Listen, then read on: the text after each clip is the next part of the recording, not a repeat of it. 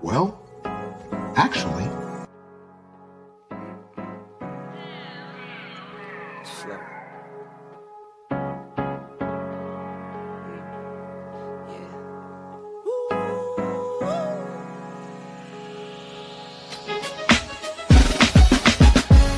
Yeah, I'm watching the rise, and I wouldn't say I'm shocked, cause I'm hardly surprised.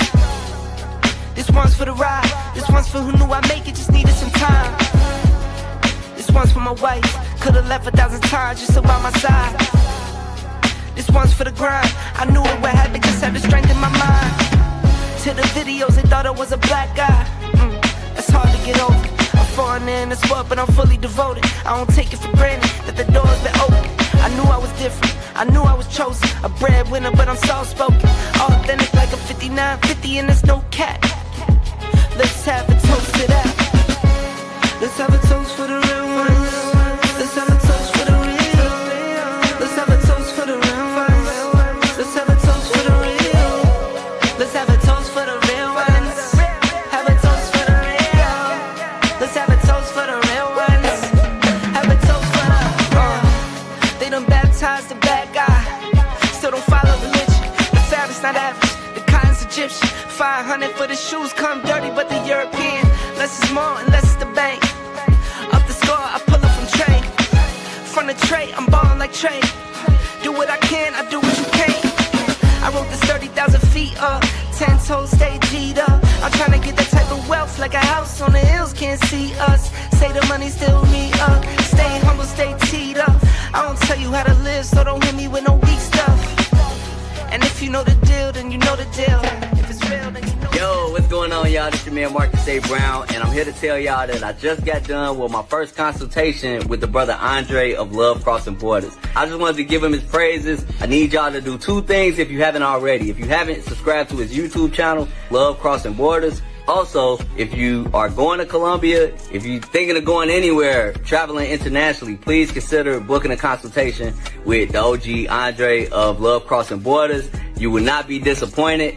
I'm a fan of the channel, so I booked a 2-hour session just to show support, just to show love and say what's up. He provided a wealth of information, way more than I was even expected. He has an excellent presentation. So I just wanted to let y'all know you will not be disappointed. Book the consultation, subscribe to the YouTube channel if you haven't already. Dre, man, I appreciate you. I will be out in Colombia, and I look forward to linking up with you. And y'all, get in tune with him if you haven't already. Tell him MAB sent you. Peace.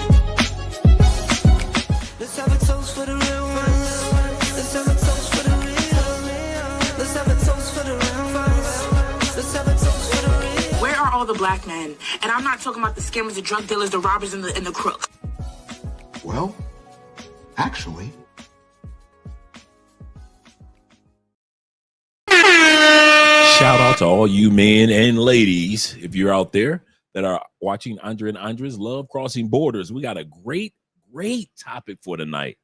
A lot of you guys have been sending me emails and text messages through WhatsApp, and I appreciate those messages that are coming from you guys in regards to tonight's topic. And it's talking about the senator who was Colombian born, moved to Colombia at the age of 18 years old and got his citizenship and was able to, of course, become a senator out of the state of Ohio. And he was able to run for Senate, win. But here's the problem. Now that he and his family is in the United States and he's renounced his Colombian citizenship, he believes that everybody should do as he did and renounce their citizenship. He believes, hey, forget about my family back home that may want to have a future and use dual citizenship. Forget about your families, American citizens. Forget about all the 40 million Americans that have dual citizenship. He believes because he was the one that made it through and he renounced his citizenship to become a senator. He believes that everybody else in America, if you pledge allegiance to the flag of the United States, then you should renounce your citizenship as well. We're going to talk about that particular topic tonight here on Andre and Andre's Love Crossing Borders. We're going to talk about, can this be done? Are American citizens willing to do this? Is it backlash coming out? Are there citizens that say that they don't want to do it? And at the end of the day, how does this impact the Passport Bro movement? We're going to talk about those things tonight here on Andre and Andres Love Crossing Borders. Shout out to all you guys. Shout out to all of you who are here. Yes, sir. Yes, sir. Let's get some intro music going now. Shout out to everybody here on Andres Love Crossing Borders once again. And let's get some shout outs here. This is a great Friday night. Shout out to you guys. TGIF, man. TGIF. Yeah, you guys have been hitting me up on Facebook, Instagram. I mean, really on Instagram too, as well as in the WhatsApp groups. I've been getting messages over and over and over. And guys have been like, hey, Dre, what about the dual citizenship? Because some of you guys are married to women that have dual citizenships or will have dual citizenship. Some of you guys will are in relationships with women that already have a dual citizenship, or you personally have dual citizenship, such as our brother Kings and Dreams. He has his Jamaican citizenship as well as his U.S. citizenship. How is this going to impact us passport bros that already have dual citizenship? So we're going to talk about this tonight. Shout out to you guys. First, shout out to our brother Will. Not only salute to you, brother. Salute to you, my fellow brother that moved to Colombia. He says salute to Andre and Andre in the chat. Happy holidays. Happy holidays to you also, Will. And thank you, Will, for giving the donation by the way of PayPal. The $10 is going toward the Children's Cancer Foundation. We're going to talk about that a little later. Any donations that come by way of Cash App or PayPal will go to our December. We've been doing this for 4 years. Go towards the December Children's Cancer Foundation here in Cali, Colombia. We're going to be doing throughout the whole month of December. All Cash Apps, all PayPals go in that direction. Appreciate the donations, gentlemen. Let me go over here to my brother Will once again. He said, please smash that like button. He said, BMM. He said, that's right. He said, this is going to be a great show on a controversial topic. Yes, it is. You guys really want to be around for this one. The way I break it down, you guys are going to hear some laws that you didn't even know about that existed. You're going to hear about the arguments that have taken place over the last few years regarding dual citizenship. So we're going to talk about that. This is a big deal. So you want to hang around for this one. We got 36 people in the building. Click that like button. We like you. Make sure that you like us too. Shout out to you guys. Shout out also to my man Bean. He said, hello, I'm doing great, man. I'm doing great tonight. Cannot complain. Andre is in church right now. He's having church service. So when I can't make it on a Friday night, Andre goes to church for the family. Shout out to you guys and shout out to Andrea. Once again, shout out to our brother Kenny people. Buenas noches. Good evening to you as well, amigo. Glad you guys are here. He said, I can't wait for Rumble tomorrow. Tomorrow's movies over on Rumble. I'm going to drop the link. Our movies for tomorrow. If you guys aren't doing anything on a Saturday night, we're always watching double features on Rumble. So I'm going to drop the Rumble link tonight so you guys can join us on Rumble. Tomorrow's movies, double feature, is going to be Dr. Detroit, the classic from the 80s, as well as Beverly Hills Cop 2. So we're going to watch Beverly Hills Cop 2 and Dr. Detroit. So we're going to watch Dr. Detroit. He said it's snowing over. He said it's snowing over here and it's freezing. He said slick roll with ice, man. Yeah, man, those roads are getting bad. Salute to you, brother, as well. Salute to you as well. And let me scroll down and see who I haven't seen, such as my brother 3Man313. You gotta back the fuck up out my face, goddammit. I'm from Detroit, Michigan. Don't play with me. Don't play with that, man. That's a Detroit man. You know how they get from the United States of Detroit. You know how them dudes are in the United States of Detroit. That's my man Don, aka Don JP, in the building. Yes, sir. Salute to you as well, sir. Salute to you as well. And my brother David Dice of the Dice family is in the building. He said, no, Andre literally is the hardest working man. He said, Andre is literally the hardest working guy. Did a 6-hour live stream. Yeah, it was 6 hours last night. We had fun, man. We had a good time. Went, got some rest, got up, got a little homework done, and came right on back in here. Yes, sir. Yes, sir. Sat right back down.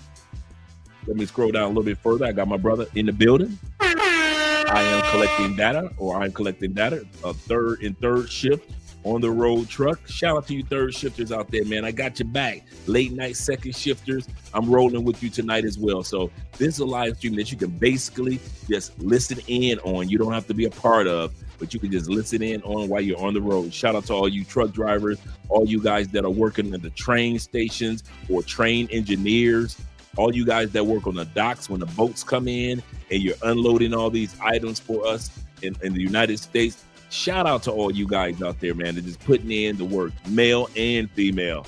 Shout out to you guys. Yes, sir. Yes, sir. Shout out to my man Ruthless Raves in the building. Yes, sir.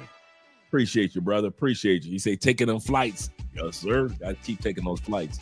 And Show Enough is here. Yo, what's good? What's good, my family? Once again, what's good is tomorrow night, Rumble night, guys. We're gonna be over on Rumble. We do this every Saturday night. We just get together, get some popcorn or whatever your favorite meal is, your favorite drink, and we just sit up here and just have fun. About 40, 50 of us have fun just sitting back, about 20, 30 of us sit back and have fun watching movies from the 60s, the 70s black exploitation movies, good movies from the 80s and the 90s, kung fu movies, but we always watch a double feature. So we usually do it just like back in the day. You get 2 movies for the price of 1. So yeah, if you're not doing anything on a Saturday night, you always know where we are. Shout out to you guys. And shout out to my brother, Jay Anderson, the great.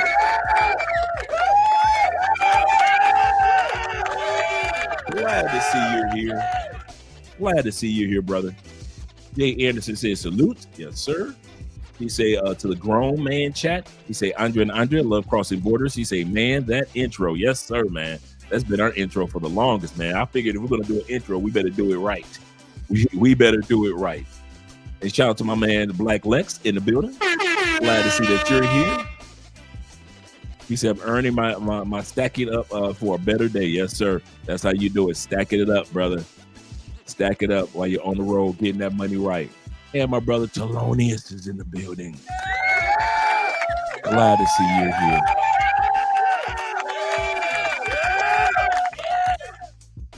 He said, I appreciate that. He said this for. He said this was a $5 love for the Smooth Criminal hat yesterday.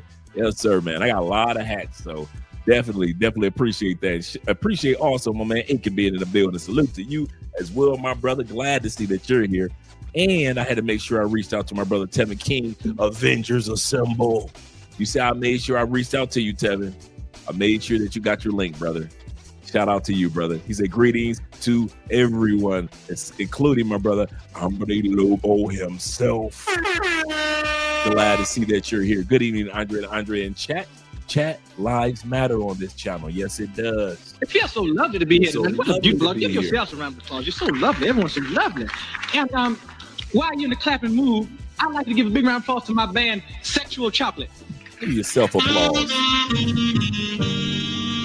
Sexual Chocolate. They play so fine, don't you agree? Yes, sir. Smash that like button. Like the stream as well as share. Yes, sir. Yes, sir. Let me scroll down a little further. We got a 49 in the building. I'm glad you guys are showing up because this really is an important topic for tonight. And David says that he said that's a sucker move. The governor wants to move. The governor wants to make it difficult for everyone since he want to be a Judas. True. Absolutely correct. Absolutely correct. It's crazy how his family was able to come over to the United States, and just because he denounced his dual citizenship, meaning the senator, it's kind of funny that now he wants. It's the same thing Marco Rubio tried to do. Marco Rubio, who's the Secretary of State, tried to do the exact same thing. He's an immigrant from Cuba, and then he was one of the main ones that was like, kick all the Cubans out. Like, what? The one thing that I learned about the Latin community, man, Latin community love white people more than white people. Latin and Asian people, y'all love y'all some white people. I know black people, we kind of tolerate. We love us some white people as individuals. But as a whole group, black people do not try to imitate emulate, pretend like we want to be like. We don't walk around trying to move like. Most black people love being black. But you Latin people, it don't matter where y'all come from in the world, as soon as y'all step foot on the United States, y'all swear y'all white. Y'all will cut your hair like it's white. You used to cut it like the Latin brothers in Colombia, or cut it like the Latin brothers and sisters in Brazil. But soon as you get to the United States, all of a sudden, Latin women cutting their hair like the white woman. They sitting back dyeing their hair like the white woman. Latin dudes want to get their hair with a part like the white man. Y'all try y'all best to be white, but here's the part. You ever notice that white people never accept y'all? No matter how white y'all try to, white passing y'all can get, y'all never get accepted, do y'all? Marco, y'all on, you know who turns on you? Is it white people? Nope. Who turns on you, Latin community? Who is it that turns on you every time you go to America? Your own people. It ain't black people. Asian people, y'all the same way. Y'all will kiss the white man's tail all the live long day. Thank you, white man, for letting me come to the United States of America. You really think that they're going to accept you as long as you kiss their butt, Asian people? How does that work out for you? So you had to go to college just like anybody else. You had to go get a job just like anybody else. You had to go buy a car and a house just like, so you ain't get no special privileges because you as an Asian person kissed the butt of white people. Okay. I was just wondering if it was just me seeing this, because it has been years that we've sat back and watched the Asian and Latin community kiss the ass of white people. And you know what black people say? We done with it. That's why we didn't get involved in y'all marches. We didn't get involved in y'all riots. Oh, they taking our people and sending them back. Y'all come back now, you hear? We were sitting on black people knew when to stay on the porch. And that's exactly what we did. Kept our butt on the front porch. Watched all y'all get in prison, like y'all did to us in the 80s and 90s, and talk about, oh, look at the drug war against the black community. Just like y'all looked at us in the 80s and 90s and y'all didn't fight for us, black folks sitting back in a hammock.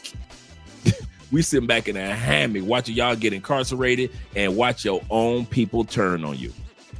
Your own people, Latin people. This senator out of Ohio is a born and bred arepa eating Colombian. All the recipes in his mama's house are Colombian recipes.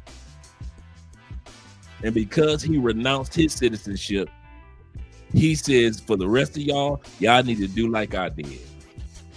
Because I want to be like the white man. And he believes that all people should be like the white man. It ain't got nothing to do with America. Latin people believe that the closer you get to white, the closer you get to being American. Not realize America was built off of a melting pot, majority black folks. That's what hurt Latin people. Once they come over here and find out the impact that black people has had in America, and America would not be what it is if it wasn't for black people, then they start to wake up. But by the time they wake up, it's a little too late. It's a little too late. So Latin people, y'all keep on trying to be white, man. It ain't gonna work out for you. It is yet to work out for y'all. They stole y'all Texas, took your Texas from you, took it, and y'all ain't never got it back. Y'all think white is right.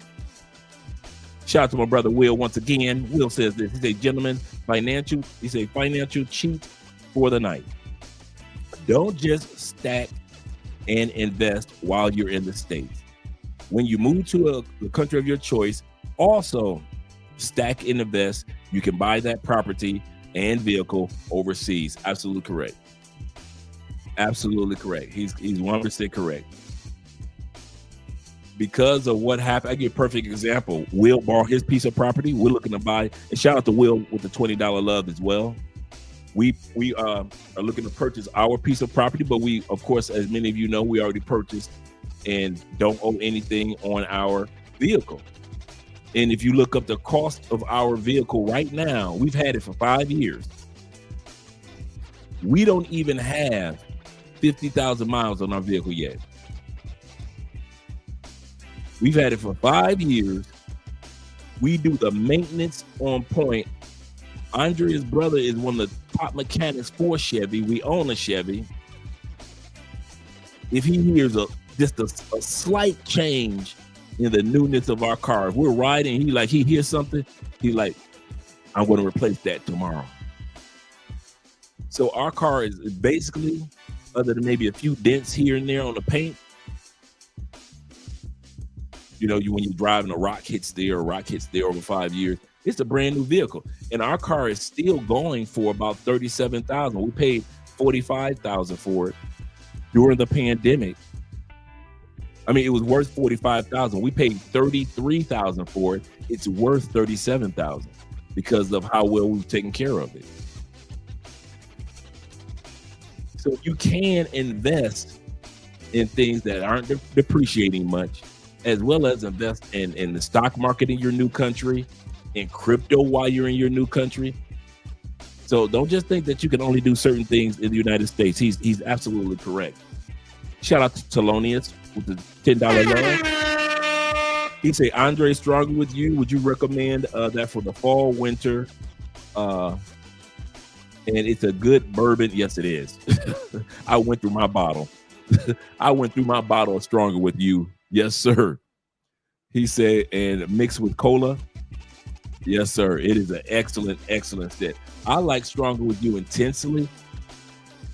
Man, that chestnut. I recommend Stronger with You for the wintertime.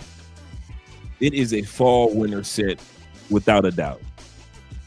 Without a doubt, it is an excellent set. If you guys ever get a chance to sample, like if you're walking through Macy's or if you're walking through whatever store, or you're walking through the mall and it's a cologne shop or perfume shop there, stop off and smell some of the colognes that we're talking about.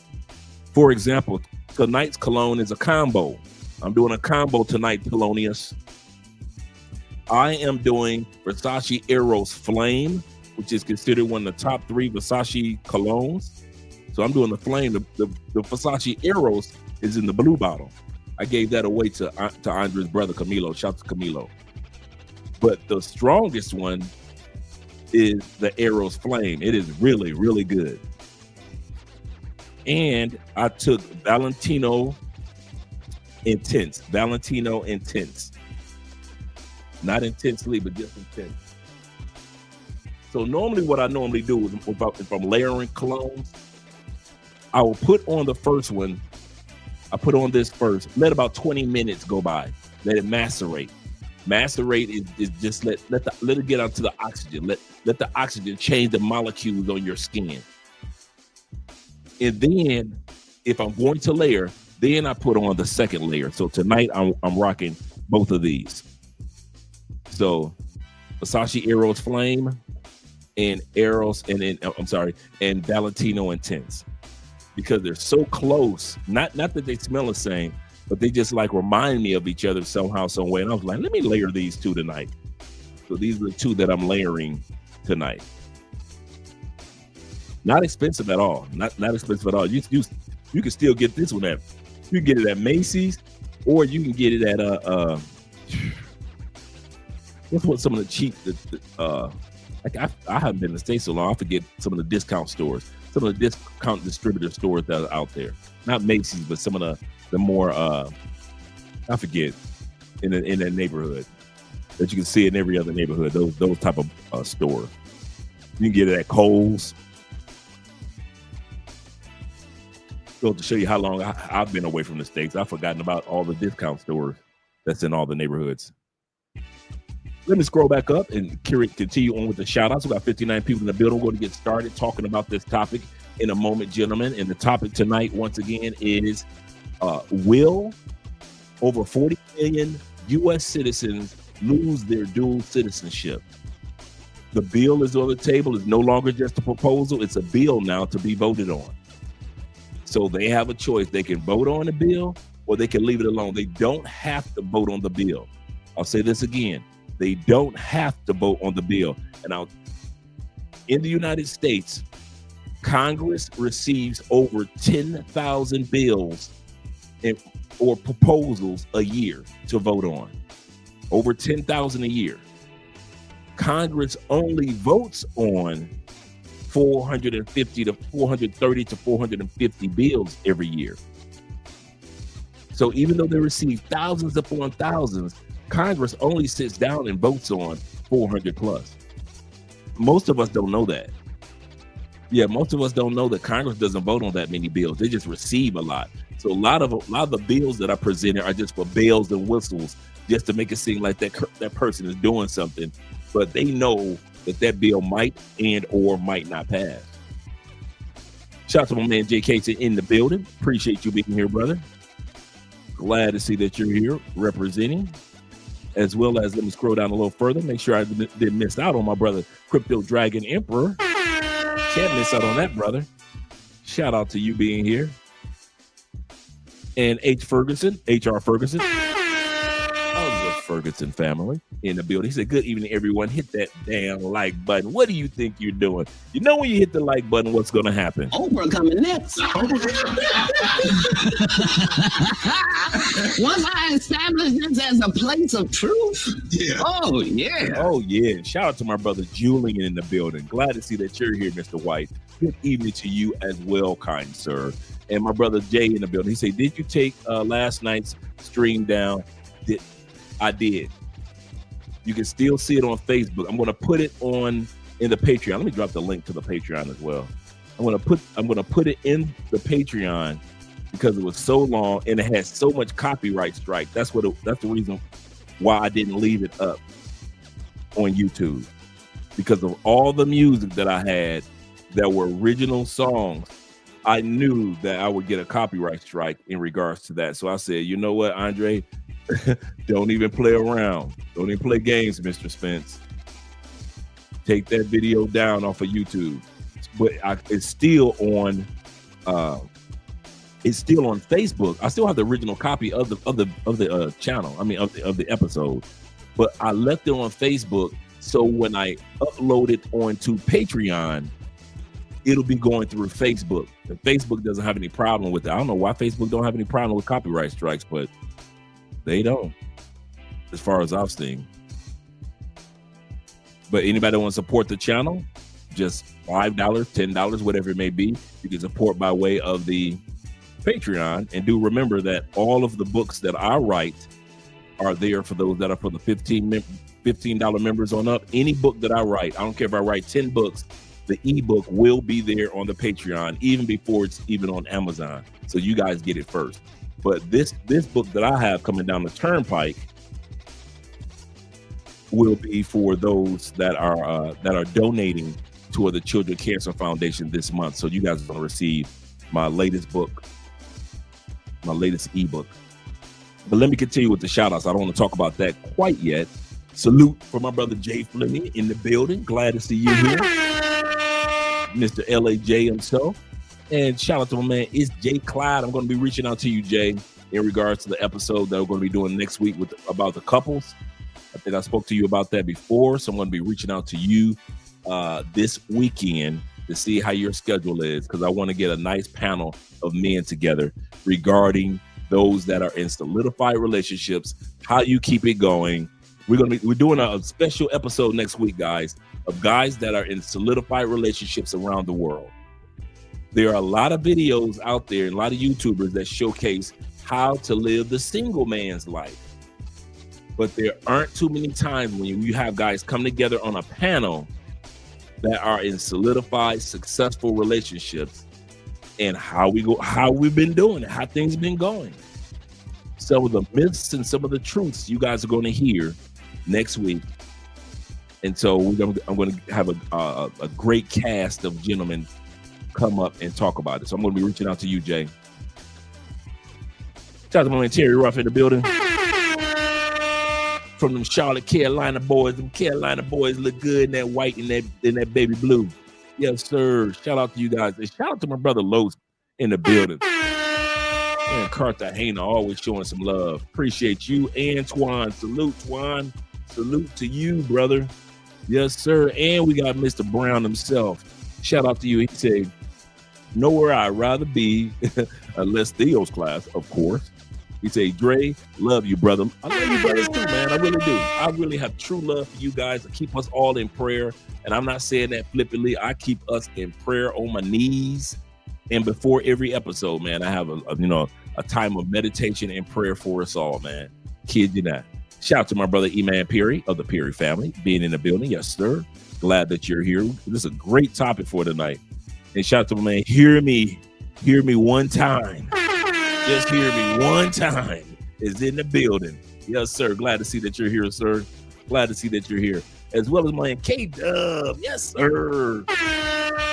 K-Dub said this. He said, Andre, he said, what's your thought on Cigna? He said it's pricier than the other international health insurances. Just in case you guys are wondering what we're talking about. He said, but I have 10% lifetime discount. Deductible versus non-deductible. Now, like I said, when it comes to your international health insurance, it depends on how long you want to keep it.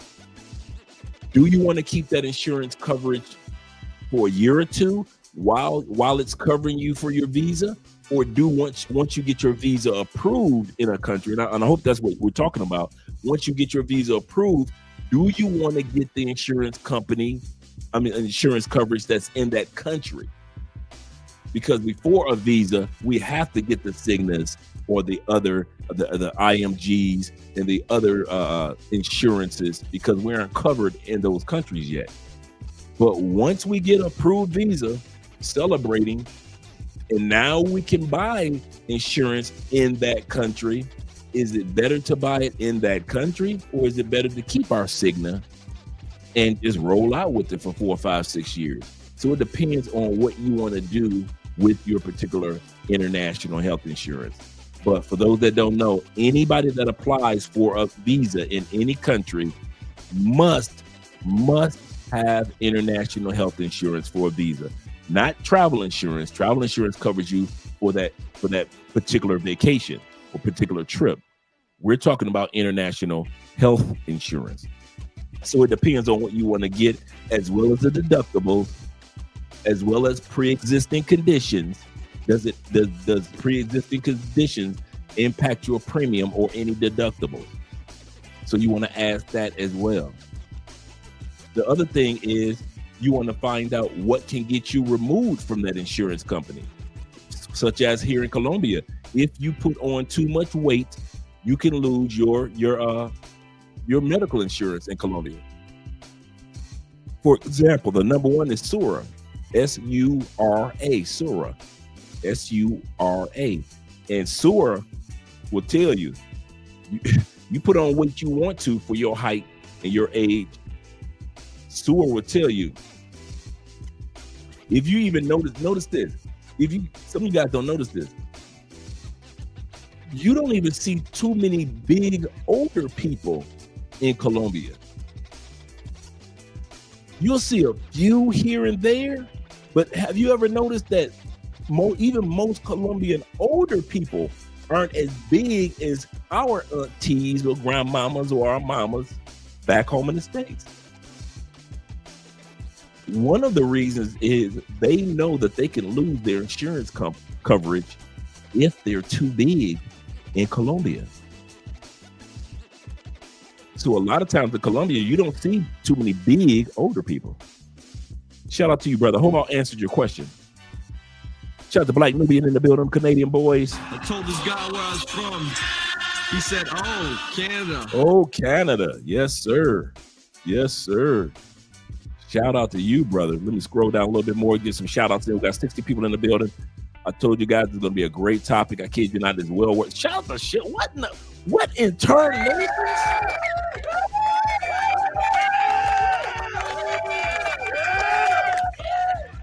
Every time I think Sheldon is too busy for Love Crossing Borders, Sheldon pops up from out of nowhere. Shout out to Sheldon.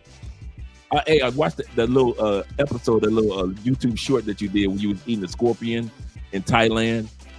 I see you enjoying yourself like you always do. Man, you getting in more countries than I'm getting in. Goodness gracious, I'm trying to keep up with you.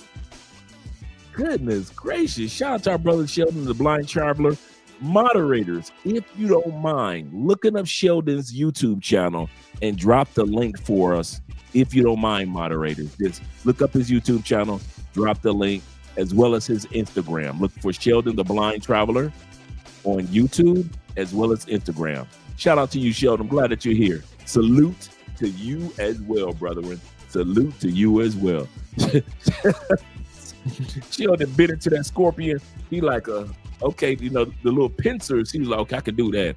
But then when he bit into the middle of the scorpion, he like, nah, you can have this back. You gonna eat the rest, ma'am. You can have the rest of it. Nah, this ain't for me. This ain't, you know. The pincers were like, okay, they were crunchy. He like, okay, cool. Well, he bit in the middle of that scorpion. He was like, oh, what that? No, this ain't for me. This ain't for me. I can see it written all over your face. You don't have to say a word. Shout out to Bobby Coltrane of the Bobby Coltrane family. Yes, sir. Salute to my brother Bobby and giving salutes and shout outs to other brothers in the building. Yes, sir. Let me scroll down a little bit more. And we got my man Tech in the building. Yes, sir. Glad to see you here. He said, you put me on to Arrow's Flame last year. Thanks for that. Yes, sir, man. Yes, once again, Cologne of the Night. I'm doing Dose. It is Arrow's Flame by Versace. I know the original is in a blue bottle, but they even made it stronger and better. If you want a better version of it, that is excellent. Date night, hanging out, clubbing, partying in Medellin or in Thailand, that Arrow's Flame cologne is excellent. And I layered it tonight with the Versace, with the Valentino Intense. Valentino Intense. That's what I'm wearing tonight on top of the Arrow Flame. And like I said, I usually put one on, take 20 minutes, and then I put the layered on top with the other one. That's normally how I do it. Yeah, that Arrow's Flame. Yeah, that flame is good, man. A lot of dudes sleeping on that flame because a lot of people so used to the Versace Arrows in the blue bottle, they're kind of like, been there, done that. And when you smell the flame on the one in the red bottle, it's like, wow. Yeah, it works well. Yes, it does. Yes, it. Marshalls. That's how I was trying to think of. Burlington, Ross. You can thank you, gentlemen. I could not remember the stores, man. Hey, have some grace. It's been 8 years since I've lived in the States, man. My mind, you know, after you travel to all these countries, like you're Sheldon, you start to travel to all these countries, you start to forget about some of the stuff that's back home that you're not around on a regular basis. I kid you not, man. I was trying my best to remember. I was like, okay, one of them starts with an M, and that's why I kept saying Marshalls. I'm trying to remember, like, okay. I mean, that's why I kept saying Macy's, because I couldn't remember Marshalls. But yeah, Burlington. Yeah, Fragrance Net. You can get it there. Absolutely correct. Sheldon says salute once again. Yes, sir, brother. Glad to see that you're here. And my brother Kofer is in the building. We got 59 in the building. Shout out to all you guys that are here. Appreciate you. And all you guys that are watching live from Andrea's channel, shout out to you guys. Shout out to you guys watching from Andrea Wallace's channel and supporting by way of the Patreon. Remember, all super chats, all the cash apps and PayPals during the month of December will go towards the Children Cancer Foundation here in Cali, Colombia. We have been doing a great. Last year, we gave away $4,100 to the Children's Cancer Foundation. Our goal this year is just $2,000, and we're looking pretty good, man. Looking pretty good thus far. Glad to see that you guys here. Shout out to my brother Robbie in the building. Greeting Mr. and Mrs. Spence. He say blessings are we all to be a part of this family. Yes, sir. I'm glad. He said, shout out coming in from the ATL 404. Yes, sir. Them Southern boys. Yes, sir. Let's see what I got for the Dirty South. What you really know about the Dirty South? What you really know about the Dirty South? Yes, sir. Shout out to you, brothers. Yes, sir. He said, as a person who has worked in the medical insurance, thank you very much, Crypto, for letting us know. As a person that's worked in the medical insurance, for over 10 years with TELUS Health, Cigna is the best for overseas insurance. Thanks for letting us know, brother. That's what this family is all about, sharing information. He said, I believe mine came in handy when I was in DR. He said, I highly recommend Cigna, gents. So there you go. There you go. Really? Yes, sir. Yes, sir. We've heard from the professionals now.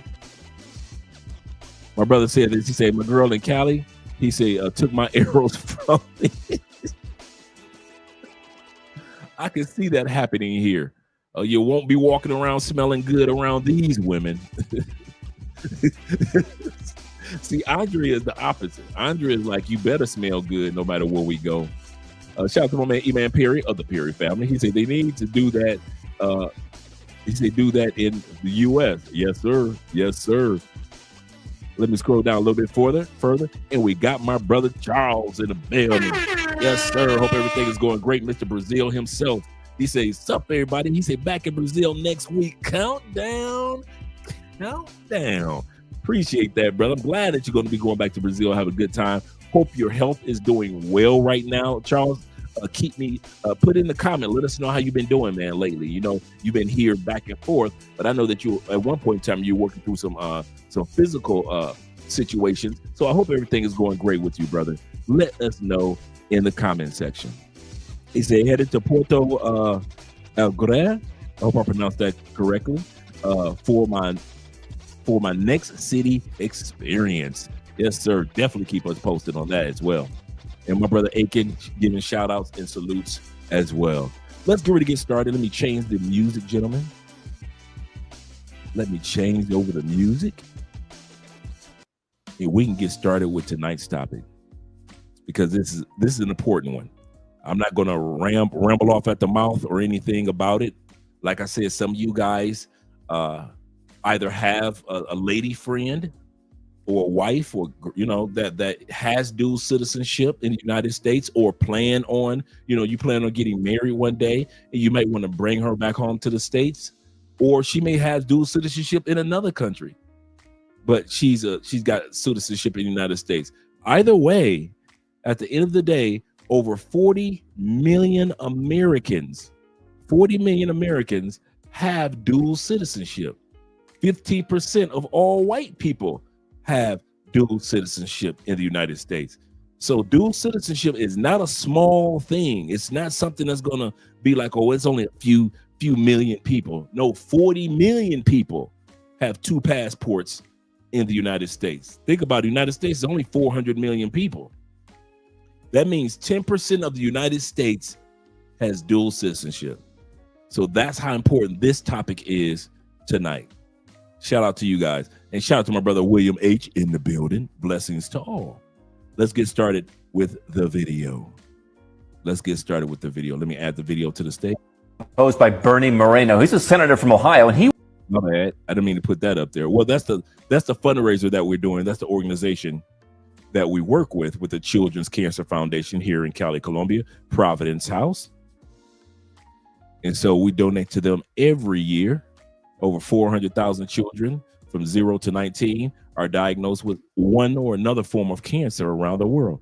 So we work with them, and they're here located, and we've been donating to them. This will be our 4th year donating to them. Shout out to all you guys that help us out during the month of December to donate to the Children's Cancer Foundation. Yes, sir. From leukemia to tumors. Yes, sir. And once again, in exchange for blessing the children,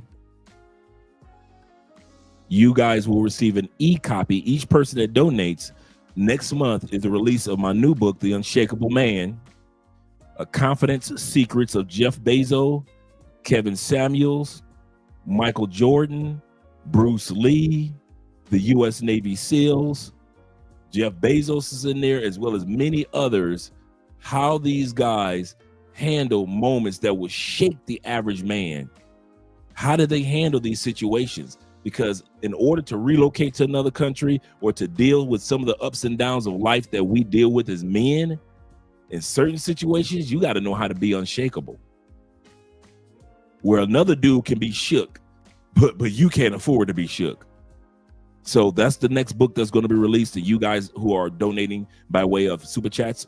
That are donating by way of Cash App and donating by way of PayPal, like our brother Will, Chill will be receiving an e-copy of this book. I'm excited, man. I've been working on this book for quite a while as well. But let me take this down because I really wanted to bring something else to stage, which was the video. Dual citizenship or prevent you from getting it at the beginning. Shout out to our brother right here, the Nomad Capitalist. Make sure you subscribe to his YouTube channel. He just dropped this part of the video just 5 hours ago. Posed by Bernie Moreno. He's a senator from Ohio, and he wants to take away your dual citizenship or prevent. This is the guy that is Colombian born in the state of Ohio. He gave up his Colombian citizenship at 18, and he thinks that everybody else should do it. You from getting it at all. He says if you're going to be an American and nothing else. What he omits is the fact that he represents a government that wants you to have fewer and fewer options, fewer bank accounts, fewer investments, fewer options overseas. Bernie Moreno and people like him want to control your life. And so this is something that you're going to need to decide at some point. Do I want to pivot away from the United States, or do I want to just solely keep my entire life here and have no other options? I've told you for years there's going to come a time when you make a choice. This bill itself may not pass. In fact, I would guess it probably won't. But you're still going to have to start adjusting your life for a United States where even the political party you support thinks you should be subservient to your government. Welcome back. A senator from Ohio is looking to do away with dual citizenship. Republican Senator Bernie Moreno has introduced the Exclusive Citizenship Act of 2025. The bill would make it so no one may be a U.S. citizen or national while also holding citizenship from another country. If an American voluntarily acquires citizenship in another country, they would then relinquish their U.S. status. If passed, those who already have dual citizenship would then have to pick one or the other. Now, while the U.S. government doesn't keep statistics on dual citizens, it's estimated that more than 40 million Americans are eligible. I want to bring in our chief legal analyst, Conley Rhodes, to break this down. So say this passes, and what would be the legal hurdles there? Because the Constitution protects some things saying, well, we just can't take your citizenship away, right? This seems to be a great idea, except it's unconstitutional, so it's dead on arrival. Let me start there. 1958, a case called Perez came out, and Congress was attempting to revoke folks with foreign dual citizenship if they participated in foreign elections. Well, that was overturned in 1967 with the... Now, don't let that slide by. Oh, thanks, Growth. Thanks, Kofa, for the talking about the book cover. Don't let that slide by, guys. In 1958, they had sent forth a proposal in U.S. Congress tried to take away the dual citizenship of any American that voted in a foreign country's election. For example, let's going to use our brother Kings and Dreams as an example, a Jamaican brother. Even though Kings and Dreams, born and raised in the United States, but a descendant of Jamaica, so he has dual citizenship. If Kings and Dreams prior to 1958 decided to vote in the election in Jamaica, there were senators that were trying to come against guys like Kings and Dreams and you other guys and ladies that have dual citizenships. But this is what happened in 1967 to counteract that. Case called Rusk, where they held the government cannot, because it is, as you mentioned, a constitutionally protected fundamental right under the 14th Amendment. Hi guys, I'm an immigration attorney, and yesterday I posted a video on the Exclusive Citizenship Act of 2025, so let me give you an update. I was really shocked by how many of you guys engaged with this post, so I want to give a little bit of a clarification since I posted that video. There's a Supreme Court case called Ephraim v. Rusk, where a Polish citizen in 1926 became a naturalized American citizen. He went abroad, voted in a political election, and afterwards, when he tried to renew his passport, the State Department did not let him. So he went to the Supreme Court, and it was held that Congress does not have the power under the Constitution to take away a person's citizenship. So, according to the 14th Amendment, Congress cannot take away your citizenships.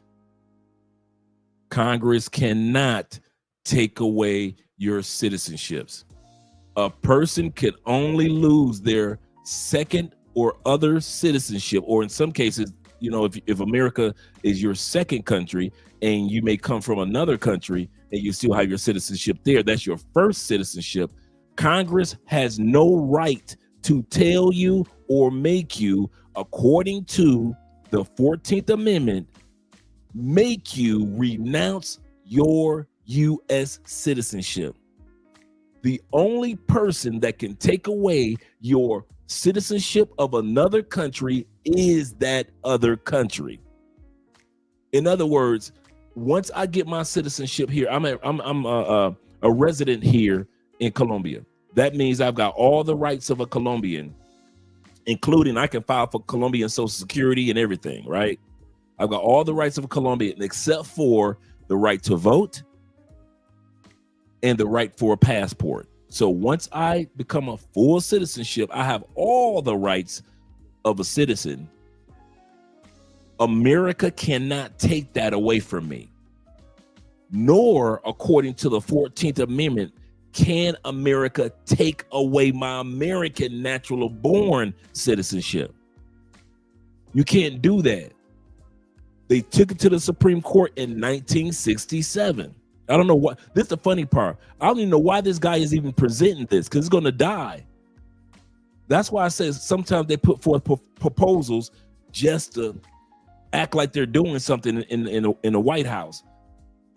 Because at the end of the day, if this dude knew anything about the 14th Amendment, since he wanted to be a full-fledged American, which is nothing wrong with that, he would have known that America can't take away somebody else's citizenship. Only that country can do that. And Americans can't take away natural born citizenship from a person. Just cannot be done. He said, I want to do 6 months with the nomad country. He said 6 months in another, which is actually great. He said, I'm not sure the local insurance will be suffice. If you're doing 6 and 6, 100% what my brother said is correct. Go with Sigma. If you're doing 6 and 6, you're not going to be in either country long enough to really benefit off that local country's insurance. So if I knew like you, I'm glad that you worded it like that, K-Dub. If it were me and I knew that throughout my travels, you know who does that a lot? Aaron, Black Man's Travel. Or Black Man's Travel on Facebook, on Black Man's Travel on YouTube. Shout out to Aaron. You know, Aaron has spent 6 months or a year or two in DR. Then he goes to Brazil. He spent so much time here in Medellin, Colombia. Now he's in Thailand. He might be heading to another country. If you're a type of person that moves like that, maybe spend a year or 6 months or a year or two in another country, getting insurance in just one country won't cover you. So you will definitely need international health insurance because you move. My brother Zay, he does that. He travels to a lot of countries here in South America. So it wouldn't be feasible for him to have full coverage of Colombian Sura insurance if he's only going to be here like 6 months or a year here in Colombia. And I'm just using an example. So shout out to you, brother. Hey, sexy boo. He said, yeah, it may be unconstitutional, but that won't stop this regime because their agenda through Congress. Can't do it through Congress. This is not something that's a yes or no through Congress. This is something that's already been argued in the Supreme Court. Remember, our government, as you guys know, is set up in 3 branches: the judicial, the executive, and the legislative. So the legislative branch, meaning Congress, can say what they want, and the executive branch can say what he wants. But even though we have even a Republican-centered Supreme Court, this won't fly. And the other reason why it won't fly, because there are over 40 million Americans that would stand up against this. It will not fly. And I just want guys to know this. He say no dual citizenship for you unless you're from a small colonial state established in 1948, huh? I didn't get that one. Shout out to T-Mac being in the building. Shout out to you, Agan. I didn't get that one, brother. He said they may be able to affect naturalized citizens, but the native-born citizens cannot have their citizenship removed. No, it won't be able to affect the naturalized. In other words, those that gave up their those who had citizenship let's say a person was born in Italy. Here's the situation with the case that they're talking about right now in 1967. This guy was born in Poland. He moved to the United States, got his naturalized, paid for citizenship, right? Got his naturalized citizenship. And after he got that, he had gone back to Poland years later just to vote. That's how this case in 1967 came about. When he came back to the States to renew his passport, United States said, "Oh, hell no, you went and voted in Poland. You ain't one of us." He wasn't born in the United States. He got his citizenship after he was born in Poland. He took it to the Supreme Court in 1967. And the Supreme Court said he's right. According to the 14th Amendment, you cannot take away a person's citizenship. Natural born or naturalized, you can't take that person's citizenship away. And you can't force them. This is the part 2 of the 14th Amendment. Congress does not have the power to force another person to give up their citizenship of another country. Only that other country can tell that person you can't have citizenship. That's why it's never been done. And I'm going to say this again. This has been attempted 7 times since 1901 in the United States. So if you guys think that this is the first time they've done this, yes, absolutely correct. Only if they have errors on their citizenship application or errors like on your birth certificate or something like that. Like, come to find out, yes, you were born in the United States, but some type of error took place. And so then America has jurisdiction. Absolutely correct. Or if you're a naturalized person, like, Colombia was your first country and you moved to America and you got naturalized, but there was a mistake on the application. Yes, T-Mac is absolutely correct. Then they may be able to do something about it. But if you don't have a problem on your application, and you are naturally born or in another country, the United States, according to the 14th Amendment, can't. And I think that's the part that we failed to realize.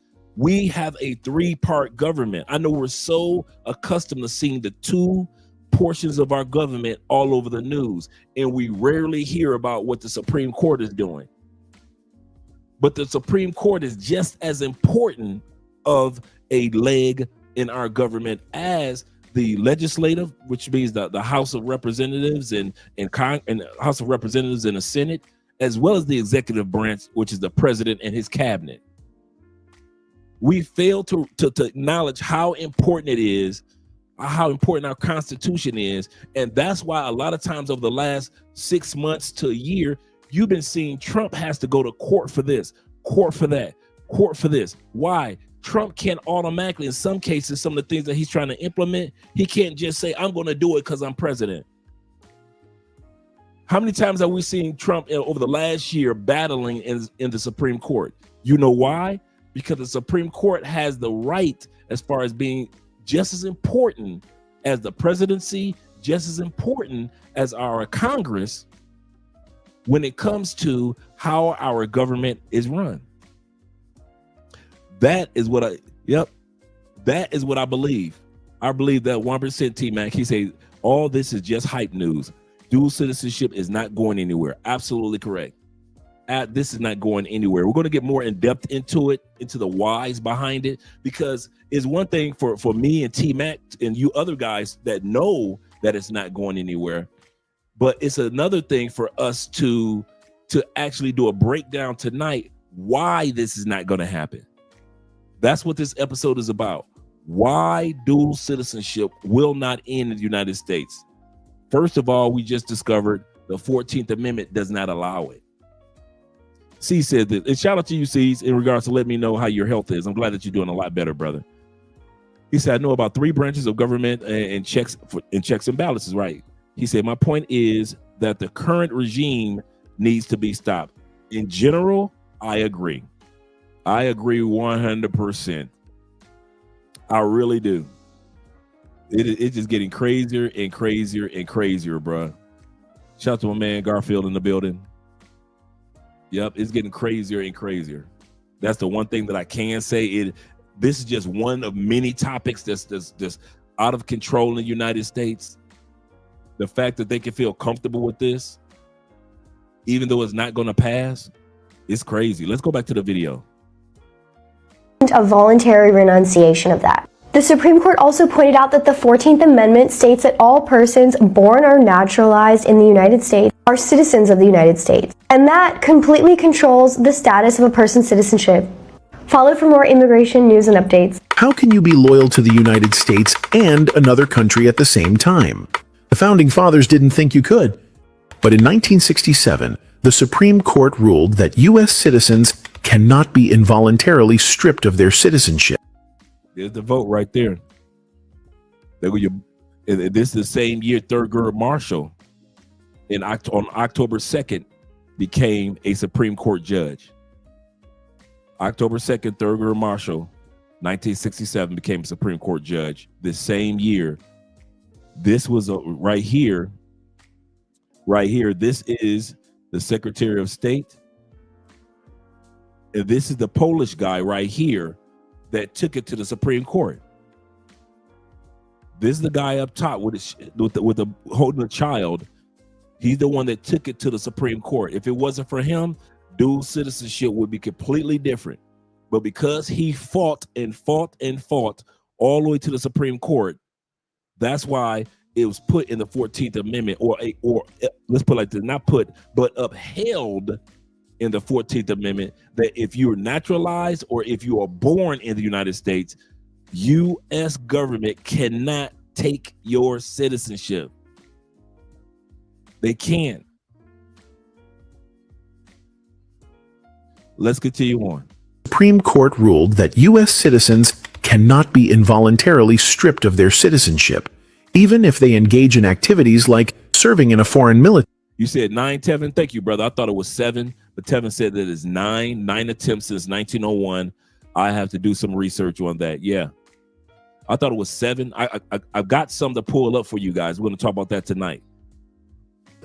Or voting in foreign elections. This landmark decision opened the door to the acceptance of dual citizenship in America. Given the ongoing concerns about national security and the increase in immigration over recent decades, should the U.S. change its stance on dual citizenship? Can the U.S. government deport natural-born and or naturalized citizens, U.S. citizens? Can they deport them from the U.S.? The answer is unequivocally no. I've been going down the rabbit hole of legal cases, Supreme Court legal cases that this is covered in, and then there's a lot. One particular case that comes to mind is Afram v. Rusk, 1967. The Supreme Court ruled that the Constitution, of course, grants Congress no express power to strip people of their citizenship, no right to expatriation. In this case, Afram was born in Poland, came to the United States, applied for citizenship, became a citizen, didn't register. I want you guys to realize what she just said. I'm going to bring back what she just mentioned, because some of you guys, it'll go over your head. The Supreme Court ruled that the Constitution, of course, grants Congress no express power. The Constitution expresses Congress no power. They can't even vote on this to even do this. That's why it's all for show. That's why it's dead in the water. Congress doesn't even have the power to do this. to strip people of their citizenship. No right to expatriation. In this Can't kick you out. Once you become a citizen of the United States, whether it's by birth or naturalization, they can't just say one day, I'm just going to kick you out. I don't like you. Give you a perfect example. Remember earlier this year, Donald Trump was trying to get Rosie O'Donnell kicked out the country. Remember him and Rosie O'Donnell have been beefing for years.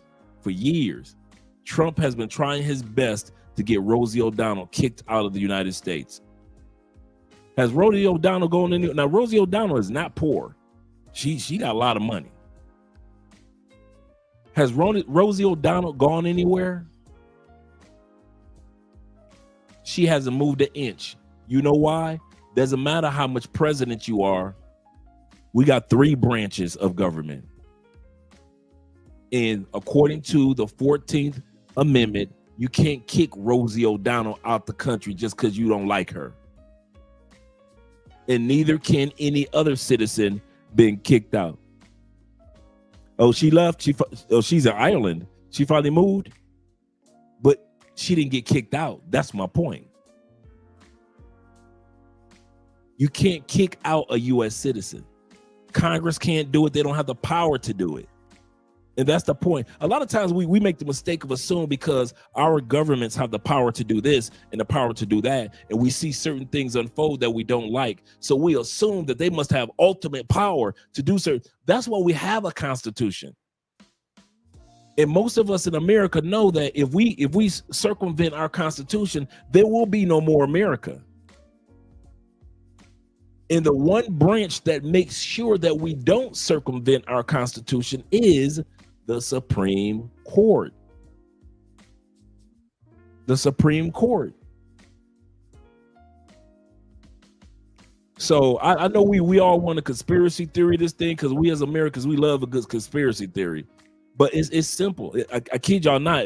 There is no, no 3-card Monte going on.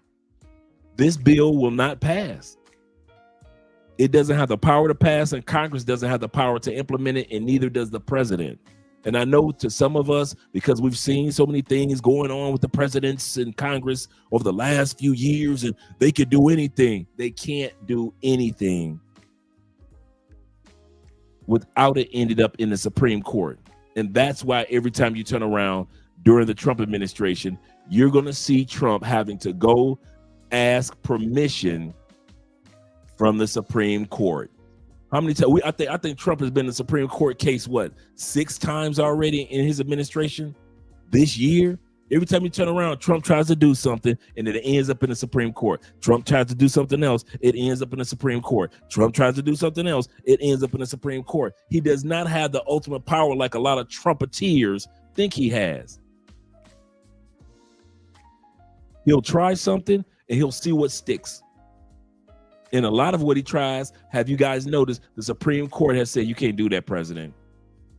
Some things they say yes to, but a lot of things that Trump has had to try to do over the last year, the Supreme Court has said, no, bro, you can't do that, according to the Constitution. The other thing is, remember, this is just one senator. Remember what I just mentioned, gentlemen. She did that voluntarily. Rosie O'Donnell did not lose her citizenship as a U.S. citizen. Trump did not kick her out of the country. That's my point, gentlemen. Thank you for informing me that she's in Ireland. I appreciate that. And she's in a great country right now. Do not get me wrong. She's in a great location. But she was not kicked out of the country. She was not, they didn't come to her house, grab her, and she was just ran out of the country. You say someone else has moved to Italy. You guys are going to, if you, let's be real with it. If you guys think that you're not, I mentioned this for the last 3 years. The rich are leaving. I don't know why y'all think the rich gonna stay in the States. They go to the States to make their money. They getting the hell up out the States. The rich aren't staying in the States. So why y'all sit back thinking like, oh, this person's leaving, that person? I'm never surprised when somebody's famous, somebody's rich, or business that or corporation that leaves the United States. I'm never surprised. I've been saying this for years. They are leaving, getting dual citizenships and dual passports in several countries, buying property in several countries so they can have several passports. That's how the rich are doing it. Only us mere mortals are sitting around talking about some my country 'tis of thee, sweet land of liberty. But if you got 50 cents in your pocket, man, they leaving. They are leaving. I think I'm going to need to do a video on that one too, because I did it a couple years ago. You guys thought I was playing. People that got money are not hanging around. Y'all need to start realizing how many people that got money got property and land and citizenship in other countries. Ain't nobody hanging out in the United States like that and they got money. Shoot, Theo is on his way up out of there. You think Theo gonna be spending the rest of his life in the United States? Y'all really think Theo gonna be doing that? After all the years Theo has lived in other countries, you think that brother gonna sit up there and just stay in the United States all his days? Shh. Y'all got Theo fucked up.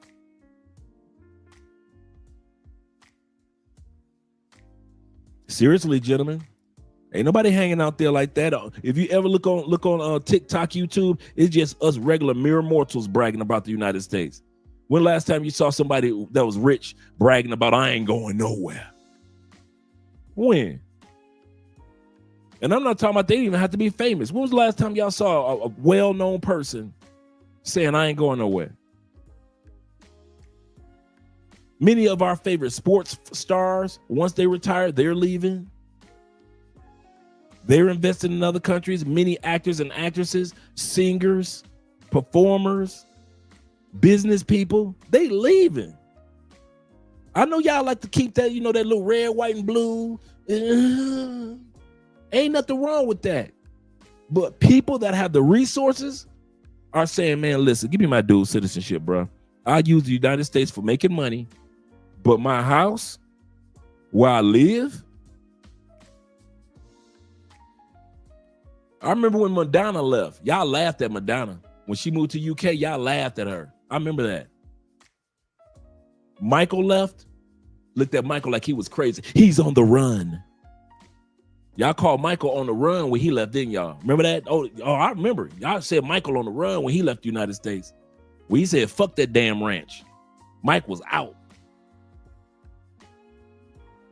What did Mike come back to the United States for? See his family and do some concerts. Did Mike come back to live in the United States? He came back to do some concerts, make some money. He's gonna get the hell right back up out the United States. That's what Michael Jackson was doing. Did he announce his last tour in the United States? Oh, he announced it while he was in London. Okay, that's what I thought. Y'all keep on thinking that everybody gonna hang around the United States with us regular people. It ain't happening. And it's not, my point in saying that is not to fear monger, is to let you know that it's not coincidental.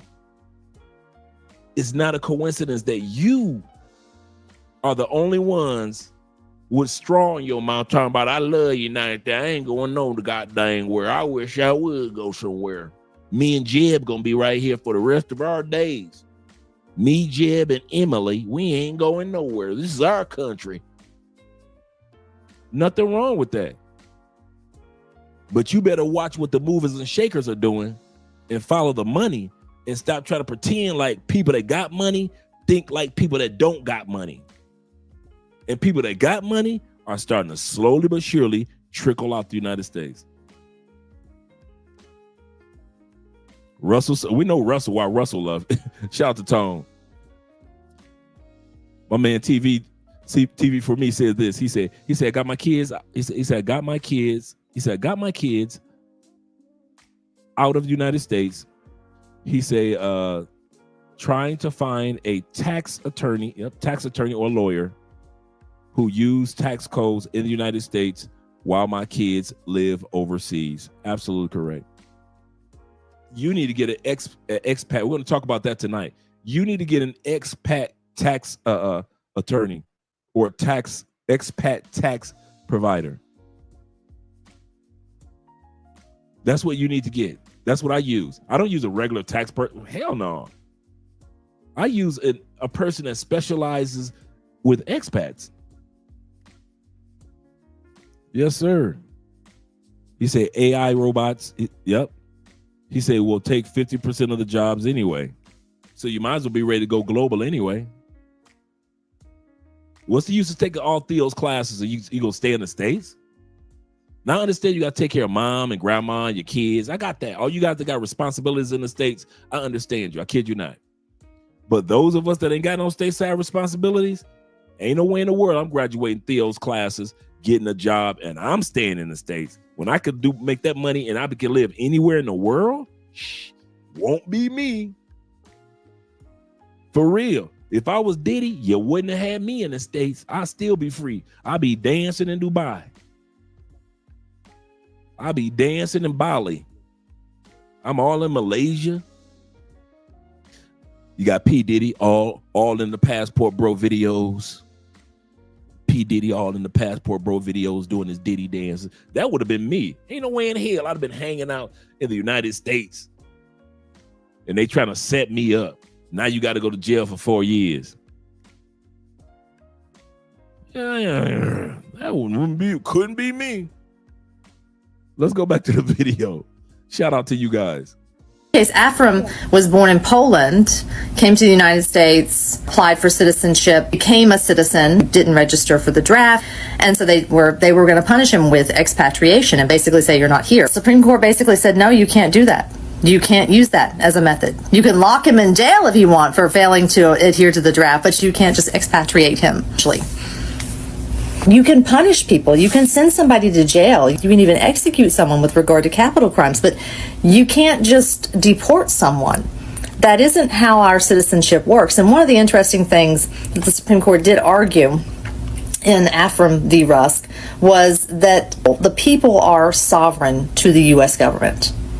And the U.S. government does not get to abridge its responsibilities to the people and decide when that citizenship ends. The USA wants to get rid of dual citizenship. Well, at least one person does. Let me explain. This is Bernie Moreno, a Colombian-born, naturalized US citizen from Ohio who recently proposed new legislation making it so that US citizens cannot have dual citizenship. And here is why it will most likely never happen. So just for reference, this is what the bill wants to do. It wants to force dual citizens to choose one citizenship, and you must renounce any other citizenship within 1 year. And if you don't choose, that means you automatically lose your US citizenship. But here's the problem. Millions of US citizens are already dual citizens. Families and businesses and politicians would be affected. And Congress is super divided, let's be honest. They can't get anything done. Not only that, but the USA cannot strip somebody of their citizenship. They have to voluntarily give it up. This would almost immediately be challenged and struck down by the courts. And here's the biggest reason why this will never happen. Many US politicians have dual citizenship with you know who, and as we all know, the USA on her a threat to humanity.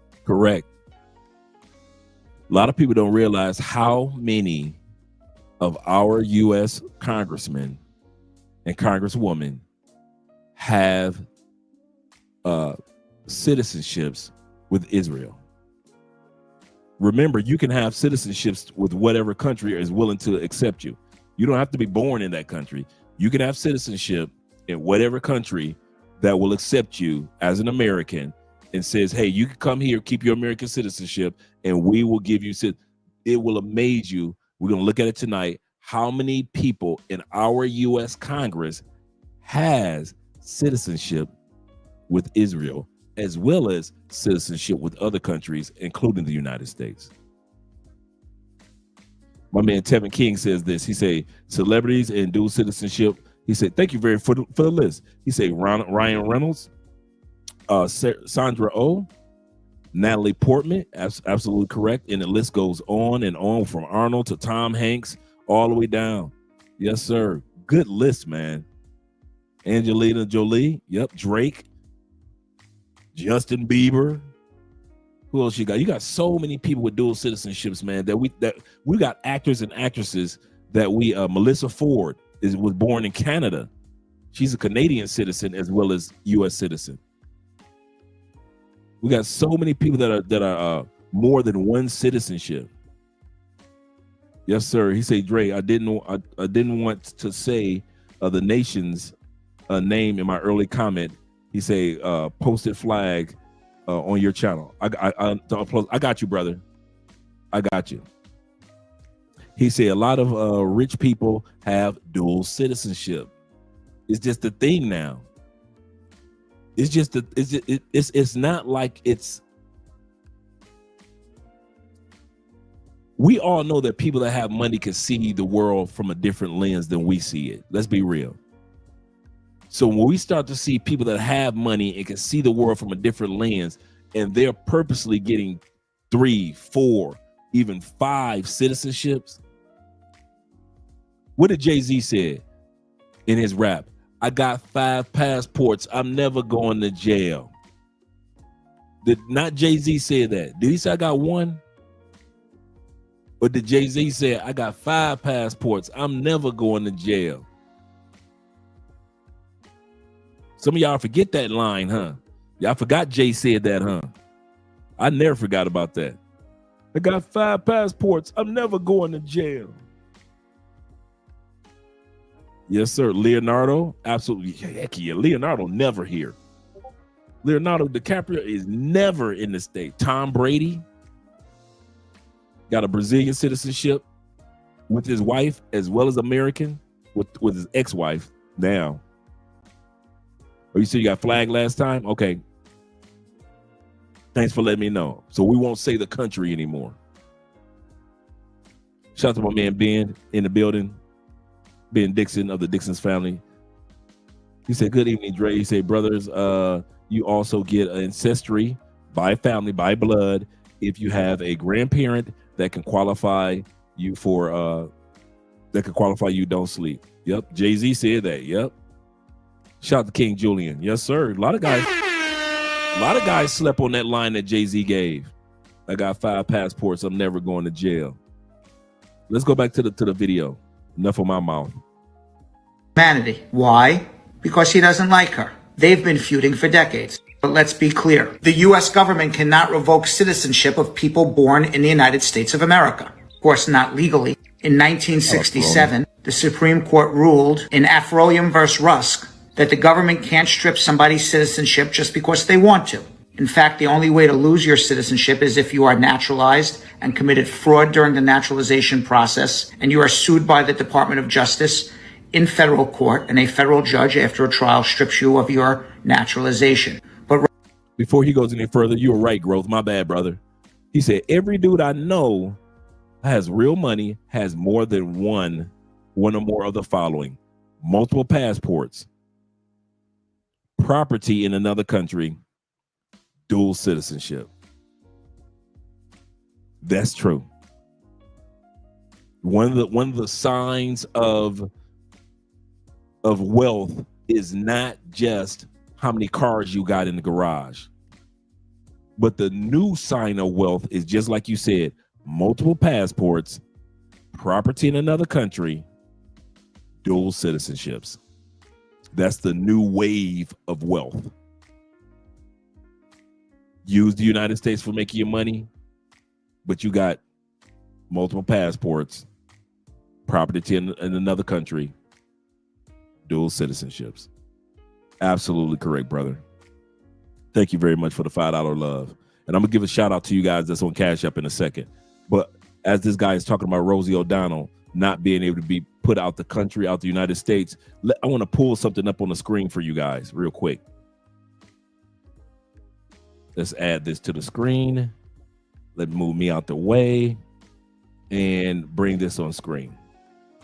I looked this up in regards to the amount of times that members of Senate or Congress have tried to end, sharply restrict, or marginally modify dual citizenship since 1907.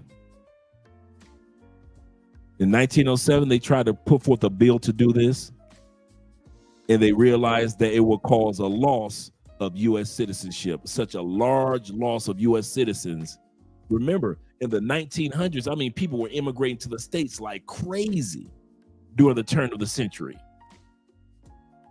So for you to try to tell people they got to give up their citizenship back in their home country, you would have lost millions of American citizens would have went back home before they would have gave up their citizenships during that time period when America wasn't even on top. Think about it. 1907, America wasn't top dog. England was. London was. The UK was.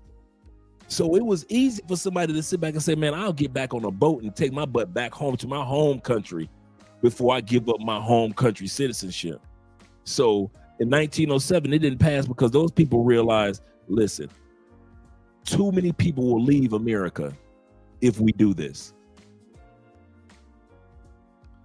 1922, they tried to do this. Married woman, independent nationality. They tried to come at the ladies. And at the end of the day, U.S. women would no longer automatically lose citizenship by marrying a foreigner. They try to say that the ladies, if the ladies married a foreign dude, whether in the States or out of the States, you lose your citizenship. That didn't pass. All these attempts didn't pass. None of these attempts that I'm telling you guys about didn't pass. 1914, they tried to do it. Codify as an act of being treated as expatriating. So they try to act like it was, continue to statutory control over the loss of citizenship act. So once again, they tried to come at guys and women regarding their citizenship. 1952, they tried it in regards to the same thing, the expatriating. But who gave forth the interpretation? The courts. The reason why it's never happened in the United States because the courts have stood up for the people regarding dual citizenship. Here we go, 1967, the court case that we're talking about, the guy from Poland. Once again, had to take it to the Supreme Court. Had to take it to the Supreme Court. 1970 to 1980s, they've been trying to do amendments to the Constitution and change it. 2008, they tried to do it. 2024, they tried to do it. 2025, this was earlier, 2025. I told you guys about that yesterday. And now, here we go, right now again, this is the latest attempt, 2025. So we've had 1, 2, 3, 4, 5, 6, 7, 8, 9, 10 attempts. This will be the 10th attempt. We've had 9 in the past. This will be the 10th attempt to try to take dual citizenship away since the turn of the century of the 1900s.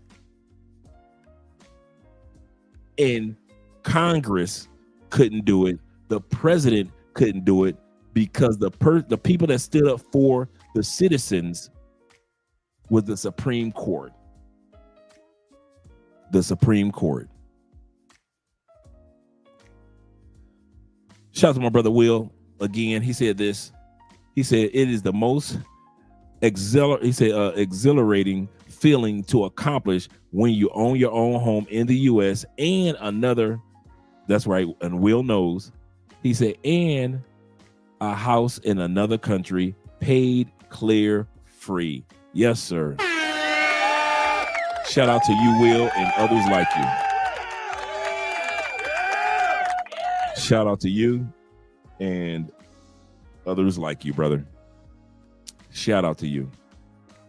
I just want to pull that up so you guys can actually see the history of this attempt that they've made on us citizens throughout the years. So now let's go back to the video. Now that you guys have seen this, in the 9 times that they've attempted. And this is the 10th time. And the second time in 2025, I mentioned, that's why I wasn't tripping, because I said, wait a minute, didn't they try this earlier this year? And it's like it's like all of a sudden everybody starts to notice this attempt, because I guess because the guy was from Colombia or something, or from another country. But I had already, I was saying, wait a minute, they tried this. Marco Rubio and somebody else tried to do this past summer. So that's why I wasn't surprised when we just saw the attempt number 9 was in 2025, and the attempt number 10, in which we're in right now, is in 2025. Let's go back and add the video to the stage. Was born in New York City. Her citizenship is not up for debate. So what's going on here? President Trump loves executive orders. He can sign an executive order. Rosie O'Donnell's no longer a citizen. And then Rosie O'Donnell is going to have to hire lawyers and spend umpteen hours and umpteen gazillion dollars defending her citizenship. Probably all the way up to the Supreme Court, because Donald Trump loves litigation. And Trump is basically telling everybody, if you speak out against me, I'm coming. So I think there'd be absolutely zero chance that this stands constitutional muster. They can try to pass it, good luck, but there will be absolutely no chance that it's constitutional. Congress has tried to implement something like this on its own membership, where they want their own members to say, hey, you have to announce if you have dual citizenship when you're going to be.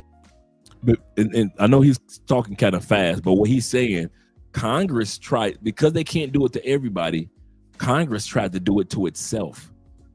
They try to say, if you run for Congress in the United States, you have to only have U.S. citizenship. Yeah, that didn't go anywhere.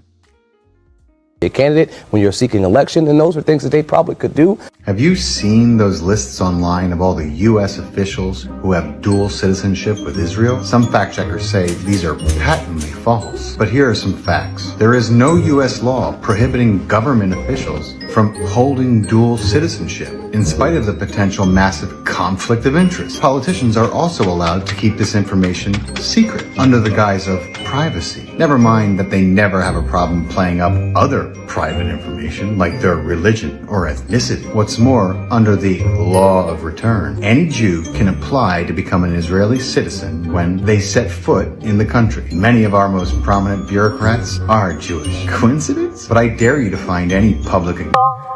Follow the money, follow the money, follow the money. That's the list of our congressmen that have dual citizenship. Right now. You think they're going to vote on this and approve this when you see as many congressmen that have dual citizenship? You see, I agree. No dual citizenship, conflict of interest, absolutely correct. When holding certain offices politically, he say never thought that they'd actually try to do it. Yeah. But it hasn't passed. It'll never be approved. You'll never get congressmen. Look at this list of congressmen. You'll never get congressmen to be able to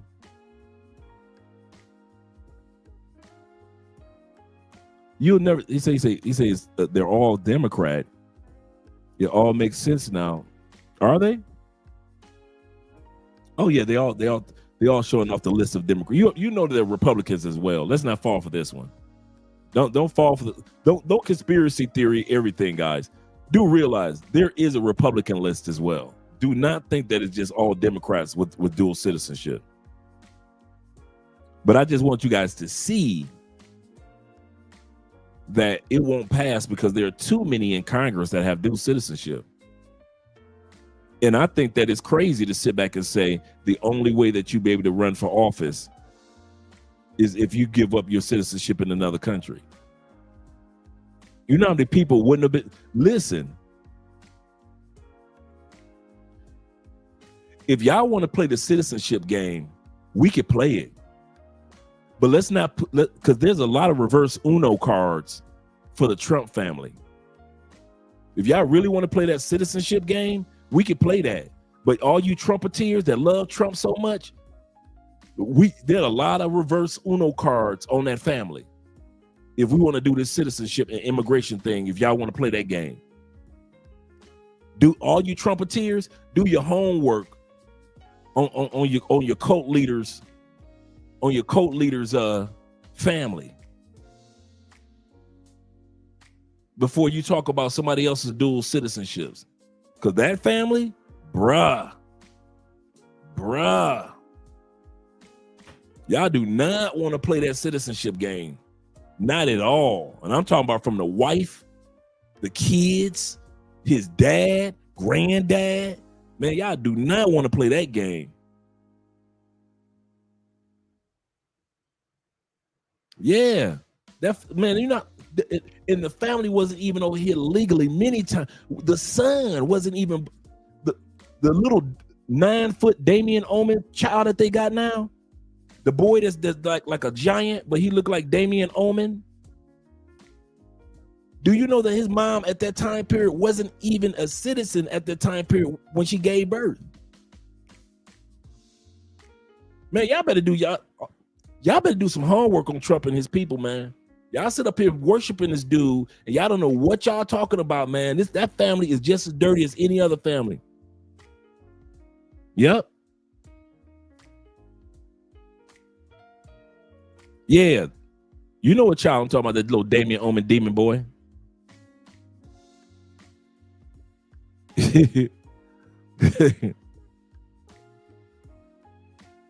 Yeah, seriously, man. Dudes be sitting up there, oh, Trump. Like, man, listen, y'all better do some homework on that man and his family.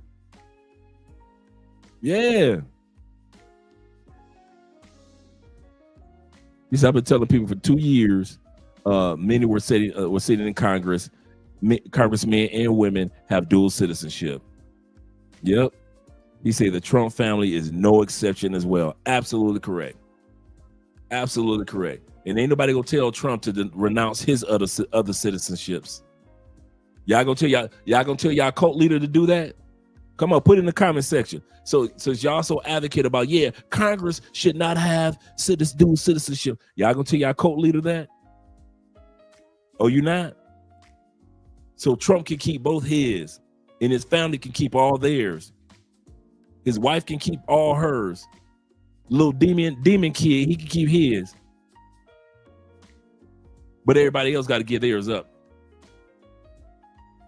So is it in the Supreme Court leaders, the judges, they got to give theirs up too, huh? They're already in office for life, so they got to give theirs up too, or they got to lose their position. Because if it hits the president, it's 3 branches of our government. If it hits the president, then it's got to be.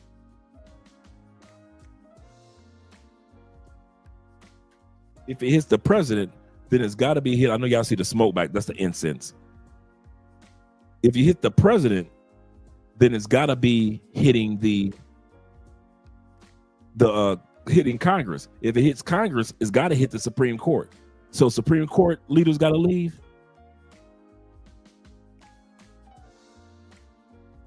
See the questions that we present ourselves? So we already know it ain't gonna pass, man.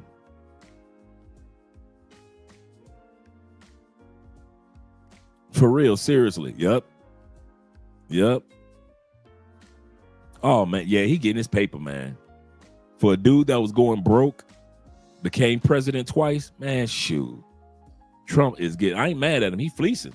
America's, hey, I'm gonna tell y'all something about Trump. If we dumb enough to go for it, get your money, player. I say get your money, player. If we was dumb enough to go for it, and all these dudes that's broke and can't rub 2 nickels together and voted for this dude, and he was broke and now he worth billions again, get your money, player. I ain't mad at you. Fool me once, shame on you. Fool me twice, right? Fool me once in 2016, shame on you. Fool me twice in 2024. Get your money, Trump. Hey, Trump, this is Andre talking. Get your money, player. Get him for all you can get, player. Hats off to you. If they was dumb enough to let you in again, hey, Trump, I ain't mad at you, dog. I said I ain't mad. If they was dumb enough to let you in again, get them. Get them, dog. I'm from the streets. Don't let these suits fool you. Get them, dog. They was dumb enough to let you in again. Get them. Get them. I ain't mad at Trump. He knew what type of country he was running for president in again. All he had to do was trick you people that ain't got a pot to piss in to believe that y'all gonna have a pot to piss in.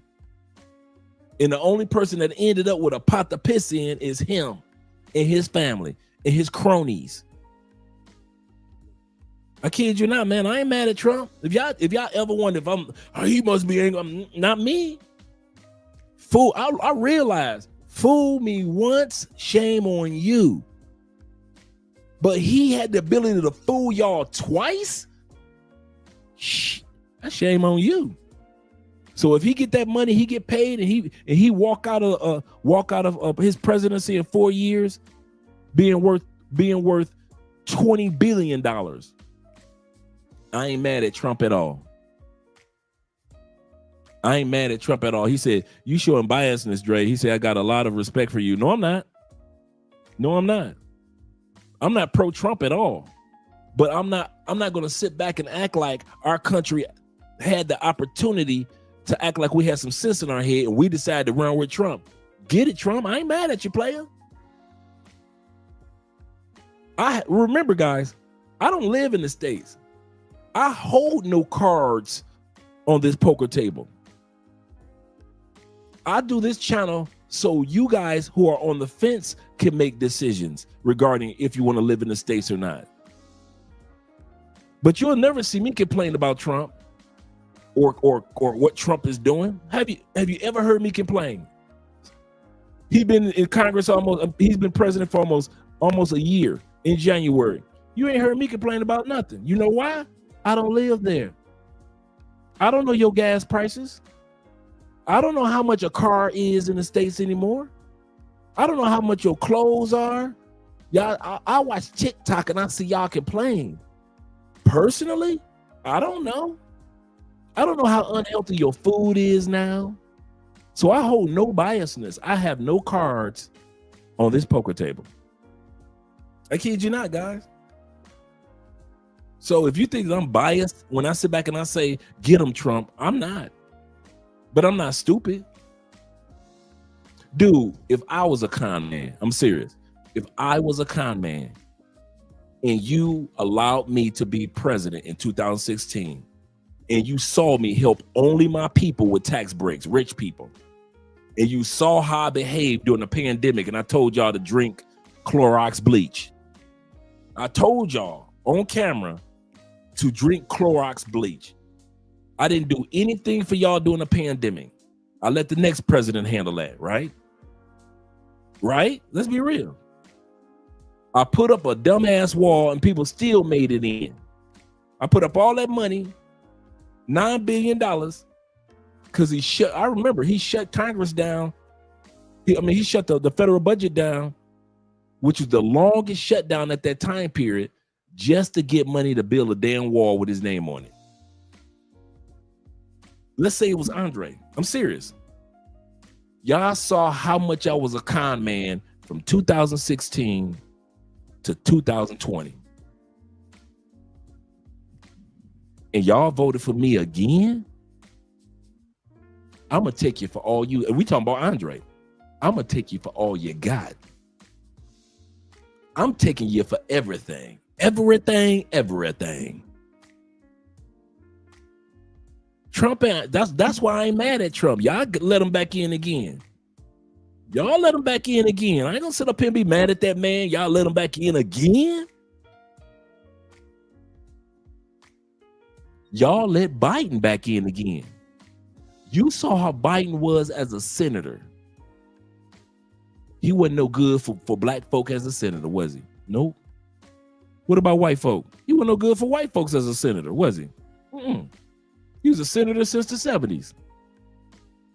When he was vice president, right? Was he any good? No. So you let him in as a senator, you let him in as a vice president, and you let him back in as a president? You let Biden back in as a president?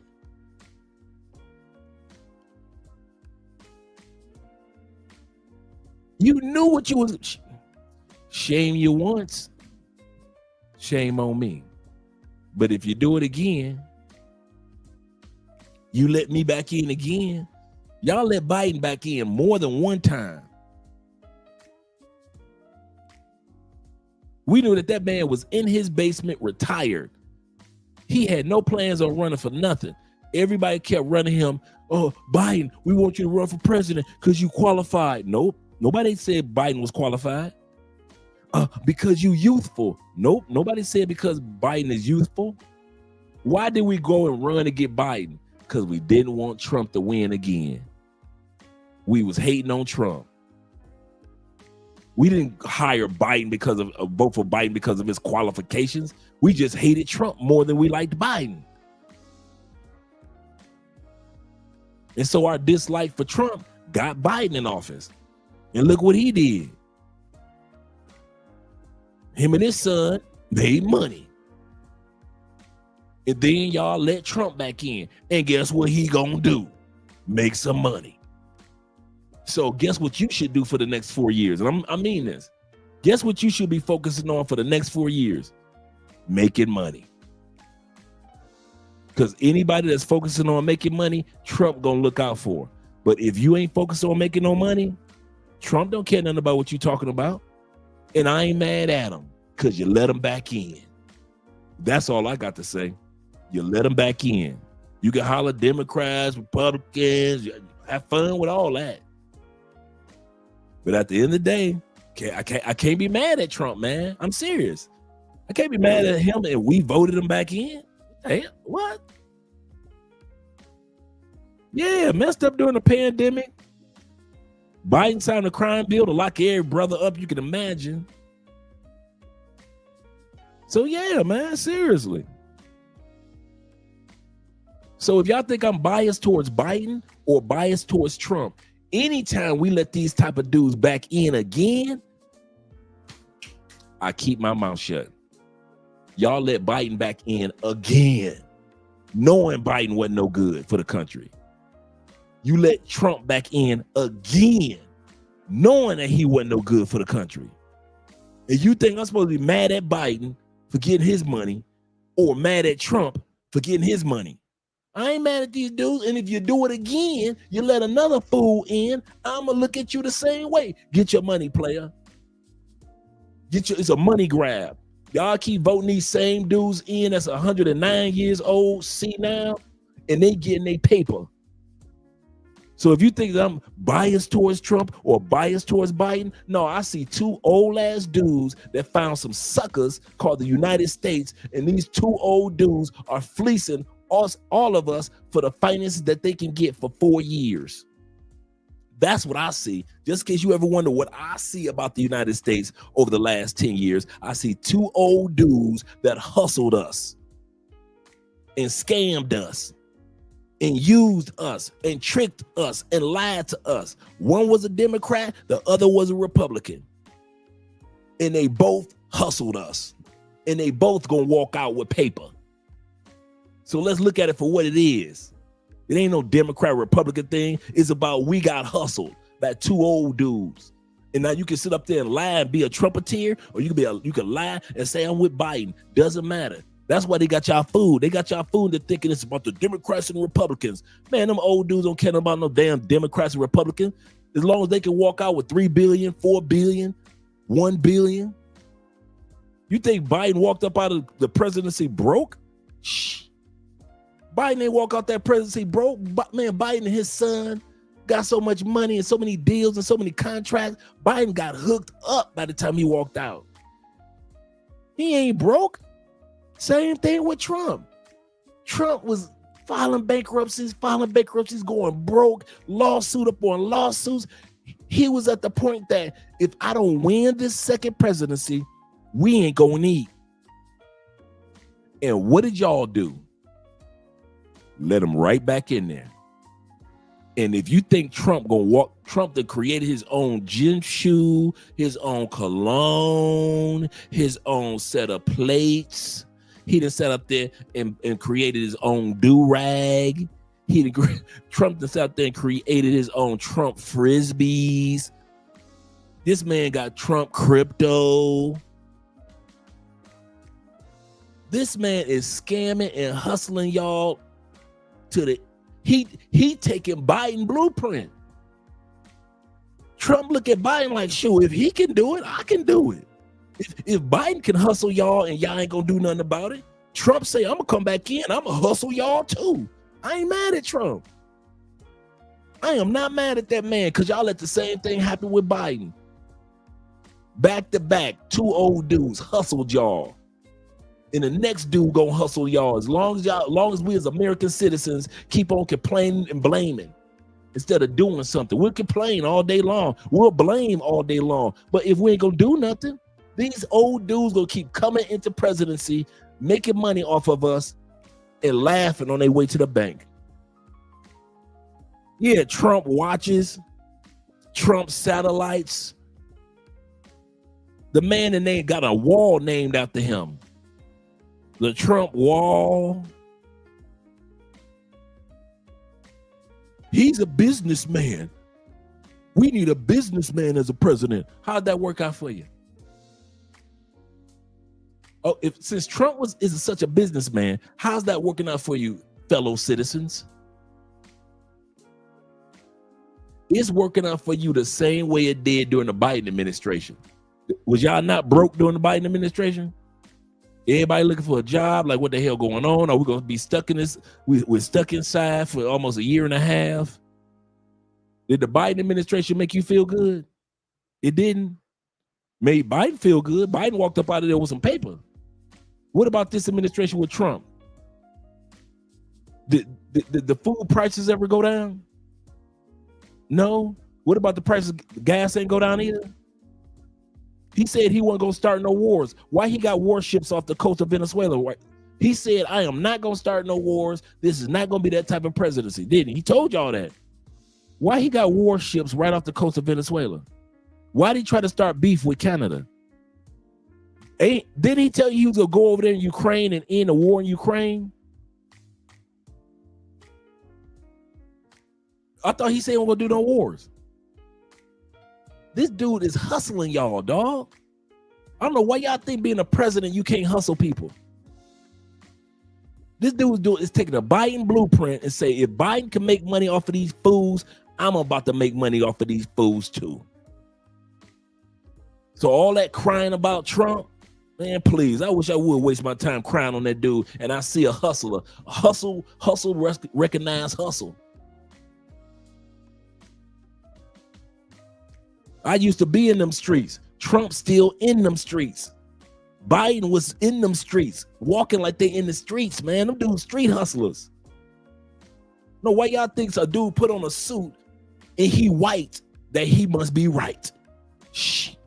Man, Trump, here's to you, bro. Get your money off them fools, off them dumbass Americans that sat back and voted for you again. Here you go, Trump.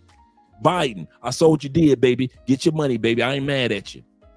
If they was dumb enough to let you in from being a vice president and you wasn't no good at that, and a congressman and you wasn't no good at that, and then they actually voted you in as president, get your money, player.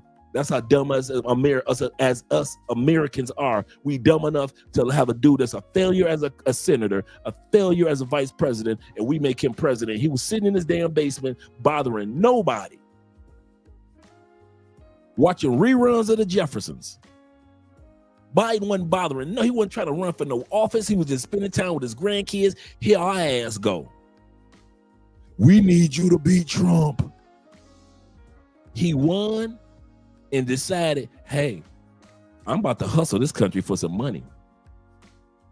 I ain't gonna just be sitting up here president for nothing. This job ain't free. And he hustled us. Biden hustled us. And Trump said, what? I hustled, but I wasn't that bad. I mean, in 2016, I hustled, but I ain't hustle y'all that bad. I just looked out for my boys who are rich. I gave them tax breaks.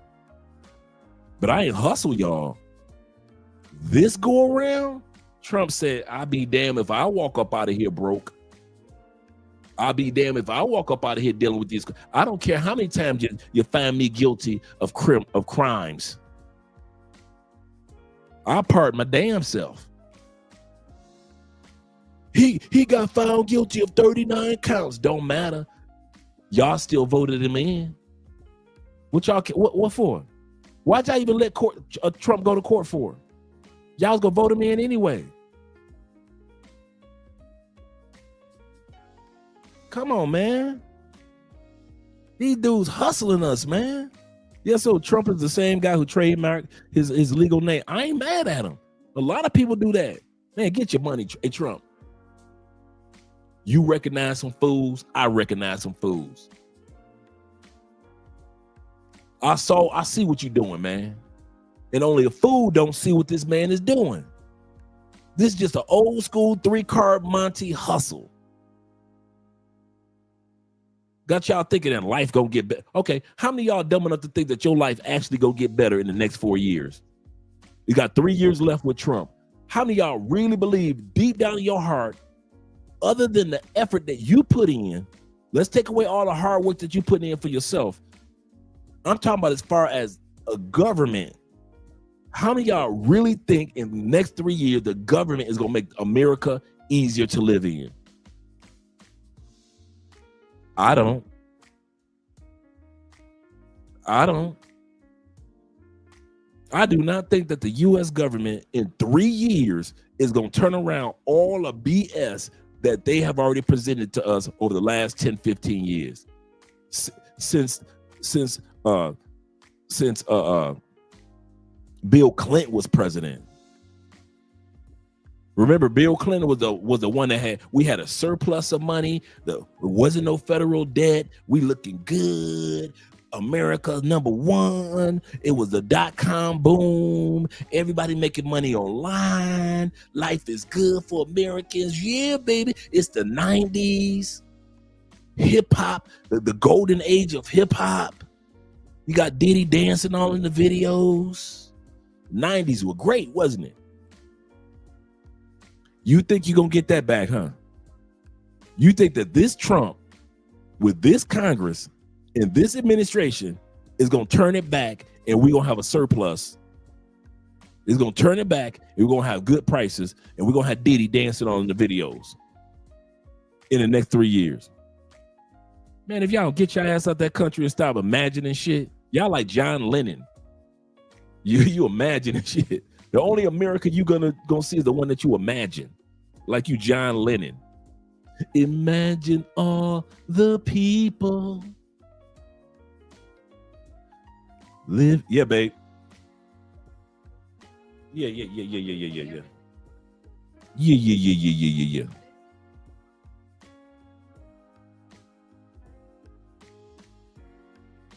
Yeah, man. Seriously. And I'm not, like I said, that's why when I start off, you guys were like, well, he must be coming at Trump. I'm like, Trump ain't do no different than Biden. The hell y'all talking about? These two old dudes hustled us. Y'all funny, man. Y'all funny. Shout out to Tevin in the building. Tevin says this. He said, ain't going to lie, Dre. He said, since Trump got back in the office, he said, my stock portfolio increased 1,800, absolutely correct, percent overall. He said, I'm in the green. Plus, he tells us what stocks to buy. That's another thing he does since February. Absolutely correct. If you, the only people that's fussing about Trump and Trump's money-making hustle plan is people that ain't focused on their money. You catch that? People that's not putting money into crypto, investments, stocks, all you day trading brothers. All you dudes, y'all ain't complaining at all. I ain't seeing none of y'all fussing and cussing. But the everyday average American that ain't trying to do nothing with their life, they ain't trying to come up with a new plan. They ain't trying to write no books. They ain't trying to come up with they ain't trying to go to class and get a certification. They ain't trying to do nothing. They trying to stay on that same job that they had during the Biden administration. Well, I've done this for 35 years. Those are the ones that are complaining about Trump. Mere mortal Americans the American farmer. They're complaining about Trump because that's all they ever did for 10 generations was farming, right? Which is nothing wrong with that. But what I'm saying is those that are business minded, and I've said this a year and a half ago, if there was ever an administration to make some motherfucking money, is this one. If you end this administration broke, and I mean this, if you end these 3 years in this administration and you in the same situation that you were in during the Biden administration, that's your fault. That's your fault. This administration centers around nothing but making money. If you making money, you get the deals, you get the breaks, you get the hookup. But if you're too busy worrying about all the groceries are so high and gas prices are going up, if that's all you focus on, you ain't gonna do good for these next 3 years. But all you do is focusing on your investments, I promise you, it's gonna, just like my brother just showed us, it's gonna pay off, bro. This is that administration. Far more than the 2016 administration. This is the one for any dude or any lady that's trying to get their hustle up. That's straight up. That's straight up, man. Y'all want to cry about regular everyday stuff. This ain't the administration for it. You want to cry about food? This ain't the administration for it. You want to cry about rent prices? This is not the administration for it. You want to cry about women's rights or gay rights? This is not the administration for it. This is the administration to make motherfucking money. And if you are not focused on money, okay. If you're not focused on that money, bruh, Trump and them don't care about your complaints. They really don't. I wish I could put it in another way, but I'm telling you, that administration. This is that. I kid you, Trump and them don't care nothing about your groceries, don't care nothing about your gas, they don't care about your grandmama medication, they don't care nothing about that. Trump and them are about that dollar. That whole administration, all of Congress, all of the House of Representatives, and the Senate, which is Congress, of course, and the president. All they care about is who gonna make money and who ain't. Facts, Dre. Better start investing. Yeah, that's all they care about. And if you're not focused on making money, they don't care about what you're talking about. Look at how much stuff that's going on with Medicaid, Medicare, and all that. You think Trump and them care about that? They don't give a about that. All they care about is how much money can be made. Do you think they care about all them people being thrown into prisons by ICE? Nope. All they care about is how much stock those private prison stocks are making money. That's all they care about. Man, y'all gonna quit sleeping on Trump, man. Y'all gonna quit sleeping on Trump. Let me go back to the video, man. Let me shut my big mouth. Get mad at that man because he hustling like Biden did. Okay. I'm not black, I'm OJ. Okay. Let me move myself out of the way and shut up. Follow the money, follow the money, follow the money, follow the money.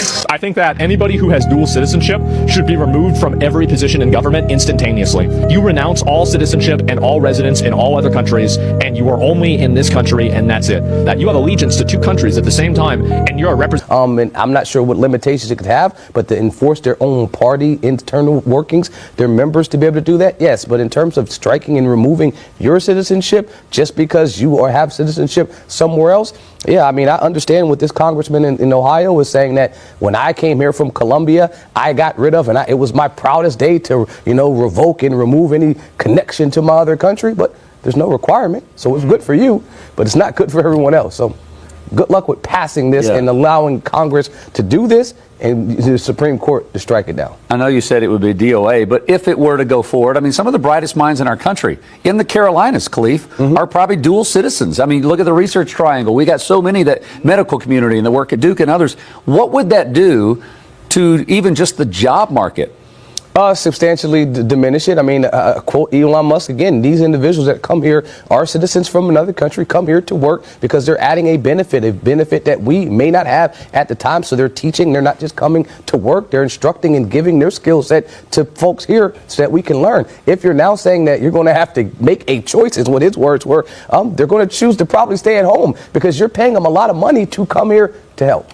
And so enforcing this also for people who already have dual citizenship, very impractical, and it's retroactive punishment sort of, and that can't be legal either, can it? I don't think any of this portion sounds legal. I mean, it's right now, I've said this a couple of times, we are, with President Trump's request is to be American first, and any of these nationalist type of ideas that's putting America first, it sounds great on paper, but in actuality, something like this is going to be hard to implement. So there's a really good chance that you could be a citizen of another country and you don't even know it. 2 out of 5 Americans have citizenship in another country through descent. That's 40%, okay? So it's worth looking into. Here's how you find out. Sit down, pour yourself a glass of wine, grab your computer. What we're gonna do is we're gonna find a website that's free, like FamilySearch.org. So what you're gonna do is you're gonna plug in your name, and then you're going to put in your parents' names and then your grandparents' names. All the information you know off the top of your head, their birthdays, whatever. Other people who have already done their family trees corroborate with your family tree, and you're going to find out where your grandparents are from, your great-grandparents, and so on and so forth. This is where you find out that your great-grandparent was born in Canada, or depending on how close you are with your grandparent, you find out they were born in Ireland, or what have you. If you find out you have someone who was born in another country, then you're going to Google search citizenship through descent of the country that your ancestor is from. Every single country has different rules.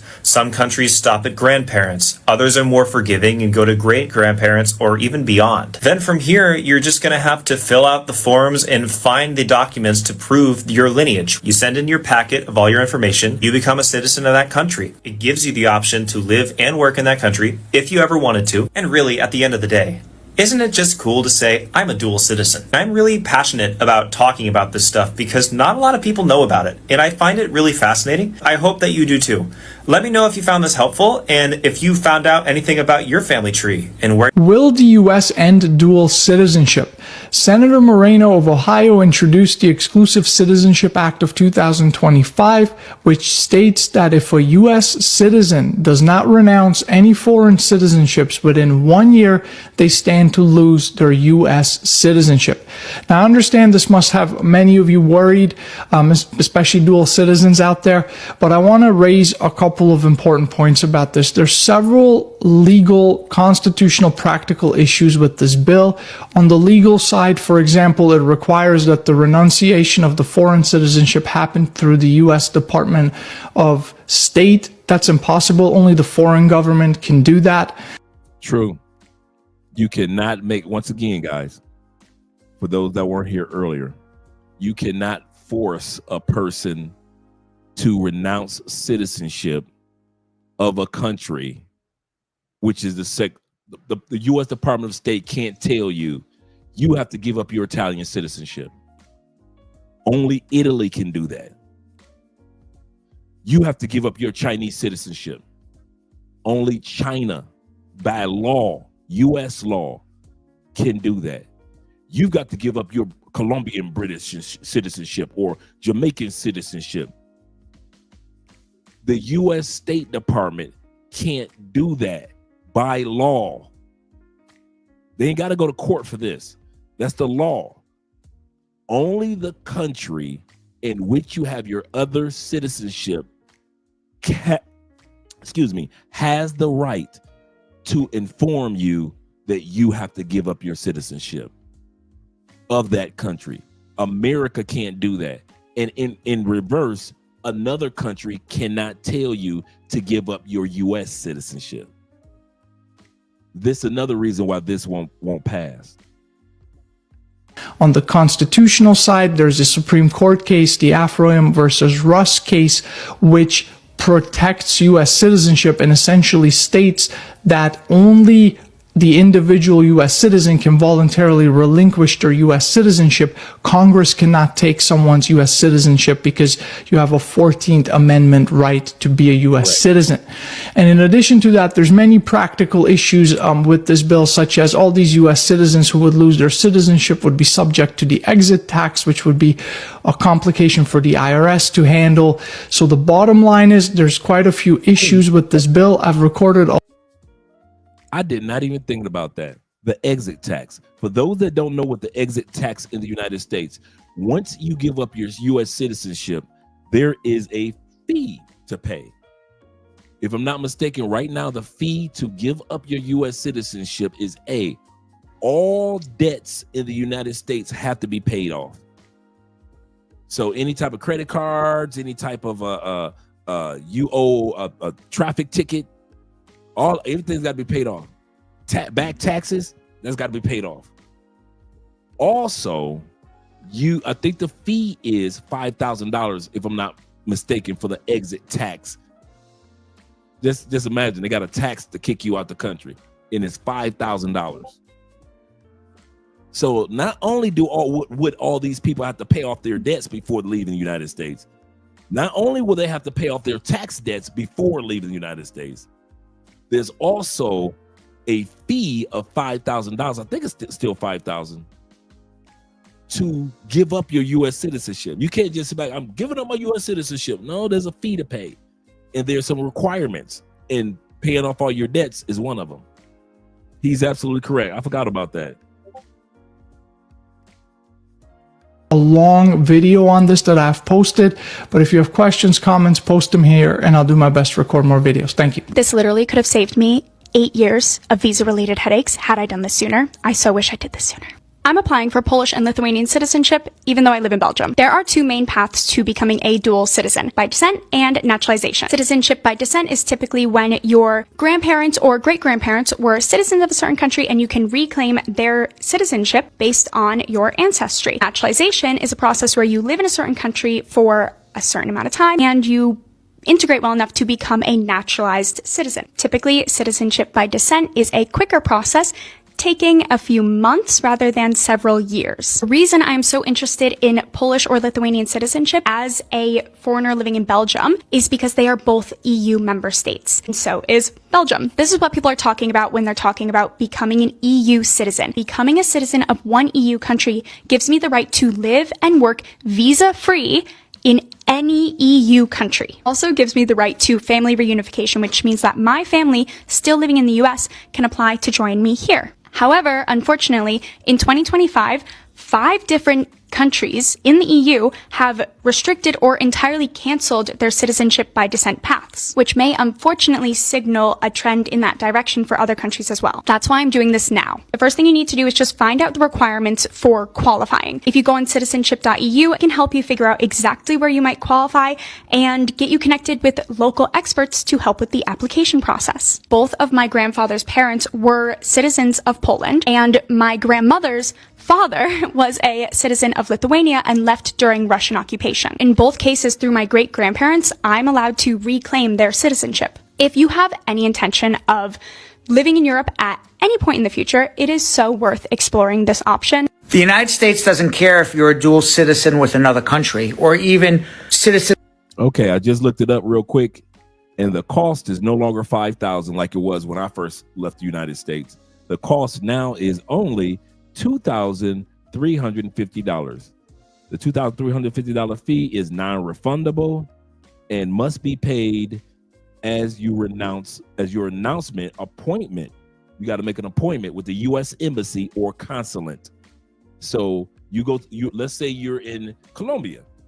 You go to the U.S. Embassy in Bogota or the consulate's office. You pay the fee of $2,350, of course. There are other things that you have to make sure that legally your taxes are taken care of and so forth, as I spoke about before. But in 2025, the fee to renounce your citizenship at the U.S. consulate or embassy in any country, including back home in the States, is $2,350. of 3 different countries at the same time and keeping your U.S. citizenship. It's other countries that sometimes give you a problem. So, for example, Japan, you can't be a dual citizen between Japan and another country. You got to choose U.S., Japan. Germany, if you're going to naturalize to become a U.S. citizen, you got to get permission from Germany to keep your German citizenship. So you have to look to the rules of the country where you're a citizen of before you naturalize to become a U.S. citizen to see what their rules are for dual citizenship. For the U.S., they could care less. This is my American passport and this is my Chinese passport, so that means I'm both an American and a Chinese citizen. But then you're probably like, Grace, how is that even possible? Because China doesn't actually recognize dual citizenship. And the best way someone has ever described my situation is that it's like having 2 boyfriends that don't know each other exists. But to elaborate on my citizenship drama, I am an American citizen because I was born and raised in the US, so birthright citizenship. And then I am a Chinese citizen, which I guess this is not technically a Chinese passport. This is what it's called, a travel document, which growing up, I didn't really know what the heck this was. I just knew that basically if you're an American born Chinese or if you're a Chinese person abroad, if you want to go back to the motherland, the Chinese embassy issues you a travel document instead of an actual like visa. And I just assumed that they were like the same thing or at least similar because I used this to get into China, not an actual visa. I didn't really know what this was until this year when I learned that if you are a carrier of this travel document, you are by Chinese nationality law a Chinese citizen. If you're an ABC that wants to study abroad in China, do not make the same mistake I made. How did I find out about this? Well, I was actually trying to study abroad in China this semester as an exchange student, and the program that I was doing was only for foreign exchange students. And I was like, well, I'm an American citizen, so obviously I'm a foreign exchange student. But then when I went to try to get my student visa at the Chinese embassy, they told me I could not get a student visa because I'm a Chinese citizen, so I don't need a visa. And I'm like, what do you mean? Like, I am born and raised in America. And they're like, well, you hold this document, which is a travel document. And by Chinese law, if you're a holder of this document, you are a Chinese citizen, so you cannot actually get a visa to enter China. And I was like, okay, what do I do? Because I was literally scheduled to study abroad as a foreign exchange student. But I found out like a month before the school year actually started that I couldn't actually go to China to study because I had this. I was desperate, so I was trying to find all ways to figure out how I could potentially still get that student visa. And they're like, well, you need to revoke your Chinese citizenship, which by the way, I never even knew I had. Again, I was born American citizen and I just didn't think that this would make me a Chinese citizen because China doesn't allow dual citizenship. So basically, America recognizes you as an American citizen because of this, and then China recognizes you as a Chinese citizen because of this, but then they just mutually pretend that each other don't exist. So if you want to study abroad in China, but you hold this document, make sure your exchange program accepts more than just foreign exchange students. They accept Chinese citizens too, because you are technically a Chinese citizen with this document. True or false? You can hold dual citizenship as a naturalized U.S. citizen. This is true. You can have dual citizenship as a naturalized U.S. citizen. Although the language in the U.S. citizen oath ceremony does say that you are pledging allegiance only to the United States, the U.S. rules do allow you to maintain dual citizenship. What you need to be aware of is your country of origin's citizenship requirements. Some countries will automatically revoke your citizenship if you become a citizen of another country. But they're giving folks that have dual citizenship, if this passes within the language, a year to, to revoke your other citizenship. But you got to think about it. The reason you have dual citizenship, maybe you have another parent that was born in another country and you want to be able to take and appreciate some of the benefits that come with being a citizen of both. That's allowed. Now to say you can't because somehow you should remove your citizenship here. Well, if you were born here, if you were born to an American parent, you're a citizen. Mm-hmm. So you're actually a citizen in both. That's going to be a problem, which I think constitutionally will be struck down. Retroactive punishment, unconstitutional as well. There'll be a number of problems with this. Again, our chief legal analyst, Conley Rhodes, weighing in on this for us. And again, the congressman probably knows this, so the question is why even submit it in the first place. But Khalif, thank you for that. Queen City News Plus. Just search Queen City News on your smart TV's app store. So I'm scrolling and I saw this guy, this black American guy talking about leaving the country, fleeing the country. We don't flee. And I was on Leo's Spell, shouts out to Leo, his live last night, and I heard another woman, a black American woman saying, oh, maybe we should all collectively leave. Why the fuck would we leave a country that our ancestors, literally the soil that they're buried on? Why would we leave a country that they did so much hard work and toil to build? Why would we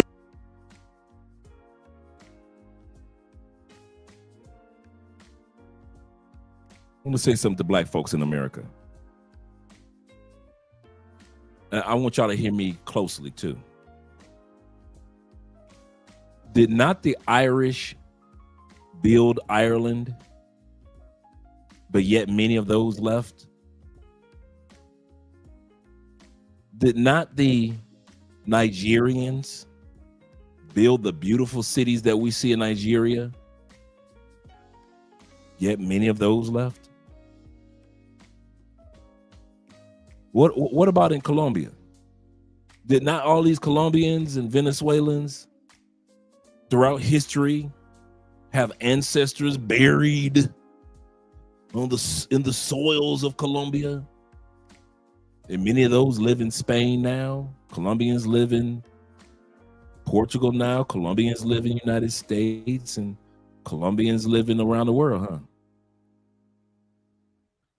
How is it that every other culture around the world knows that they built their country and their ancestors are buried in the land of their homeland?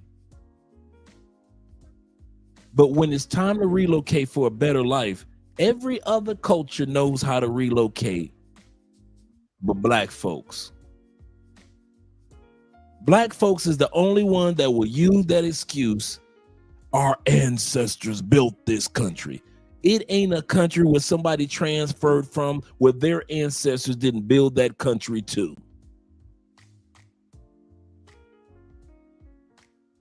You got Russians that live all around the world, and their families and their ancestors built Russia. Germans everywhere, and they got ancestors that build Germany.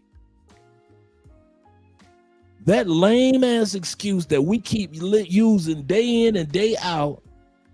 Thank you. Mexicans around the world with ancestors going all the way back to the Aztecs.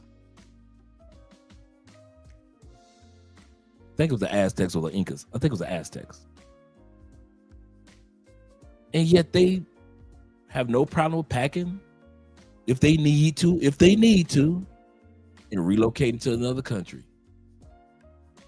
Only black folk in the United States is still using that my ancestors BS to stay stuck. Hey, black folk, I want to say something to y'all. If y'all scared, just say you scared. Black folk, if you scared to leave and you don't know nothing about the rest of the world, just say it. But stop using our ancestors and the fact that we build a country as an excuse, because the Canadians can use that same excuse when they go to other countries. The Africans, all 54 countries, they can use the same excuse. All 12 countries over here in South America, they can use the same excuse. That lame excuse that we keep on using, man, is getting tired. Thank you guys for reminding me it's the Aztecs.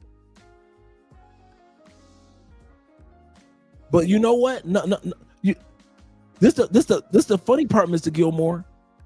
I've heard black people say this for years, even before I left the United States.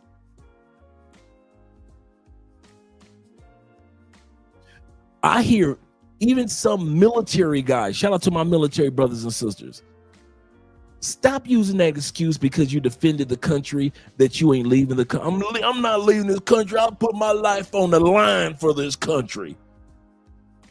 Wait a minute.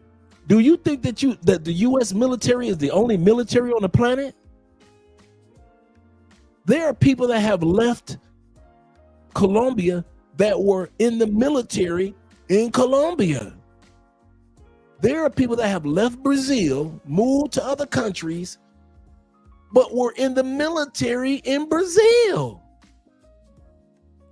That lame excuse that we American military, I put my life on the line for this country, I'll never leave her. Use a different excuse. I'll never leave America. The Canadian, everybody, not Canadians, they ain't really done that, but many countries have had soldiers, ex-soldiers living all over the world. That lame ass excuse that y'all use talking about, I put my life on the line for this country. And how has it treated you, ex-military? Did you get all the rights and all the benefits that you thought you was going to get, or do every? I have met very few ex-military that still ain't had to fight. What do you mean by that, Dre? I have met very few ex-military that once y'all get done fighting overseas, you got to come back, fight for this benefit, fight for that benefit, fight for this benefit. Y'all got to talk to your fellow military commanders and military brethren to say, hey, I can help you out with getting your 100%. I know you at 80%. Y'all still got to fight. You got to fight for better medical. You got to fight for Congress not to turn on you. You got to fight for Congress to give y'all the amount of money that y'all really need to take care of yourself. You got to fight for your GI Bill. You got to fight for, y'all been fighting. Dude, when y'all sign that piece of paper, it's funny for how y'all sit up here and brag about how you put your life on the line for the country. That same country, you still fighting. It should not be how our ex-military who have put their lives on the line, male and female, have to celebrate once you get your 100% disability. That should have already automatically been a given. It should have been automatic in many cases.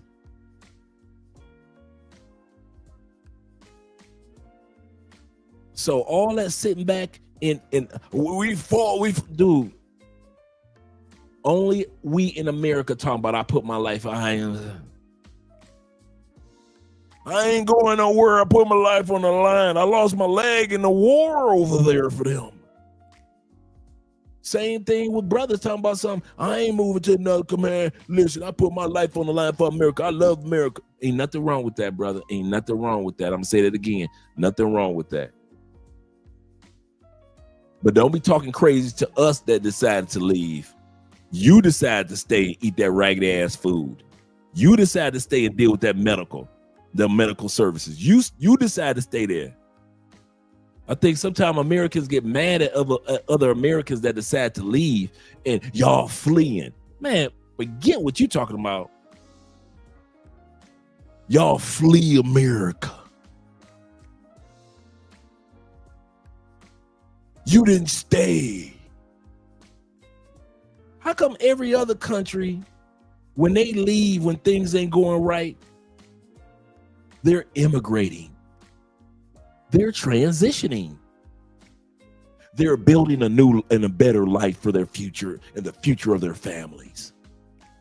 But if we leave America, you a traitor, you a hater, you a traitor, you a fleeing, you're weak, you're a coward. I'm a coward because I want to have better food at the age of 58. I'm a coward because I want better medical at the age of 58. I want to have more supportive women or supportive woman in my life at the age of 58. I'm a coward because I didn't stay in the United States and deal with what y'all dealt with during Trump, the pandemic, Biden, the post-pandemic, and the hell y'all going through now. I'm a coward because I left that bullshit. You see how crazy it sounds? The reason why I paused this and I brought this portion up, don't let anybody shame your decision whether you want to stay in the States or whether you want to leave the States. Don't you let nobody shame you. I won't shame you for staying, and I won't shame you for leaving. A lot of us have solidified reasons for why we stay in the States. Family, friends, finance, and in some cases, fears or worries. And I understand it. We got responsibilities back home. But that does not, those of you who have responsibilities back home, that don't give you the right to shame those of us that left. And all that ancestry bullshit y'all try to sell us, everybody that leaves and go to another country have ancestors buried in their homeland, and that ain't stopped them. Come up with another excuse, black people. And I mean that. Come up with another excuse, because that my ancestry and we built this country bullshit. I used to say that dumb shit too. We built this country. We shouldn't leave. If it wasn't for us, da-da-da-da. If it wasn't for us, da-da-da. I used to believe that bullshit too, until I started looking at other countries and how they moved. And I was like, wait a minute. If it wasn't for the Colombians, Colombia wouldn't be what it is today. If it wasn't for Brazilians, Brazil wouldn't be what it is. We all could say that excuse. If it wasn't for us, we all can use that excuse about our country. But all the other people know, if in order to have a better life, I might leave Brazil and I need to go to Portugal. Or I might need to leave Poland and go to Lithuania, even though all my ancestors are in Poland. Nobody else is using that lame ass excuse talking about their ancestors bullshit. Even the African brothers and sisters ain't talking that. If they need to move from Kenya to South America for a better life, guess what they gonna do? Move to South America, and they gonna be talking about that my ancestors built Kenya. If it wasn't for my ancestors, Kenya wouldn't be what it is today. Blah blah blah blah blah. They don't do that shit, do they? They just pack up their shit. Whoever want to leave, they leave, and don't nobody shame them. Only we as black people shame somebody for getting the fuck on.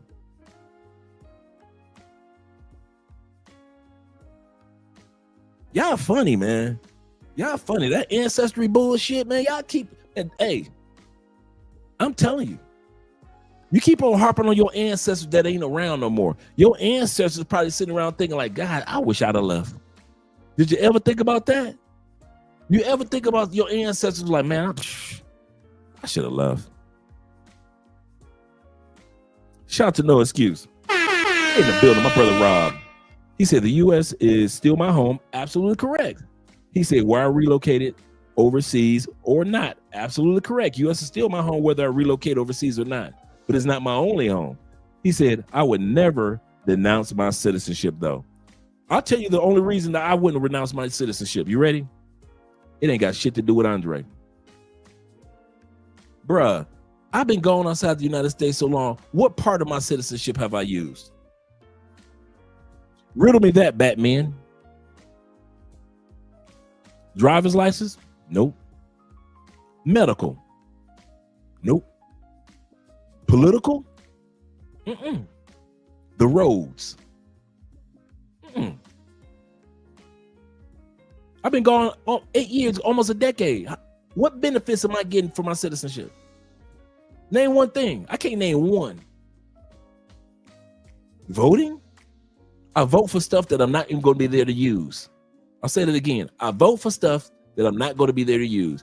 I keep my citizenship for the choice of my children and my children's children in case they want to move back to America or go to school in America. I keep it for them. So if y'all think I'm keeping my citizenship from, if I knew in my mind I wasn't gonna have no kids, I would have no problem with sitting back and say either I keep it or I don't. If you want the truth, the reason why I keep it for me, the smidgen that I keep it for me, seriously, A, to say that I'll have two dual citizenships. I want that bragging right. I do. B, to go visit my family. Other than that, I don't know why y'all sitting around thinking that I'll be sitting around like, yeah, if it wasn't for me, no. And I love the United States of Detroit. I'm a Detroiter through and through. Detroit for life. But at the end of the day, I don't get no benefits from being an American citizen. None. It's going down because people don't like us around the world. I gotta whisper, I'm from the States. I used to be like, I'm from the States. Now I'm like, I'm from the States. I'm serious. And some of you guys that are living in other countries, you're going to start living in other countries long enough, and you're going to sit back and ask yourself, what have I personally benefited in the last 5 years? For example, let's say you got somebody that lives in Thailand, Richie Mack. Other than what he has back home, his family and his property, when he's in Thailand, what U.S. benefit is he using while in Thailand?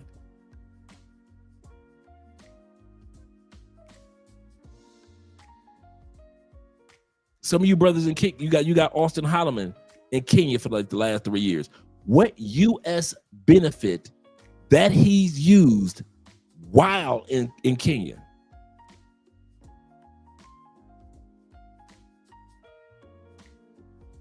Some of y'all don't never want to admit that part, that when you leave, if you're gone, there are people I'm in the expat group on Reddit. Dude, my little measly ass 8 years, and this people that's been going out the United States 27, 32, 51 years. Their U.S. citizenship is like a novelty to them. Like, I ain't been back in the States in 16 years. Man, I'm listening to these stories, man. These people like, I ain't been back in the States in 16 years, or I ain't been back in the States in 30 years. I ain't back. They just got citizenship just to have it, just like something you put on the mantelpiece. Like, hey, look at your house. I see you got a lot of citizenships on your mantelpiece. What's that? That's U.S. citizenship? Yes, let me blow it off. Yes, I used to be in the United States a lot, so I just put my U.S. citizenship up there. That's how it is. And it's kind of odd how us U.S. citizens think that it's something wrong with the fact that how dare you say that about America? You don't. Well, you don't. You do not use your U.S. citizenship while you in another country. Okay. You get robbed and drugged in Medellin, right? Bam. Wake up 2 days later. How many of us heard something good that the U.S. Embassy did for somebody after they got drugged? I'll wait. You got drugged. We hypothetically, somebody we know got drugged, not you. Somebody we know got drugged, got robbed. He's in the hospital. He wakes up. He reaches out to the U.S. Embassy. When was the last time we heard anybody say some good news about the U.S. Embassy did for them after they got robbed and drugged in Medellin? I'm waiting. You can put the story in the comments. I ain't no hater. I'm just saying, me personally, I don't harp or hang my hat on my U.S. citizenship as much as I did when I was in the U.S. If I was living in the U.S., yes, I'm reaping all the benefits of my citizenship. But the longer I'm out, and I'm just giving you guys a head up, the longer you're out, the more you realize your citizenship is basically for your kids now. Let's be for real. So your kids can use it just in case they want to. I know my ass ain't going back. So we didn't came to conclusion a long time ago. So if y'all ever wondered, Drake, man, let things fall apart in Colombia. Bet you it won't be going back to the States. Bet that. It's too many countries to go to other than Colombia. And the U.S. ain't one of them. So I'm serious. I've already came to the peaceful conclusion at the age of 58, my citizenship is going to be a gift to the next generation in my family. A gift to the next generation. So if they want to go to college in the States, if they want to start business or get business loans, or they want to do whatever it is, go to the States, get married. Whatever it is, whatever the next generations want to do with my U.S. citizenship, I leave it in the hands of my next generations. But as for Andre, I don't get shit from it. My U.S. citizenship ain't paid no bills. Well, you get the currency. Okay, let's talk about, let's use that. You get the U.S. currency. Okay, we can work with that. You do realize that there are ways around to be able to use the U.S. dollar and you ain't got to be a citizen. Right? So at the end of the day, I wish I could put it any other way other than currency. Other than currency. So let's give me one thing. Let me have one benefit. I get to use the currency, which is slowly going down like this. Last year, the US dollar was 4,500 pesos to $1. Now it's 3,700 pesos to every $1. US dollar is going like this in Colombia. Now, when I came here, it was only 27. I came here when it wasn't even 3-1. It was like 2,600 when I came to Colombia. So I'm not panicking like a lot of you dudes. Oh my God, the US dollar is not as powerful as it used to be. I'm like, shit, it wasn't that powerful when I got here.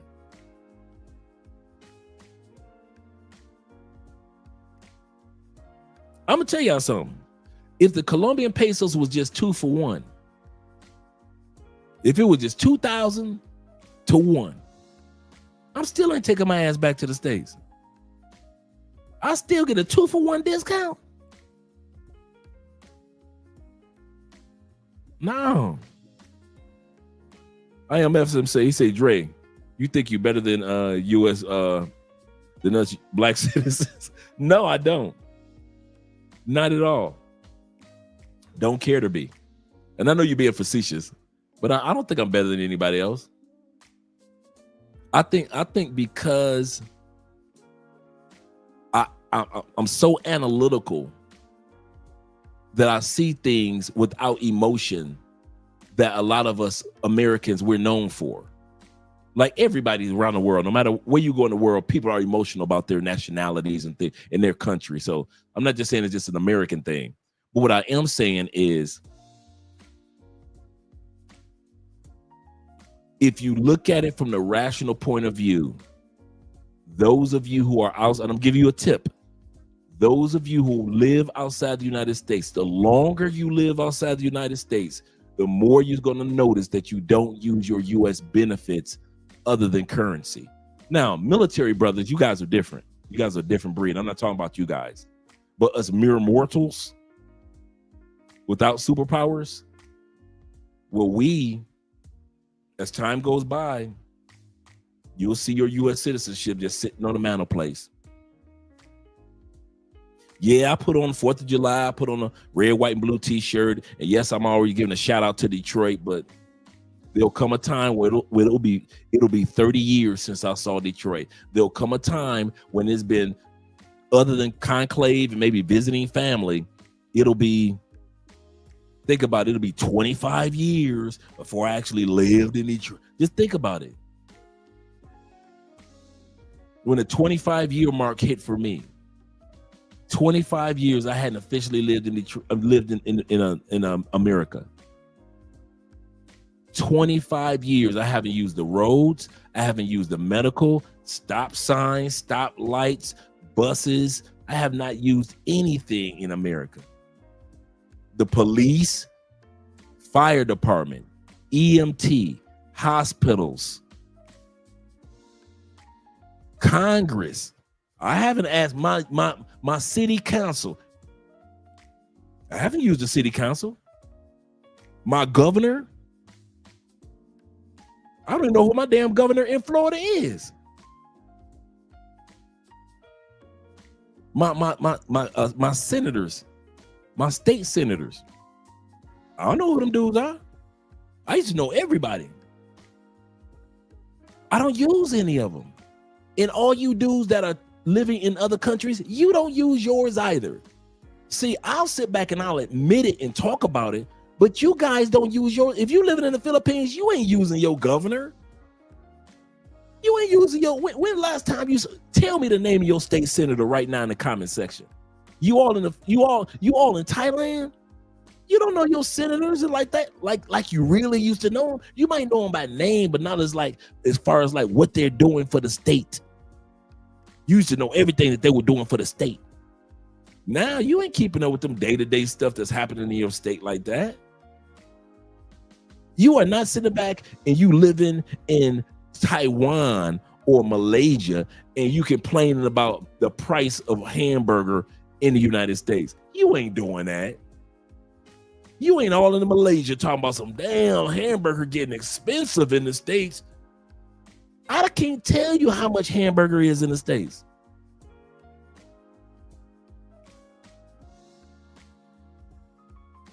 See, when you come, I'm telling y'all something. When you come and watch Love Crossing Borders, y'all notice something about Andre. I pull the curtains back for y'all. I think that's a blessing, but I think that's a flaw that I have too. I have a habit of grabbing the curtains and pulling back and let y'all see the magic trick. I haven't forgot about you guys with the Cash Apps either. Shout out to you guys who are donating.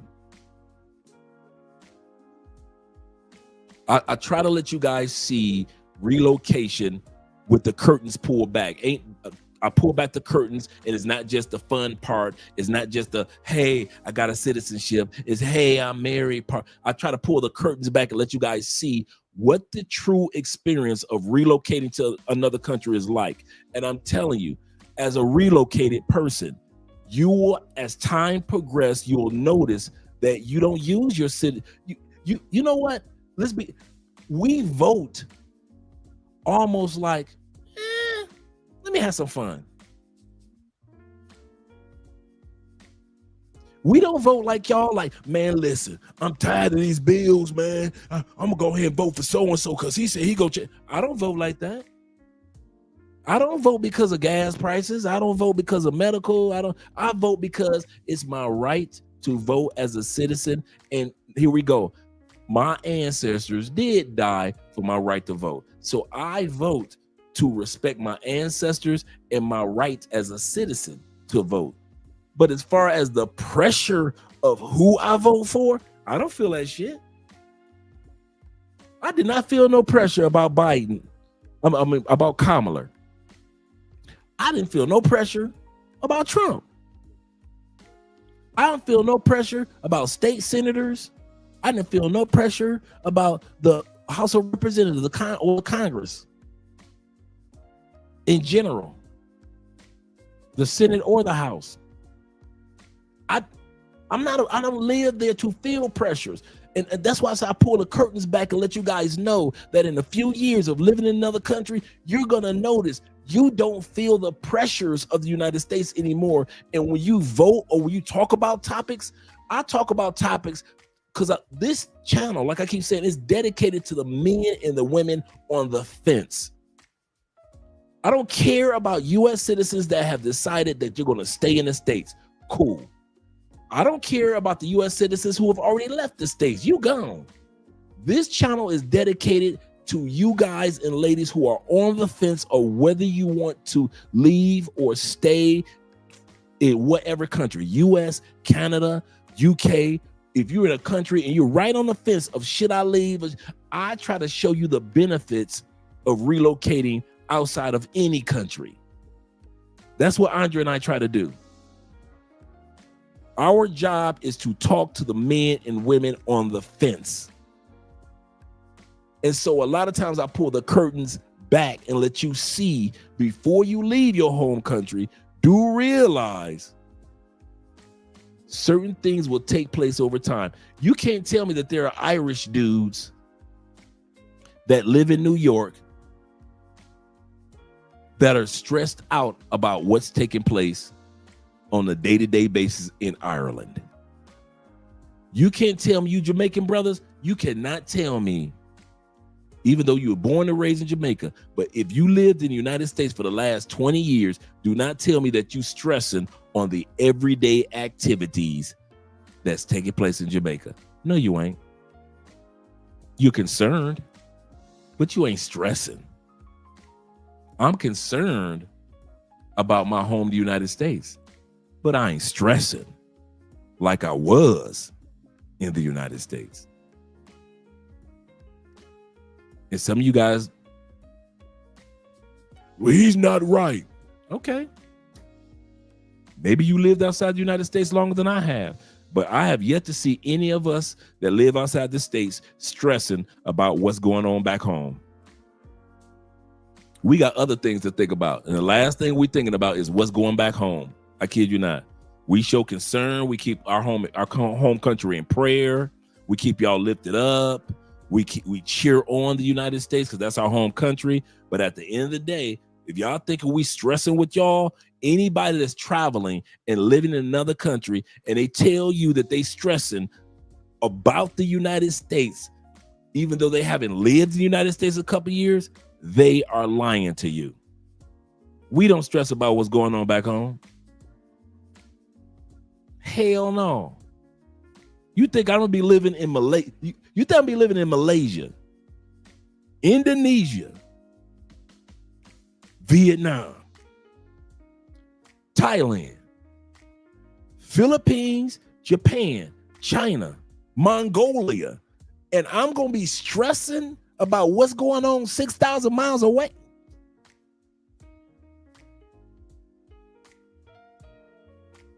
No. Half the time we be like, oh man, that's sad. Y'all want the truth? I'm giving y'all some straight truth. We be like, oh man, that's sad, man. That's messed up. Turn our little TV off, grab our little, let's say I'm in DR, grab my Presidente beer and keep on sipping. My Presidente ain't gonna get cold with me, get warm. It's gonna be cold. I ain't gonna be sitting up there worrying about what y'all doing in the States. Oh man, I wish I was there to do something. No, you don't. Maybe for family, but the rest of it, I ain't never seen none of us go back to the States and enlist in nothing. I'm gonna say that again. I've yet to see the expat that do a video talking about, I went to the States because I'm an American and I'm going to enlist and I'm going to or volunteer or I'm going to help. I'm going to do my part. I went back to America to do my part. Did you ever notice that after 9/11, it wasn't nobody coming back home to do their part?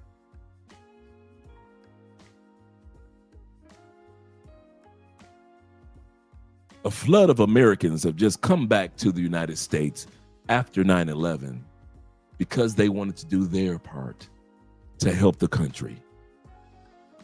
We're here to interview some of those people. That never happened.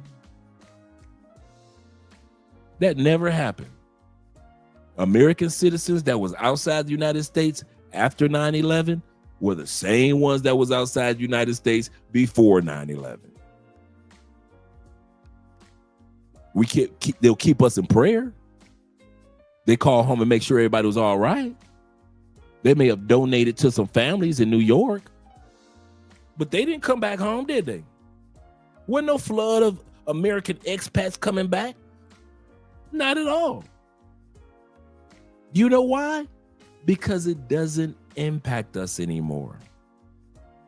And so if you plan on living outside the United States, I want to say something. This is serious. And a lot of these dudes are not going to tell you behind the curtains. The longer you're away from the United States, the less it's going to impact you. Just like when I was living in Florida, the longer I was away from Cleveland, San Francisco, Detroit, Chicago, Fort Wayne, Indiana, Indianapolis, Indiana, Detroit. The longer I was away from the cities that I hung out in and grew up in and experienced, the less I was concerned about the day-to-day activities of those cities. And I still love and brag about Detroit. And I see it trying to grow and prosper. But day-to-day activities of Detroit, we just got our first female mayor. Right? We just got a first female mayor just about a month ago. I'm happy for us. Ain't got shit to do with me. I'm really happy for us as Detroiters.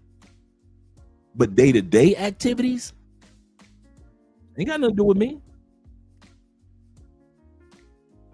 I think I'm the first person to really come on camera and just give you guys the breakdown of the mindset of an expat when it comes to their home country.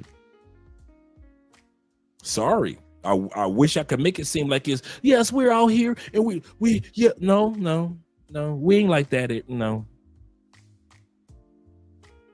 We barely keep up on the music, fellas. We barely keep up on the music. We can't tell y'all what's on television. We barely can tell you what movie has come out in the United States. We're too busy living new lives in these new countries. That's what my point is. We're too busy living new lives in these countries to sit back and look in the rearview mirror on what's taking place in the United States. Seriously, I wish I could put it a different way, guys. I really realize this. What I just said over the last 20 minutes tonight will not be acknowledged until you are out of living in another country, maybe by year 5, year 6. If you still live in the United States, what I just said over the last 20 minutes, you won't get. Some of you will. Some of you will be like, nigga, please. Ninja, please, right? And I get it. I didn't say what I just said for the last 20 minutes for you to get it today. I said it because because I know you're gonna notice it in 4 or 5 years.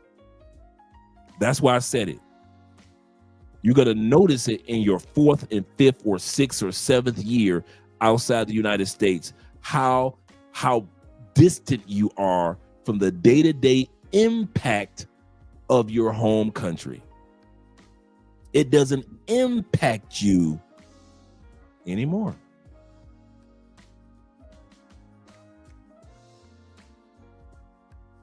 Oh yeah, James. We're gonna be talking about that next week.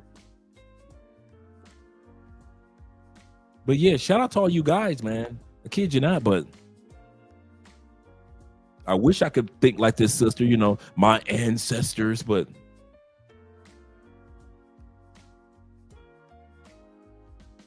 you love your family back home. You miss, you know, certain little things, ranch dressing and going to a football game, but other than little mediocre things, you don't see us going back. They used to, when I left the United States, there were 8 million expats. Now there's almost 10 million of us. And I'm talking about expats that ain't never going back. I ain't talking about some visiting another country. I'm talking about people that's like, I am not going back. 10 million of us and growing. And growing. So I hope the little information that I just shared was helpful, but I think it's going to be helpful in a few years for some of you guys. I think it's going to be helpful in a few years, but as for now, some of you guys might not get what I just said. Like, what are you talking about, man? I'm always being down for my country. I didn't say you were going to be down for your country. I said that you will not be impacted by your country as much as you're impacted by your country right now. Shout out to all you brothers. Let's go back to the video. Leave a country where mostly everything around you they invented. Why would we leave a country that literally has our blood, sweat, and tears in it? Why would we leave a country that everybody is trying to flee to? The math don't math. They always stood up. They stood 10 toes and they fought the good fight. We are our ancestors' wildest dreams. We have more resources, believe it or not. We are smarter. We have access to more information. We have channels in which we could communicate to each other on opposite ends of the country. And we are in the worst case scenarios than we've ever been as a community, as Black people. We own less of our own communities than we did way back when, during our ancestors. Remember, during our ancestors, we own this, we own that, we own this. Now there's a percentage of us that own this and a percentage of us that own that.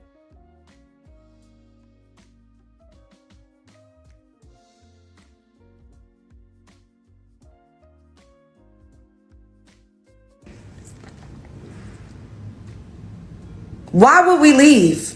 This is our home. Everybody keeps trying to make it seem like Black Americans are immigrants. We're not immigrants. People also try to make a joke like, oh, y'all ain't got nowhere to go to. Bitch, why do I need a place to go to where this is where I'm from? Where I'm going to go to Georgia, South Carolina, Virginia. This is where I'm from. We need to get that shit out of your brain. Why would you leave your country? Your ancestors did not build it up and fight for you to have rights and fight for you to have a voice so we could just leave. No, we have to pick up the torch and keep moving forward. Spread love is the Brooklyn way. I'm not leaving. I don't see any other country that I would ever want to live at. Did she give a shout out to Brooklyn? Spread love is the Brooklyn way. Shout out to her and her tatas. Now, travel to, of course, vacation, yes, but live, no. Like, we literally have deserts here, we have mountains here, we have tropical terrains. You go to South Keys, Miami, you feel like you on a fucking island. We have all different types of climates here. Each state is different culturally. People speak differently. They carry themselves a little differently. It looks different. Why do we need to leave? That's a good point. If you're vacationing, you can find every type of scenario to enjoy in the United States because it's such a huge country, and many of our states are the size of some countries. So why would you leave? If you're vacationing in the United States, why would you leave? Here's the kicker. 10 million people aren't vacationing. We're relocating. She's selling it as if it's a vacation package. Some of you guys have gone to some of those vacation package seminars and network where they be like, hey, this vacation timeshare events, and they try to sell you the timeshare that you can use, any time of the year, different parts of the country. You know what those meetings or events that I've been to, they're trying to sell you the timeshare, right? That's what she sounds like. And she's correct in everything she's saying. She's selling you a great vacation package. But here's the problem. Those of us that's leaving don't need a damn vacation package. It's easy to sell the shiny things about our country. It's easy to sell the shiny things about any country. France.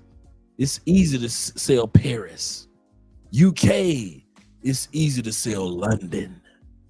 Canada. It's easy to sell Toronto and the open land. And so we all sell, for the most part, most of us sell the beauty of our country. But then when the cameras go off, we got 100,000 complaints about our country. The same country that we said that's so amazing on camera, them cameras go off, we cussing and fussing about everything. Food, groceries, medical, all the hours we gotta work, no vacation time like you really need it. America's one of the few countries in the world where we brag about not having used vacation time. Man, I got 57 hours of vacation time left in December. I got 24 hours of vacation hours left. I got 17 hours of vacation time left. I forgot what the stat is. I think it's 9 billion, if I'm not mistaken.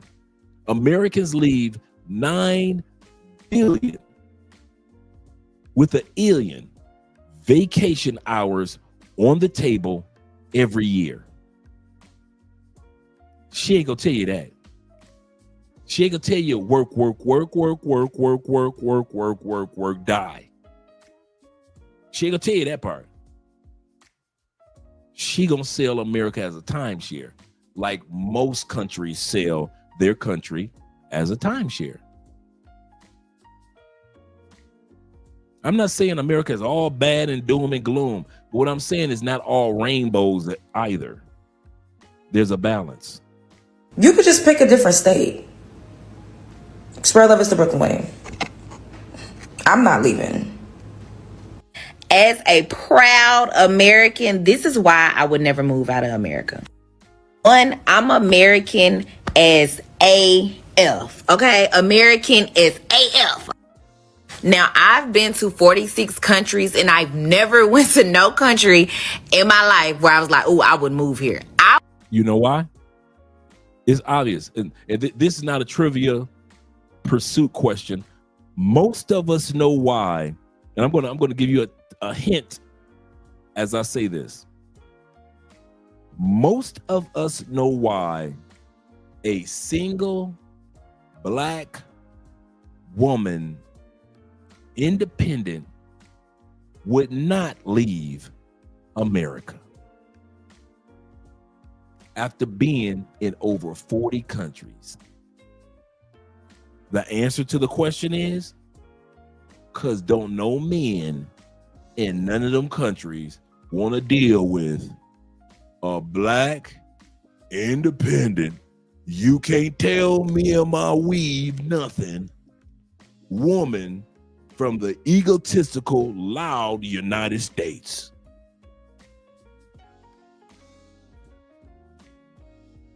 Every country most black women go to, they're supposed to visit.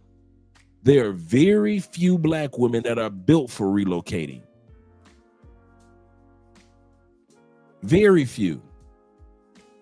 They can't blend in to say, I went to this other country, I found love, well, he found me, and we have a happy family. A few that happen to, but not that many. They take their butt right back home to the States. Why? Because men in the States will tolerate state behavior. But men in other countries, the 40 countries that she went to, she knows ain't nobody gonna tolerate a woman of her behavior pattern, which is like most Americans. She's not just an individual. I'm talking about most American women. Most men ain't trying to deal with that. Most men will smash an American woman just to say, yeah, I had this American chick, I smashed her, to have a tale to tell. But to actually say, I'm about to wife one up, man, y'all don't wife black women up in the States in general outside of black men. Who wifing up black women in the United States? White dudes? Less than 3%. Asian dudes? Less than 1%. Latin dudes? Right around 1%. It's us brothers.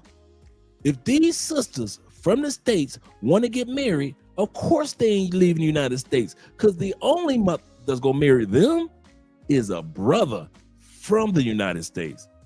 African brothers ain't marrying American women in masses like that.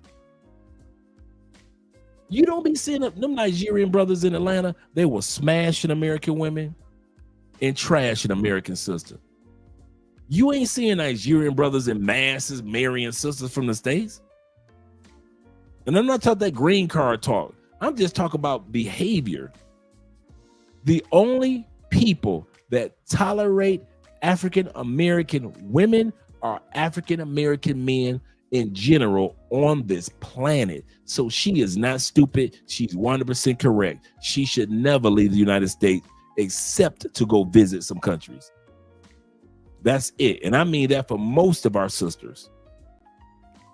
I know some sisters that are in very happy relationships and married personally that I know that are here in Colombia in amazing relationships. So I'm not saying that it can't happen, but that's not the norm. Most sisters, yes, they can get 100 stamps on a passport, but marriage, ain't none of them Italian boys put no ring on it. You say Caribbean man is not, a Caribbean man is not wifing up American women neither. And you brothers everywhere.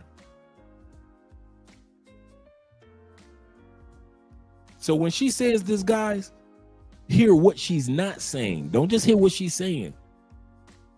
Because we watch enough passport cis videos to see how much they're crashing and burning in other countries, and then they run back to the United States after they've crashed and burned in Ghana, crashed and burned in Morocco, crashed and burned in Panama, crashed and burned when it comes to relationships in Colombia, crashed and burned in Brazil.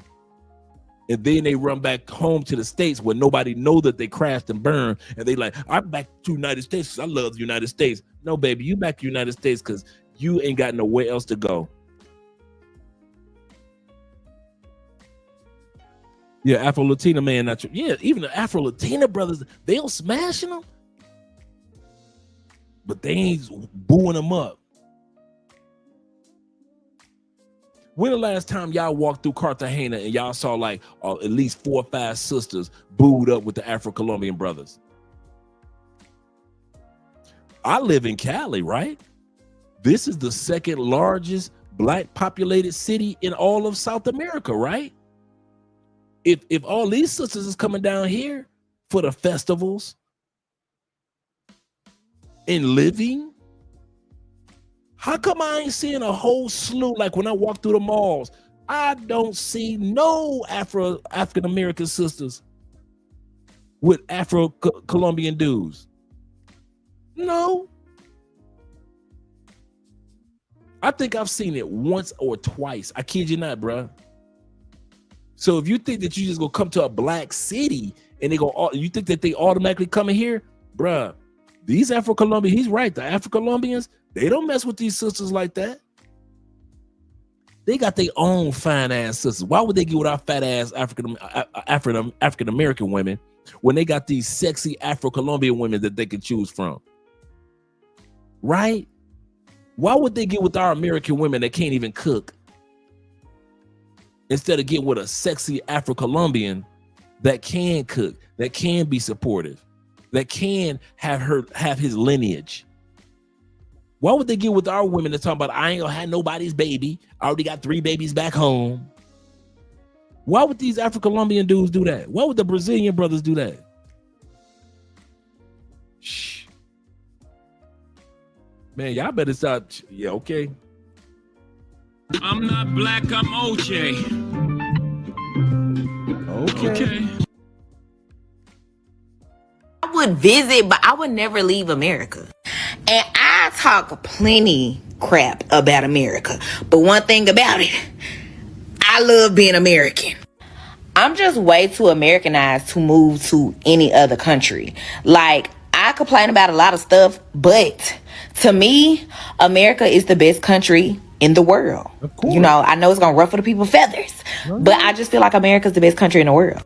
If I was a black woman, bro, straight up, if I was a black woman from the States, I feel just like her. I would feel just like her. Kid you not, bro. If I knew that the whole world didn't fuck with me, think about it.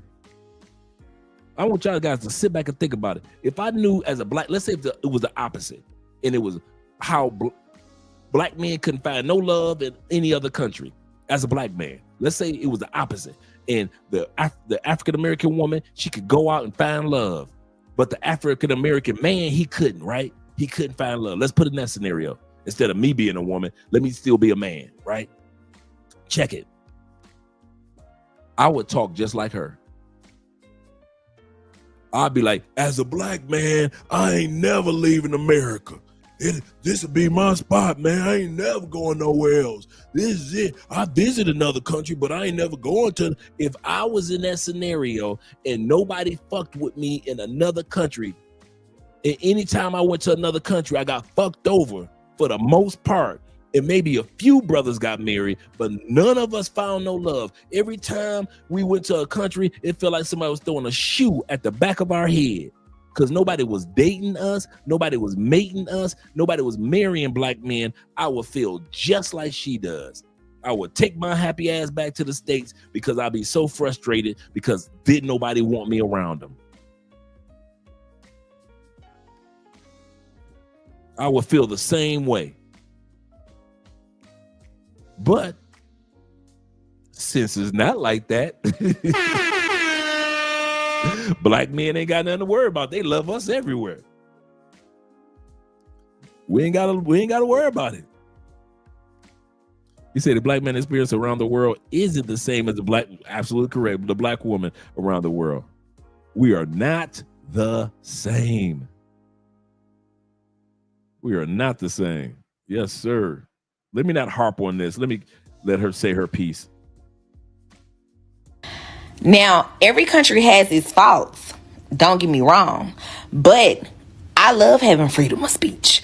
I love being able to get on the internet and say whatever I want to say about whoever I want to say, whether that be the president, any type of government official, and nothing will happen to me. And a lot of people in other countries cannot do that. Traveling to countries when I was in Asia for a month and country hopping, traveling in. I knew I was going to let this go, but check it out. She said that one of the freedoms, and I hear men say this too, one of the freedoms that we have as Americans, we can talk about our politicians and nothing is going to happen. We don't have to worry about being arrested because we open up our mouths, or we're not censored like in China, and blah, blah, blah, blah, blah, right? What has opened up to your mouth done for you on an average day in the United States? Could y'all tell me that? We ain't talking about going out voting. We're not talking about going to your city council meeting and talking to your city council. I'm not talking about that. I'm not talking about people that really go out there, grassroots people that go out and speak to politicians to make some changes. I'm not talking about them. I'm talking about you average, everyday, ain't never been down to the city council meeting Americans. You ain't never shook hands with a senator and talked to him or somebody from the House. You've never.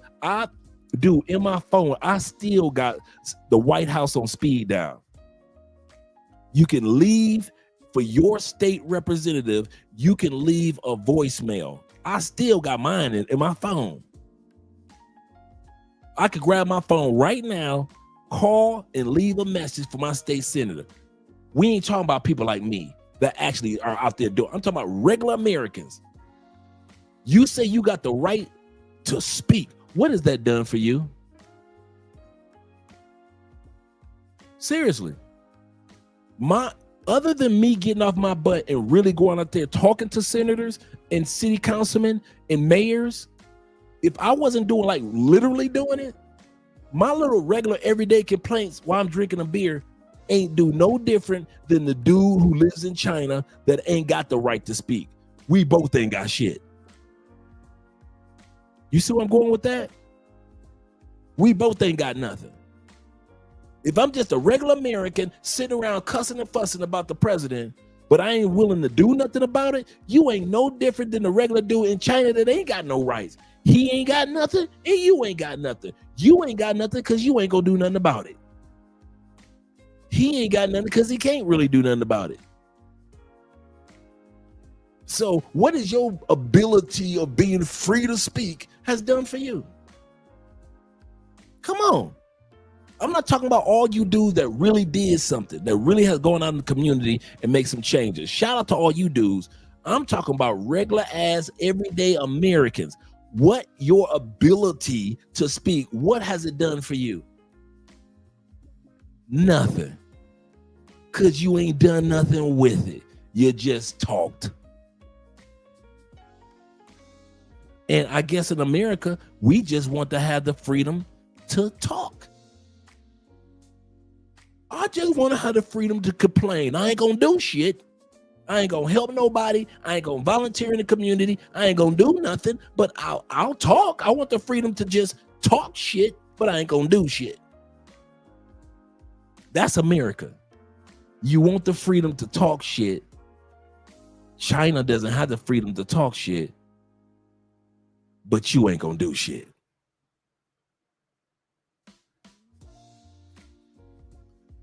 Yeah, okay. I'm not black, I'm OJ. Okay. Stayed in Africa for a month and country hop. I realized like I could never move here. Like I could never move there. The fact that I get to vote for laws and policies and who holds a government official title and stuff like that, and a lot of other countries don't have that privilege. I like having that. And I know a lot of y'all be moving to other countries be like, oh, the cost of living is so much cheaper. I don't give a damn. I don't care how cheap it is, baby. I'm not moving there. Yes, people like, oh, it's so dangerous in America. Really, now, lo and behold, I do feel safer when I go to other countries than I do in America. But, baby, I got God covered. I'm covered by the blood of Jesus. Once I pray and walk out this door, I'm good. I don't worry about nothing. Because if it's my time to go, it's just my time to go. So all y'all people like, oh, America, this or that. Like, now if I'm talking to another American, I can talk about America. But if I'm talking to a foreigner in another country, baby, I'm going to ride for USA. Like I said, I'm very well traveled. I've been to 46 countries. Next month, I'm going to 3 new countries that I've never been to already. But guess what? At the end of the day, I'm coming back to America. I love having an American passport. And that's just period. A lot of stuff we have access to, a lot of other countries don't have access to. Now, lo and behold, if I had to move to another country, even though I am pro-black, I would have to move in a country that's westernized. Very much so, because I'm westernized. So that probably would be like somewhere in Europe. Even though, another thing, other countries feel like AC is not a necessity. It's a privilege. It's a necessity. Free water, free clean water is a privilege in other places. It is a necessity, okay? And how other countries, they always be like, oh, Americans are so lazy. They're so privileged. They're so selfish. They're so self-entitled. Yes, all of that is true. All of that is true. All of that is true, especially for me, baby. I don't even deny it no more. Because it is. It is. And I like it. I'm sorry. When y'all be saying y'all hate America, where the fuck is y'all going? Like, is y'all finna go build another country or something? Because everywhere else is damn full. So unless we going to go build another country, where is y'all going? Because when y'all go anywhere else, y'all gonna get treated way worse, especially being black. So where is y'all going? Jamaica? Then y'all be saying crazy places. I'm finna go to China. Girl, I'm not going over there. I mean, I love my Chinese people, but I'm not going over there. No. I'm not going nowhere where they have like difference of opinion as far as religion. They don't respect our English. They don't respect my skin color more than I get treated. Worse than I get treated here. Have you seen the prisons in those other places and what they will lock you up for? Child, I love America. Where y'all going? If anything, you should be going to Jamaica or something. Go to Jamaica. I love Jamaica. I travel about by myself all the time, but I never travel to any place that don't have those top 3 things. I'm thinking about renouncing my American citizenship, and here's why. 1. I never use it. I haven't lived in the US since the 90s and haven't used my American passport since I became Canadian. I'm also Taiwanese and Dutch, and my life is in Europe. 2.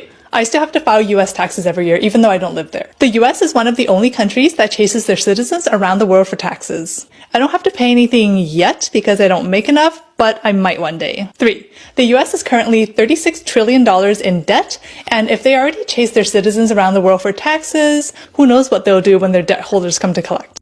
I have no intention of ever giving up my US citizenship, largely because I do feel American still always will, and I want to vote to make my country better. But I also believe in dual citizenship. You can 100% be a person of more than one country. The only issue is, America has an insane tax code where you are taxed at the full rate even if you no longer live in the United States. It is one of the only countries in the world that does this, and it's incredibly stupid. So while no, I've accepted I will retain it so I can vote to try and move my country left and better and more. So if you can buy a U.S. citizenship for $5 million, can I sell mine for $5 million and get the fuck out of here? Hey, what's going on? Quick question. Would you sell your citizenship for $5 million?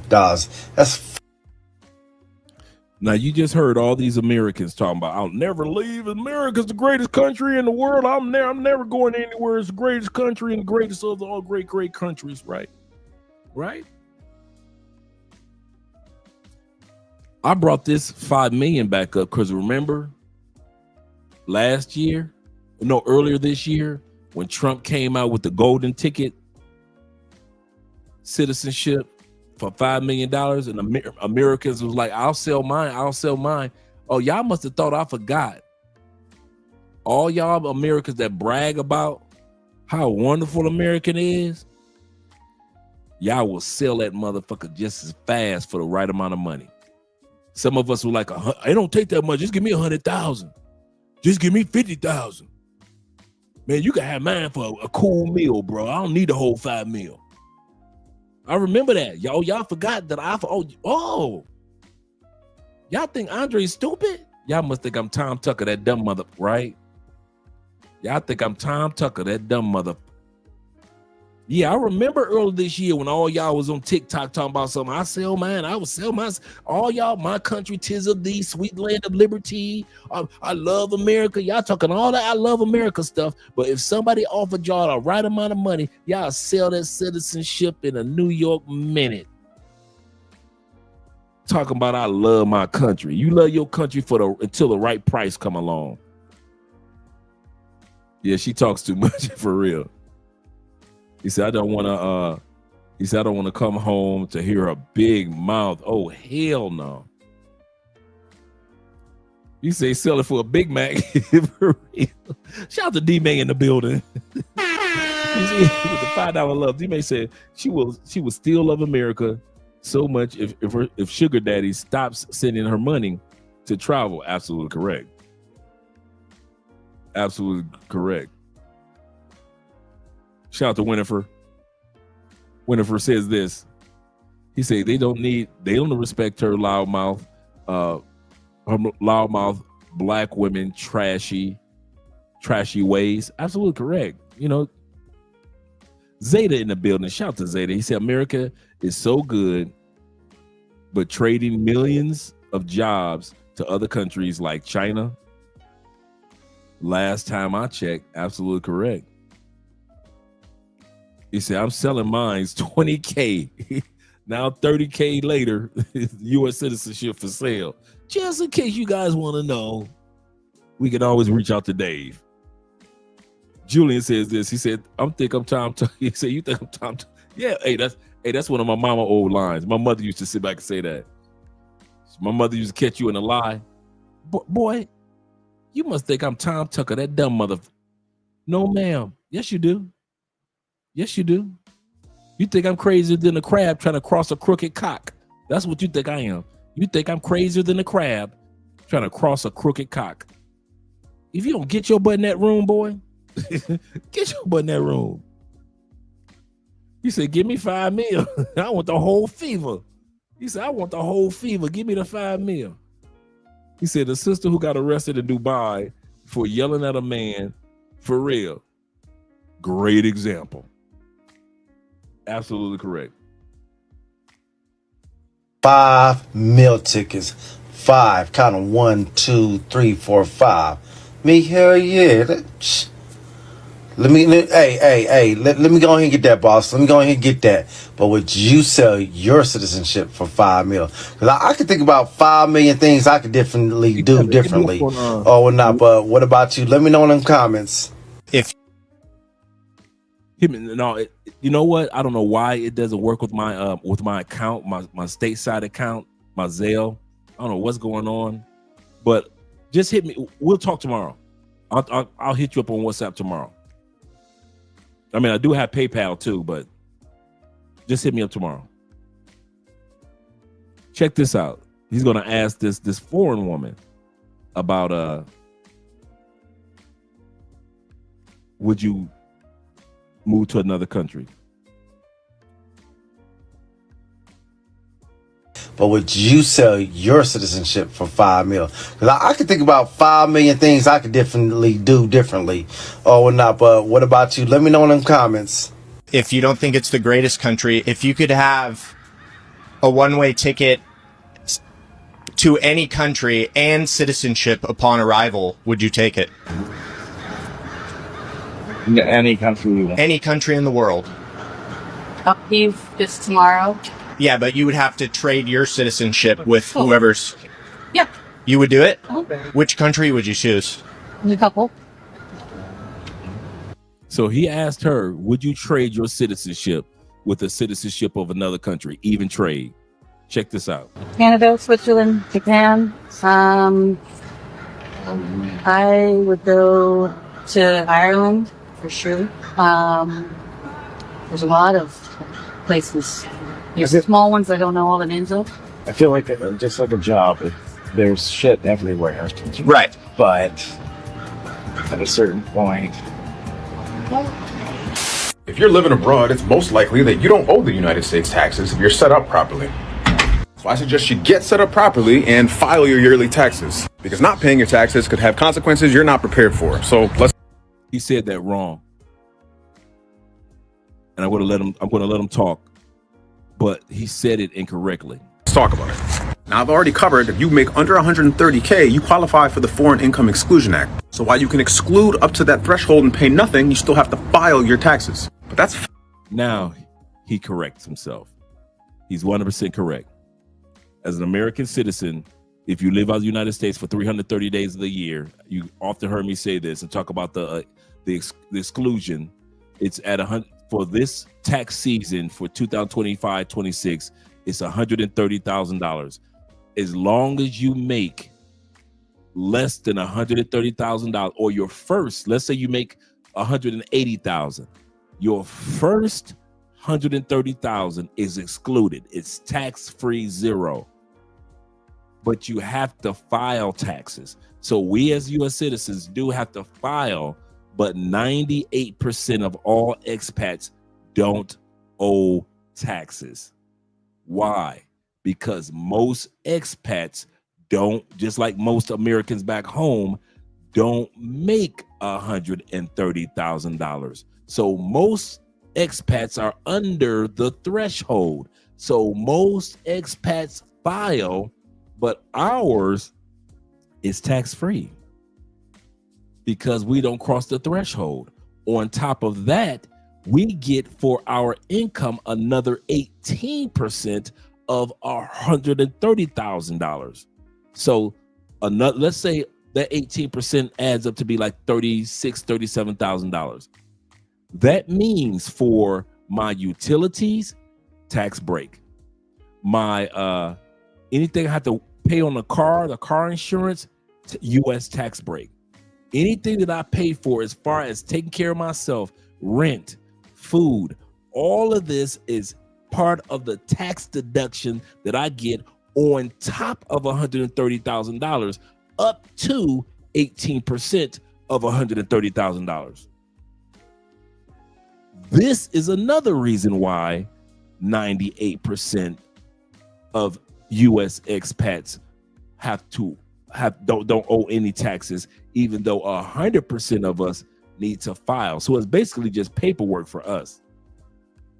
And it increases every year.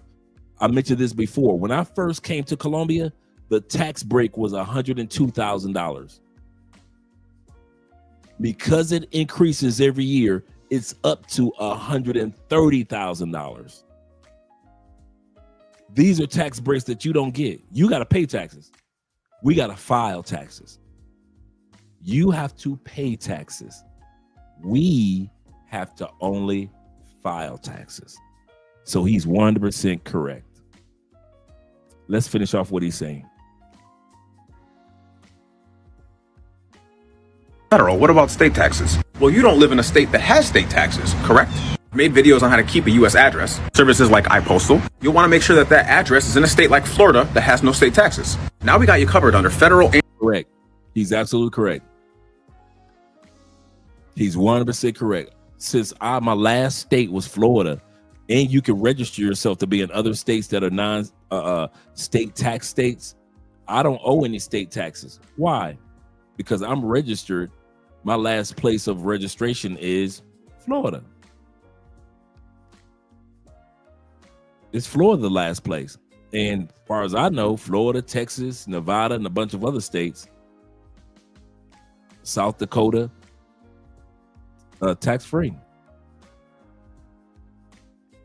In state, if you make under 130K, you should owe nothing, but you do have to file. Now, higher earners, you may qualify for other exemptions, but you still, again, have to file. And if you do owe, and you decide not to pay, after roughly $62,000 in debt, your passport can be revoked. You clearly need that. Don't forget that. Your passport can be revoked if your IRS tax debt supersedes $62,000. He's correct. Oh, Washington State as well. Thanks, Charles. If it exceeds $62,000, once you get it back under $62,000, you get to use your passport again. I remember I told you guys I was in a I'll answer that in a second. DJ. I remember, I just mentioned that I'm in the expat group, one of them on Reddit, and so I saw when it was tax right around now, tax season coming up. I'm looking at all these expats like, man, I ain't filed no damn taxes in 10 years. I ain't filed taxes in one was 20 years. So I hit her up. I was like, girl, you ain't filed taxes in 20 years? She was like, Andre, no. But what blew me away was this. She said, when I went back to the States and I filed my taxes. Now, mind you, this woman hadn't filed taxes in 20 years. You think she going to prison. She wasn't a special woman. She was just had been living in Europe all these years. And she was like, man, damn, file them taxes. I don't live in the United States anyway. And I'm looking at all these American people telling me, I ain't file no damn taxes. And I'm like, what? And she said, when I did go back to the States, she said, I went back to the States about 5 years ago and I stayed there for like a year. She said, I hired an expat tax accountant. And she gave me the information, right? And I've been using them ever since.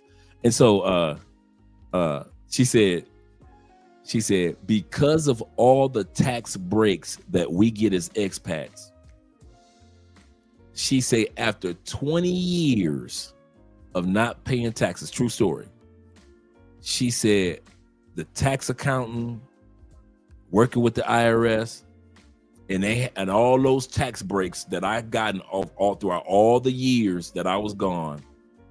You know what that woman tax bill was? $500. Let y'all back in the States not have paid taxes for 20 years. You know your tail gonna owe way more than $500.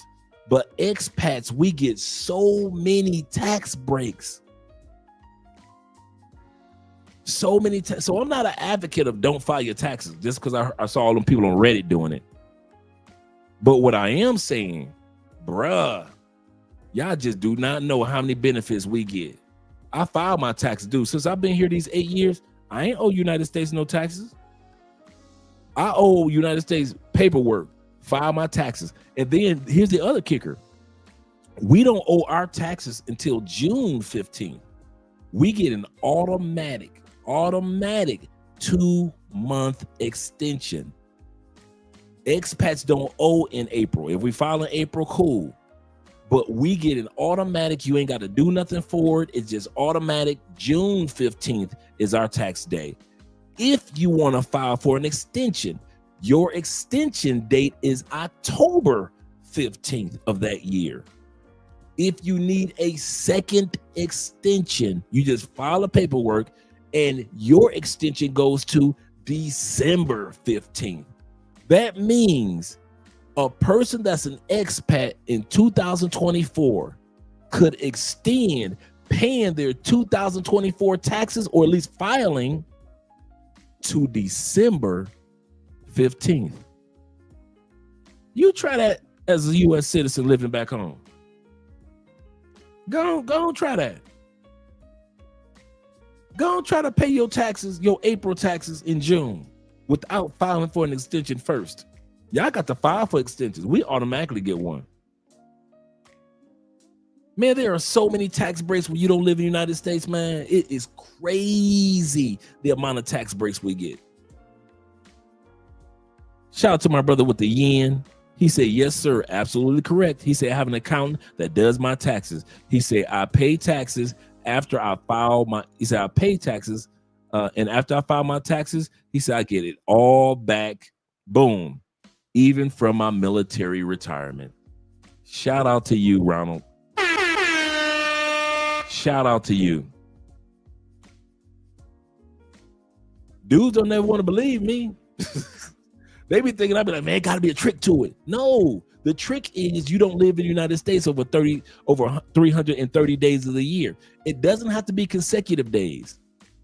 It can be broken up days. But if you're not in the States for 330 days of the year, at least broken up days, man, ain't nobody, we ain't, man, please. That woman owed $500. Aiken, $500. I couldn't believe it. But because she had so many tax breaks for 20 years, she never made enough money to hit the threshold of tax owed for 20 years.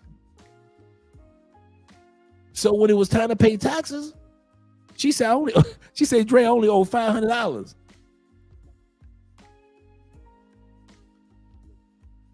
Now I don't understand. I don't know how it works in regards to your retirement, but it doesn't matter the career itself. You could be Indian chief, the butcher, the baker. It doesn't matter the career. The career doesn't impact. Realize Ronald was saying, he mentioned the military because you have to realize the anybody that's in the military, they're a special type of case or circumstance. But even then, their situation is somewhat like ours also. They file the same tax form. But us that have regular everyday jobs, such as you retire from a government job, such as the police, or retire from the fire department, all that, you get the same tax breaks I get.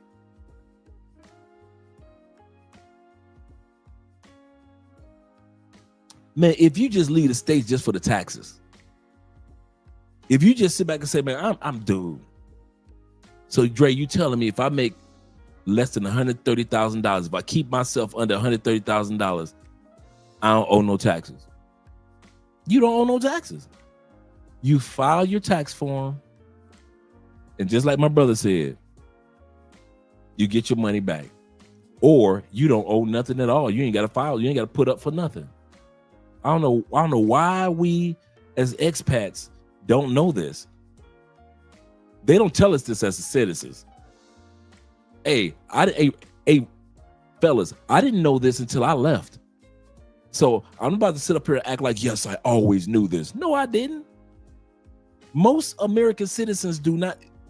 Do you know how pissed most Americans will be if they knew that those of us that leave the United States are living tax-free lives? Do you know how pissed? When I was in prison, 10 years in the feds, right? Right around year 7, they stopped the program for prisoners to be able to get Pell Grants to go to college for free. You know why? There were so many complaints from American citizens hating on the fact that prisoners could get a master's degree for free, that Congress voted on it and shut down. That's when prisoners were no longer able to go to they took all the gym equipment out, couldn't exercise. Who are you prisoners to be healthy? Who the hell are you prisoners to be healthy? Who are you to get an education and rehabilitate?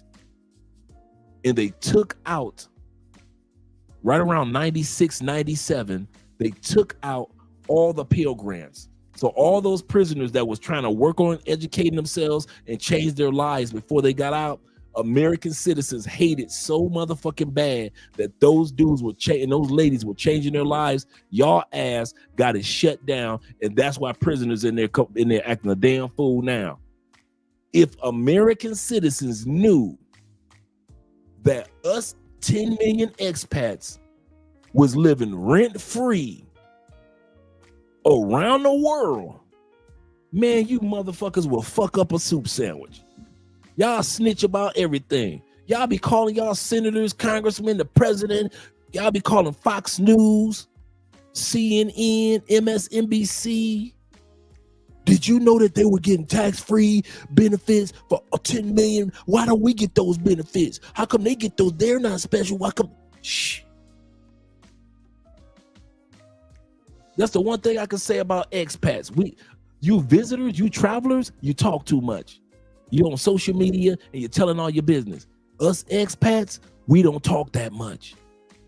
That's why y'all only hear it here and on a few other YouTube channels. But other than that, most YouTube channels with expats, that live in other countries, they ain't telling y'all shit about no tax breaks.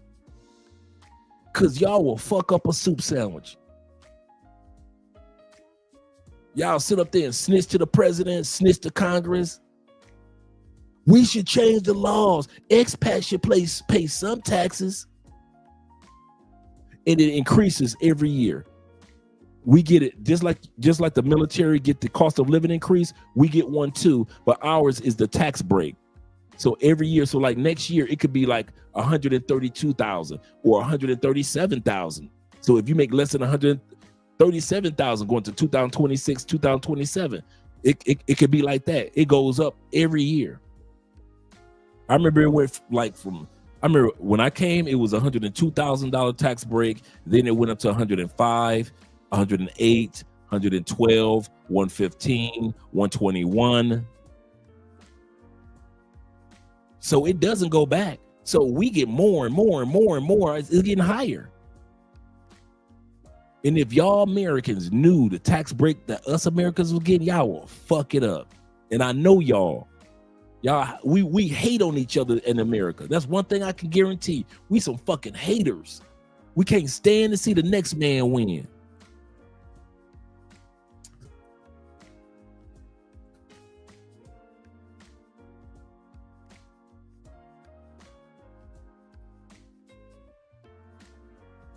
Damn right, Dre. Americans do not know how to keep their mouths shut. Expats do. We don't tell y'all about our blessings. Thank you, babe. We don't tell y'all about our blessings. Hell no. Hell no. We'll tell you. Notice that this channel is dedicated to those that are on the fence. And so we just try to give you another benefit of relocating.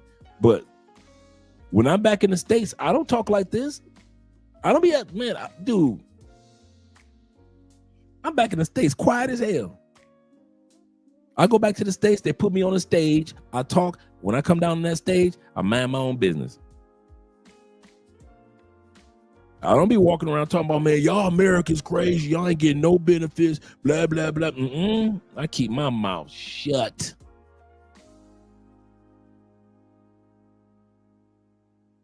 Keep my mouth shut. I'm not about to go through all that mess. Let me get a shout out on the Cash App to all you brothers that donate to the Children's Cancer Foundation. Give you guys a shout out. Shout out to my man Obadiah with the $5 love. Shout out to Black Scorpion in the building as well with the $10 love, and Blade Runner with the $5, as well as my man The Dark Knight with the $10 love. Appreciate you, gentlemen. Appreciate you. It's saving lives out here. Yes, sir, man. I'm trying to let brothers know.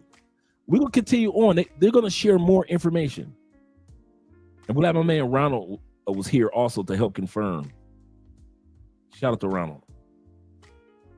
So remember, for the most part, we have to file taxes, but most of us don't owe taxes. We got too many. We got like 7 layers of benefits. I'm going to say it again. I just named off one. There are 7 layers of benefits that we get. Shout out to AMSM. Thank you for reminding me about that, brother. He said, Andre, same here. He said, I didn't file a couple of tax returns. I finally found them. He said, now I gotta reach out to the tax relief to get the amount that I owe lowered. Yeah. Yep. It's not hard to do. There's nothing that we're doing special tricks. It's not a hookup. It's just the laws. It's just the tax laws, man. So this brother is absolutely correct. For traveling abroad. Not to mention they could levy your U.S. accounts like banks or brokerages, or enlist foreign governments if you're staying in a friendly nation. So if you focus on tax avoidance and filing, you'll be fine. The American dream that you're looking for is not in the States, it's actually overseas. And the nice thing about living and working overseas is that they pay for all of your bills and all your expenses. I've lived and worked in Japan, Taiwan, and South Korea and never had to worry about bills at all. And the best thing about working for American companies instead of foreign companies when you're overseas is that your first $125,000 a year is completely tax-free. Now, this goes to show you how this video was made in 2024. She said the tax break is $125,000. That was the tax break of 2024. going into 2025. Now going into 2025 into 2026, our tax break, just one of the 7 levels, is 7 levels of tax breaks that we get. 130,000 this year. So that lets you see when she made this video was in 2024. And I know that seems like something that you're not going to be able to get to, but when you work for these American companies, most people on average are making at least $130,000. She's just a gay girl. She's really smart, man. Her channel, man, I think she's at 300,000 subscribers. She is really, really good when it comes to tech jobs and government contract work. She started off with government contract work in her early 20s, man. I mean, and she is doing big things, bruh. Big things. I got to give it to her. Shout out to this sister.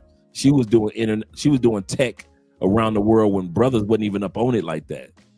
So imagine you have 6 figures in the bank every single year. Your food is paid for, your car is paid for, your housing is paid for, and they give you about $2,500 a year just to travel. So if you want to look into getting into overseas jobs, make sure you follow me for more tips. And I'm having a free live workshop. I'll teach you step by step exactly what you need to do. U.S. expats get $120,000 a year in income. Yeah, this video was made last year too. Tax-free. The foreign earned income exclusion is what allows this. Let me bring that beat back. That's the name of our tax break, the first tax break. Right here. $20,000 a year in income, tax-free. The foreign earning. That's what it's called. The foreign, that's our first level. Our first level. I forget her name, man. I won't even lie. I'm gonna have to look her up. Give me a little bit of time while we're watching this, and I'll look up her channel and I'll pull it up. Some of you guys know her channel, but I'm going to take some time and look her information up. She's all over Instagram, all over TikTok. The tax break is called the foreign earned income. Yeah, she is. A lot of guys that watch her know she is a monster. Shout out to Big Brother in life. That's what the tax break that we get. The first level is the $130,000 tax break. It's called the foreign earned income tax exclusion. That's the one that increases every year. Income exclusion is what allows this reduction of taxable income. Married couples get $240,000 tax. Now married couples get, I think it's $260,000. Yep, it's $260,000. Married couples get a $260,000 tax break. That means as a couple, just think about it. If a couple doesn't go over, a married couple, didn't say which one was making the money. It could be her, him, or both. A married couple, as long as they don't go over $260,000, it's tax free. We're not even talking about like I said, it's 7 levels of this thing. We're not even talking about the 18% that you get on top of that for your rent, your utilities, your mortgage, your taxes that you may be paying in another country, and or whatever, your payments that you're paying on your car notes. All that is tax free in the United States on top of the $130,000. Or if you're a couple, $260,000. Man, yeah, have fun in the States, though. Have fun in the States. 57% of U.S. expats say FACTA is the top concern with living abroad, which requires stringent reporting of foreign bank accounts. 34% of expats contemplated renouncing U.S. citizenship to avoid taxation. 85% don't feel represented while living outside the U.S. Correct. 85% of us don't feel represented out because we don't use, and it's not a bad thing that they're saying. They're saying, hey man, we're not being represented. Taxation without representation. It's somewhat like that, but most of us realize we're not taking advantage of any of the things that the everyday American is taking advantage of. We don't take advantage of the railroads. We don't take advantage of the everyday cops. We don't take advantage of the school teachers. Our kids are not growing up in American schools. Why would we pay taxes on buildings that our kids don't use, the community centers, right? That's what they mean by the 85% of us that say has nothing to do with us. Only thing that we use it from America is our passport and the currency. That's it. Simone Bees, thank you very much, brother. If you could do me a favor, big brother, could you drop the link to her YouTube channel? She's really good, guys. I mean, she really, really is good. Especially you guys that are graduating from Theo's class, you definitely want her YouTube channel in your arsenal. Thanks, brother. This article has an extensive FAQ section answering questions such as, do expats in Mexico pay taxes or retirees? The U.S. actually pays you up to $130,000 to leave. Here's what I mean by that. Unfortunately, the United States is one of those countries that tax you for having a passport. Doesn't matter where you are. The only other countries that do that are Eritrea and North Korea. Not a great list to be on, but here's why it doesn't actually matter. So there is something called the foreign earned income exclusion, right? Not credit, exclusion. And what that means is that if you can pass the bona fide foreign residency test, right, which you can if you obviously are a bona fide foreign resident, then the income you make is excluded from U.S. taxes up to the first $130,000 that you make. So do you have to file? Yes. Do you have to pay? No. Do Americans overseas still have to pay U.S. taxes? If you're a U.S. citizen, you're taxed on your global income no matter where you live. For example, I have U.S. citizenship, but I live in the Netherlands. Even though I have to file U.S. taxes every year, I don't necessarily have to pay anything, and here's... Did you hear? You just heard the brother say that, right? Even though he has to file, he doesn't owe anything. The other brother said, even though he has to file, he doesn't owe anything. This young lady just said the same thing. Even though she has to file, she doesn't owe anything. That's exactly what I've been saying for the last 4 years on this channel. Even though we have to file, as long as we're out of the country 330 days of the year, we have to file, but we don't owe as long as we don't go over the thresholds. That's why. There's a number of tax provisions to help alleviate the tax burden for Americans living overseas.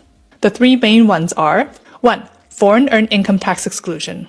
That's the one that I was just talking about. If you live abroad and make under 120,000 USD annually per person, you don't have to pay income tax to the US. 2. Housing cost exclusion. Now, the number 2 that I was talking about, the housing cost exclusion, that's the one I was telling you about, that you get up to 18% of the $130,000 on top of it. So 18% of $120,000, let's say it's $37,000. You get to use that whole $37,000 to get tax breaks. In other words, for your rent, your utilities, your food, or whatever it is, whatever the housing costs, your insurance, whatever that is, you get a tax break up to, let's say, $37,000. Big brother said, I've been trying to post the link, but I don't know if it appears. I don't see it. Do you guys see the link?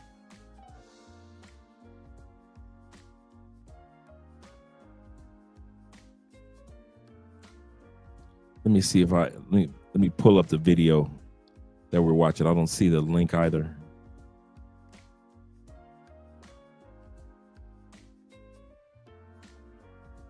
Nope, big brother, I don't see the link either. It didn't post. But let me see. While she's talking, I'll see if I can do it.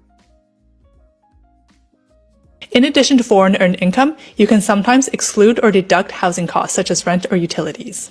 3. Foreign tax credit. If you pay taxes to a foreign country, you can get a foreign tax credit to avoid double taxation. And if you're not sure about your situation, definitely talk to an advisor. And remember, even if you don't owe taxes to the US, if you're an American citizen, you have to file a tax return every year no matter where you live. Veterans can't afford America anymore. We're the ones that went out there and fought for the American dream, and yet less and less of us are living that.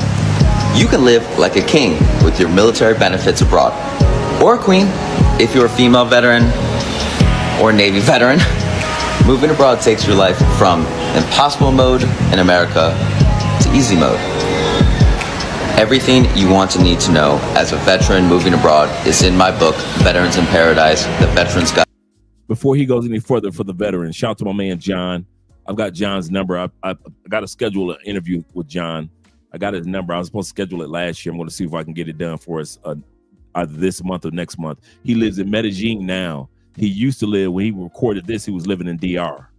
So here's Simone has 2 channels. So I'm going to drop the link to the second channel. Give me a split second. She has one major channel I just dropped the link to, and she has another channel that she just started. Her first channel is, she's at 100 and I thought she had 300, but she's at 109,000 subscribers. Shout out to Simone. And she interviewed tech people. Yeah, she's doing good. So let me drop the link to her second channel. Make sure you guys subscribe. Like I said, if you guys are into getting jobs and being overseas and living overseas or government contract work, she is the channel. To Moving Abroad, which is on Amazon. But because my mission is actually help veterans, I will send it to you for free because you deserve a life that you can afford. You deserve peace and you deserve to heal after the military. Sometimes you got to get on a plane to do that. I saw a comment that said the real American dream is moving out of America. And honestly, I felt that with my soul because it's wild how we were raised to believe that living here is the best. But really, moving abroad sounds a lot more peaceful. What do y'all think? They have discovered something that most Americans have not yet realized. That this concept that is so unachievable in their own country is more attainable in another country. And I'm not just talking about it from a money perspective. Don't get it twisted and think that I'm talking about because you have money and you live abroad, you can live the dream. No, there's so many more elements to this. The biggest piece for Americans that move outside of America is the peace of mind. And that's something that you cannot put a price tag on. And I think is a big part of truly living the American dream. All of these things that are so much more better in other countries, and Americans that move abroad are realizing this. The new American dream is to leave. And I'm not just talking about living abroad and earning American dollars and taking advantage of the exchange rates. I'm just talking about living a life of dignity at this point. I mean, where else in the world is anyone paying this much for healthcare? Where else in the world is anyone eating wheat that they can't digest and it's wrecking their gut? Where else in the world do you live to work, not just work to live? Look, moving abroad isn't for everybody. I'm not forcing my ideas on anybody. But if you're someone like me who thinks that, you know what, I'd like to try living somewhere else, well, then yeah. Then you might like my content. And look, a lot of people in my comments come at me and they're like, well, just leave, or why do you hate America? I've never once bashed America, okay? I just ask questions and I say, hey, I've been somewhere else in the world where they do it this way. That might be a little bit better than the way we do it here. And if asking questions is wrong, well, I guess I am living in the wrong country. Nowhere is a utopia, and life can be a struggle everywhere. But it's at least worth trying and giving it a shot than just staying in the same place your entire life and never knowing. Lie to them. You can lie to them, but you cannot lie to me. You gotta understand that 89% of Americans are broke. 87% of Americans live check to check. Bro, you gotta understand, bro, I'm free. I'm ready to get a $23 electricity bill in Thailand. I'm ready to get my $3 water bill in Thailand. You know what I'm saying? Like, bro, in America, you got so many bills. You got a car note that's $1,000. You got car insurance that's $300. God did. God put me in this position. God made me come across your screen right now. God did this, bro, for me to educate the people where I'm from. I'm from Memphis. I'm from the hood. I'm from the struggle. I remember working that job. I'm not no multi-millionaire. I'm not up 6 figures. I'm not none of that. I'm a nigga just like you that just said, fuck this shit, I'm finna go. You know what I'm saying? I'm not one of them YouTubers. Hey, what's up, you guys? We just spent like, nah, y'all can relate to me. Y'all can relate to me. That's why I'm on your timeline, twin. Americans make a lot of money. I give it that. Y'all make a lot of money on. But when you got bills, on top of bills, let alone you got a child, you got to pay for daycare, then you got to pay for gas, then you got to pay for your oil change, then you got to pay another $200-300 for your girl hair, then you got to pay another $100 for your nails. I ain't been there. And then you working, you using this one check to pay your rent. Then you wait another 2 weeks, you waiting this check to pay your car note, then to pay your car insurance, then to put gas in your car. Bro, you are not living in America. He is not lying. With all the passion that he's given, that's the end of the videos for tonight. And with all the passion that he's given, he's not lying. And like I said before, we're just here to share the information. We're not here to force any type of mindset or ideology. Hope I pronounced that correctly. On anybody. Ideology. Whatever. We're not here to force the mindset that I have on anyone. I am here to let you know that you have options. That's it. That's it. You can take advantage of them or don't. And it's cool. Either way. I'm staying in America the rest of my life and I'm good. And I'm just going to visit other countries. That's cool. Don't ever think that this is a channel that's dedicated to shaming you for staying in the States. I think the United States is a wonderful country. Beautiful. I wouldn't have wanted to be raised in any other country but the States. I love the States. But that doesn't mean that I was born only for the States. Just because I was born in the States, I wasn't born only for the States. And I acknowledge that. And I enjoy the life that I live in another country. When these cameras and lights go off tonight, I can go to bed with peace. Shout out to all you guys that have found peace in other countries as well. So let me go to the comment section, see if I got anything, if you guys have anything else to say. Other than that, we can do the cowgirl outros. Yes, sir. Zeta said, yeah, he said, but I'm trying to move where everybody aren't moving. That's a good point. Aren't moving to like a flock of geese. This is so true. But I'm gonna say something to you.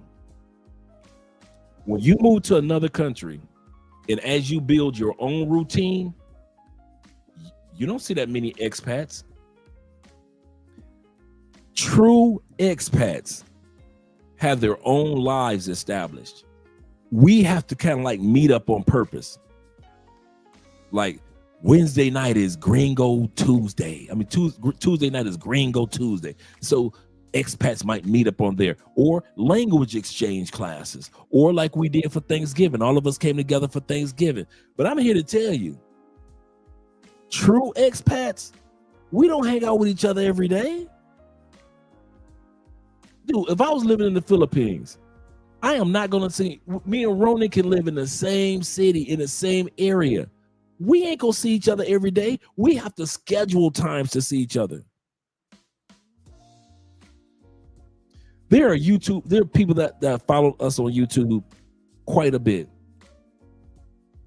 But once they move here, they don't have time to be watching us every day. They watch us long enough to get the information they needed. They move to their country and now they're enjoying their lives. Dude, there are guys, I kid you not, there are guys I'll see. I've run across some guys I may have not seen in 5 years. I run across some guys I haven't seen 3 years, 6 months. They haven't gone anywhere. They still live on the same side of the city as I do, but they're living their lives. So I'm just want to encourage you, Zeta, that no matter what country you go to, I promise you, you're going to be so busy living your life. You're going to see an expat here, see an expat there, but not as often as you think you will. Now, vacationers hang in clusters. So if you're hanging out and you're just on vacation mode, yes, you're right. Everybody's on vacation mode. But when you move, you don't see nobody. You don't see nobody, man. Kid you not. You don't see nobody, man. It don't be like that. He said, I don't mind meeting up with expat. Yeah, that's it. We just do meetups and we just gone. He said, Dre, I approve. He said, I got approved for my global entry. Shout out to my man, Dave. He said, thank you along with the brothers in the chat. That's Oh, thanks, fellas. Yes, sir, Dave. I've been kind of, we've been following you through that journey over the past couple of weeks, man. And it is great to hear that you got your global entry. You can get in and you can get out real easy now. Shout out to you. Dave said this. He said, I was with him until he said that he paid for his girl's nail and hair $200. Yeah, for real, in Mississippi. Seriously. Yes, sir. Shout out to Dave, man. Congratulations. Definitely. Let's bring that beat back. It feels so lovely to be here tonight. What a beautiful life. Give yourself a round of applause. You're so lovely. Everyone's so lovely. And while you're in the clapping mood, I'd like to give a big round of applause to my band, Sexual Chocolate. Yes, sir. Sexual Chocolate. They play so fine, don't you agree? Yes, sir. Before we go, I want to make sure I give you guys our link for the Rumble. Remember, tomorrow night is Rumble night. So let me get this pulled up for us. Get this pulled up for us. And let's go here.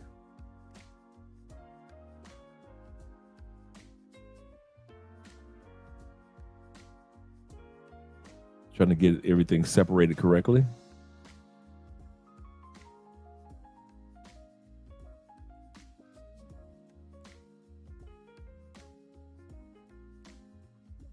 Let's go to Premiere. Account settings. They've changed the settings around a little. Oh, here we go. Channels.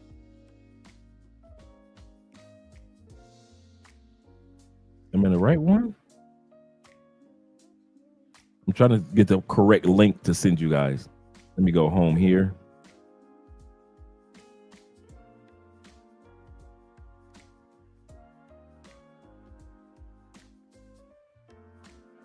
Because I want you guys to be able to join us tomorrow for Rumble. For the Rumble movie night. Once again, tomorrow movie is Beverly Hills Cops 2 and Dr. Detroit. We're going back to the 80s.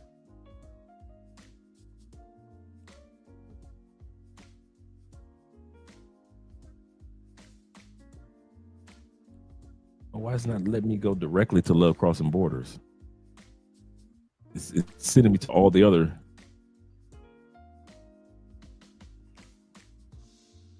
All of our other channels.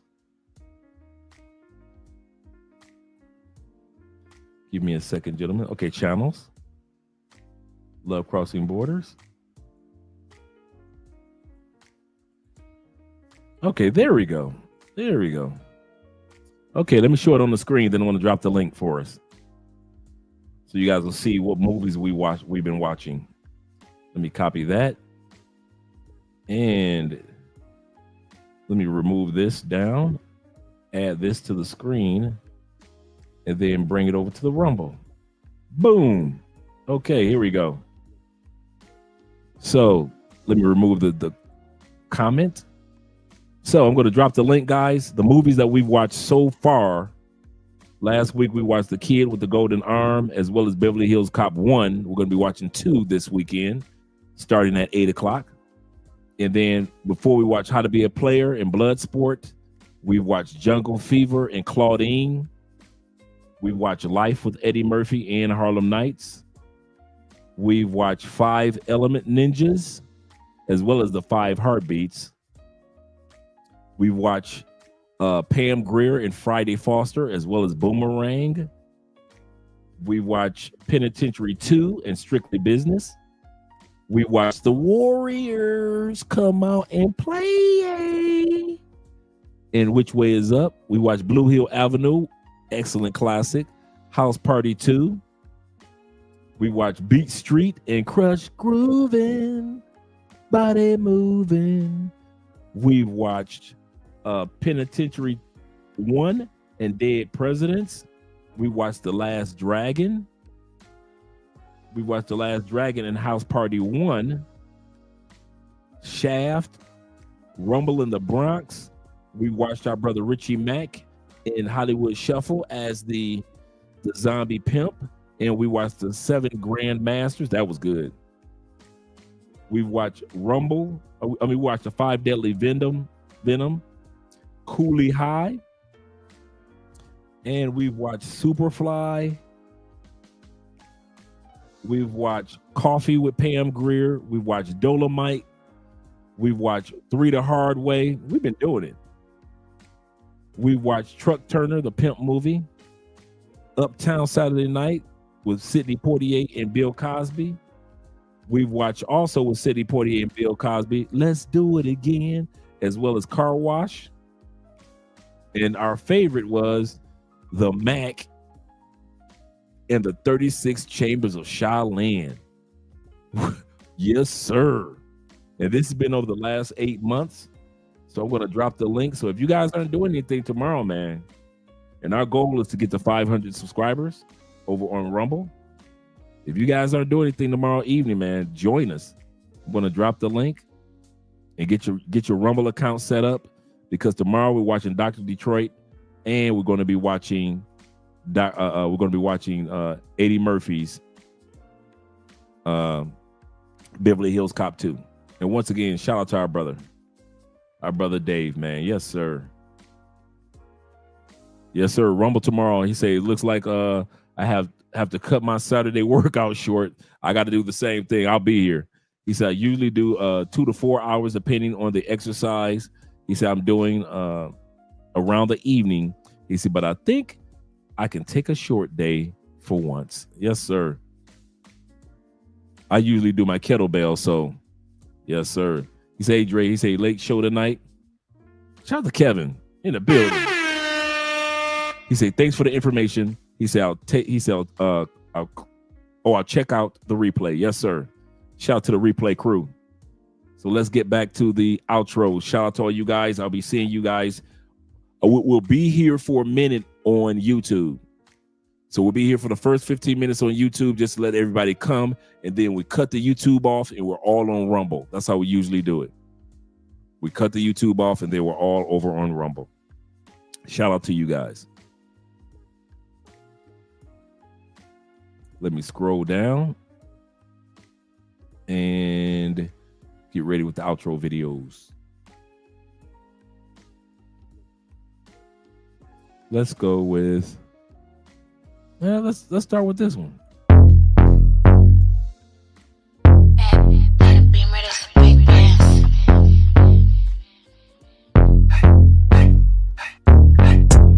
This ain't a Beamer, this a big dance. Chrome heart got me kissing on his best friend. Put in work, baby, you could be my best man.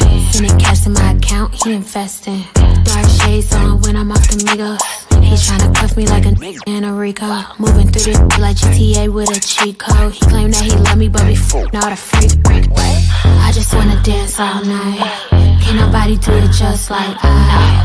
Boy, you got just what I like. Come on, baby, let's kiss, don't fight. What you wanna do? Tell me what you like. What you wanna do? Tell me what you like. What you wanna do? Tell me what you like. Just say the word, baby, I'ma get you right. What you wanna do? Tell me what you like. What you wanna do? Tell me what you like. What you wanna do? Tell me what you like. Ain't gotta say it, I know I'm the one you like. Ooh, damn, so the DJ turn the beat up. Got a white boy who be singing like a beat up.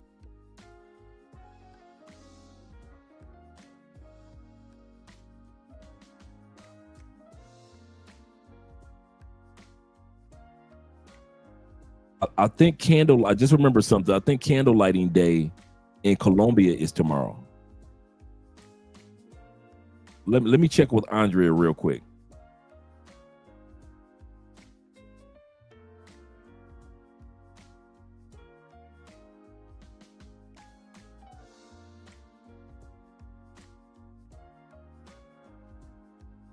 All right, we good for tomorrow. It's Sunday. Candle lighting day is Sunday. All right, let me bring that beat back. Let me bring the cowgirls. I'll bring the cowgirls in.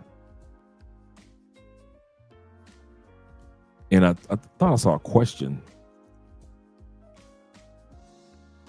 I'm putting it on Patreon. Shout out to Will. Yes, sir. I'm going to put that on the Patreon. It's over on Facebook, because I had so many things that I knew was going to be copyright striking because I had original music on there. I had to take it down from YouTube, but I still have it on Facebook, right? So I'm going to take the Facebook link and put it in the Patreon. Yes, sir. Yes, sir. Now let's bring that beat back. Let's bring the cowgirls in. Let's go here.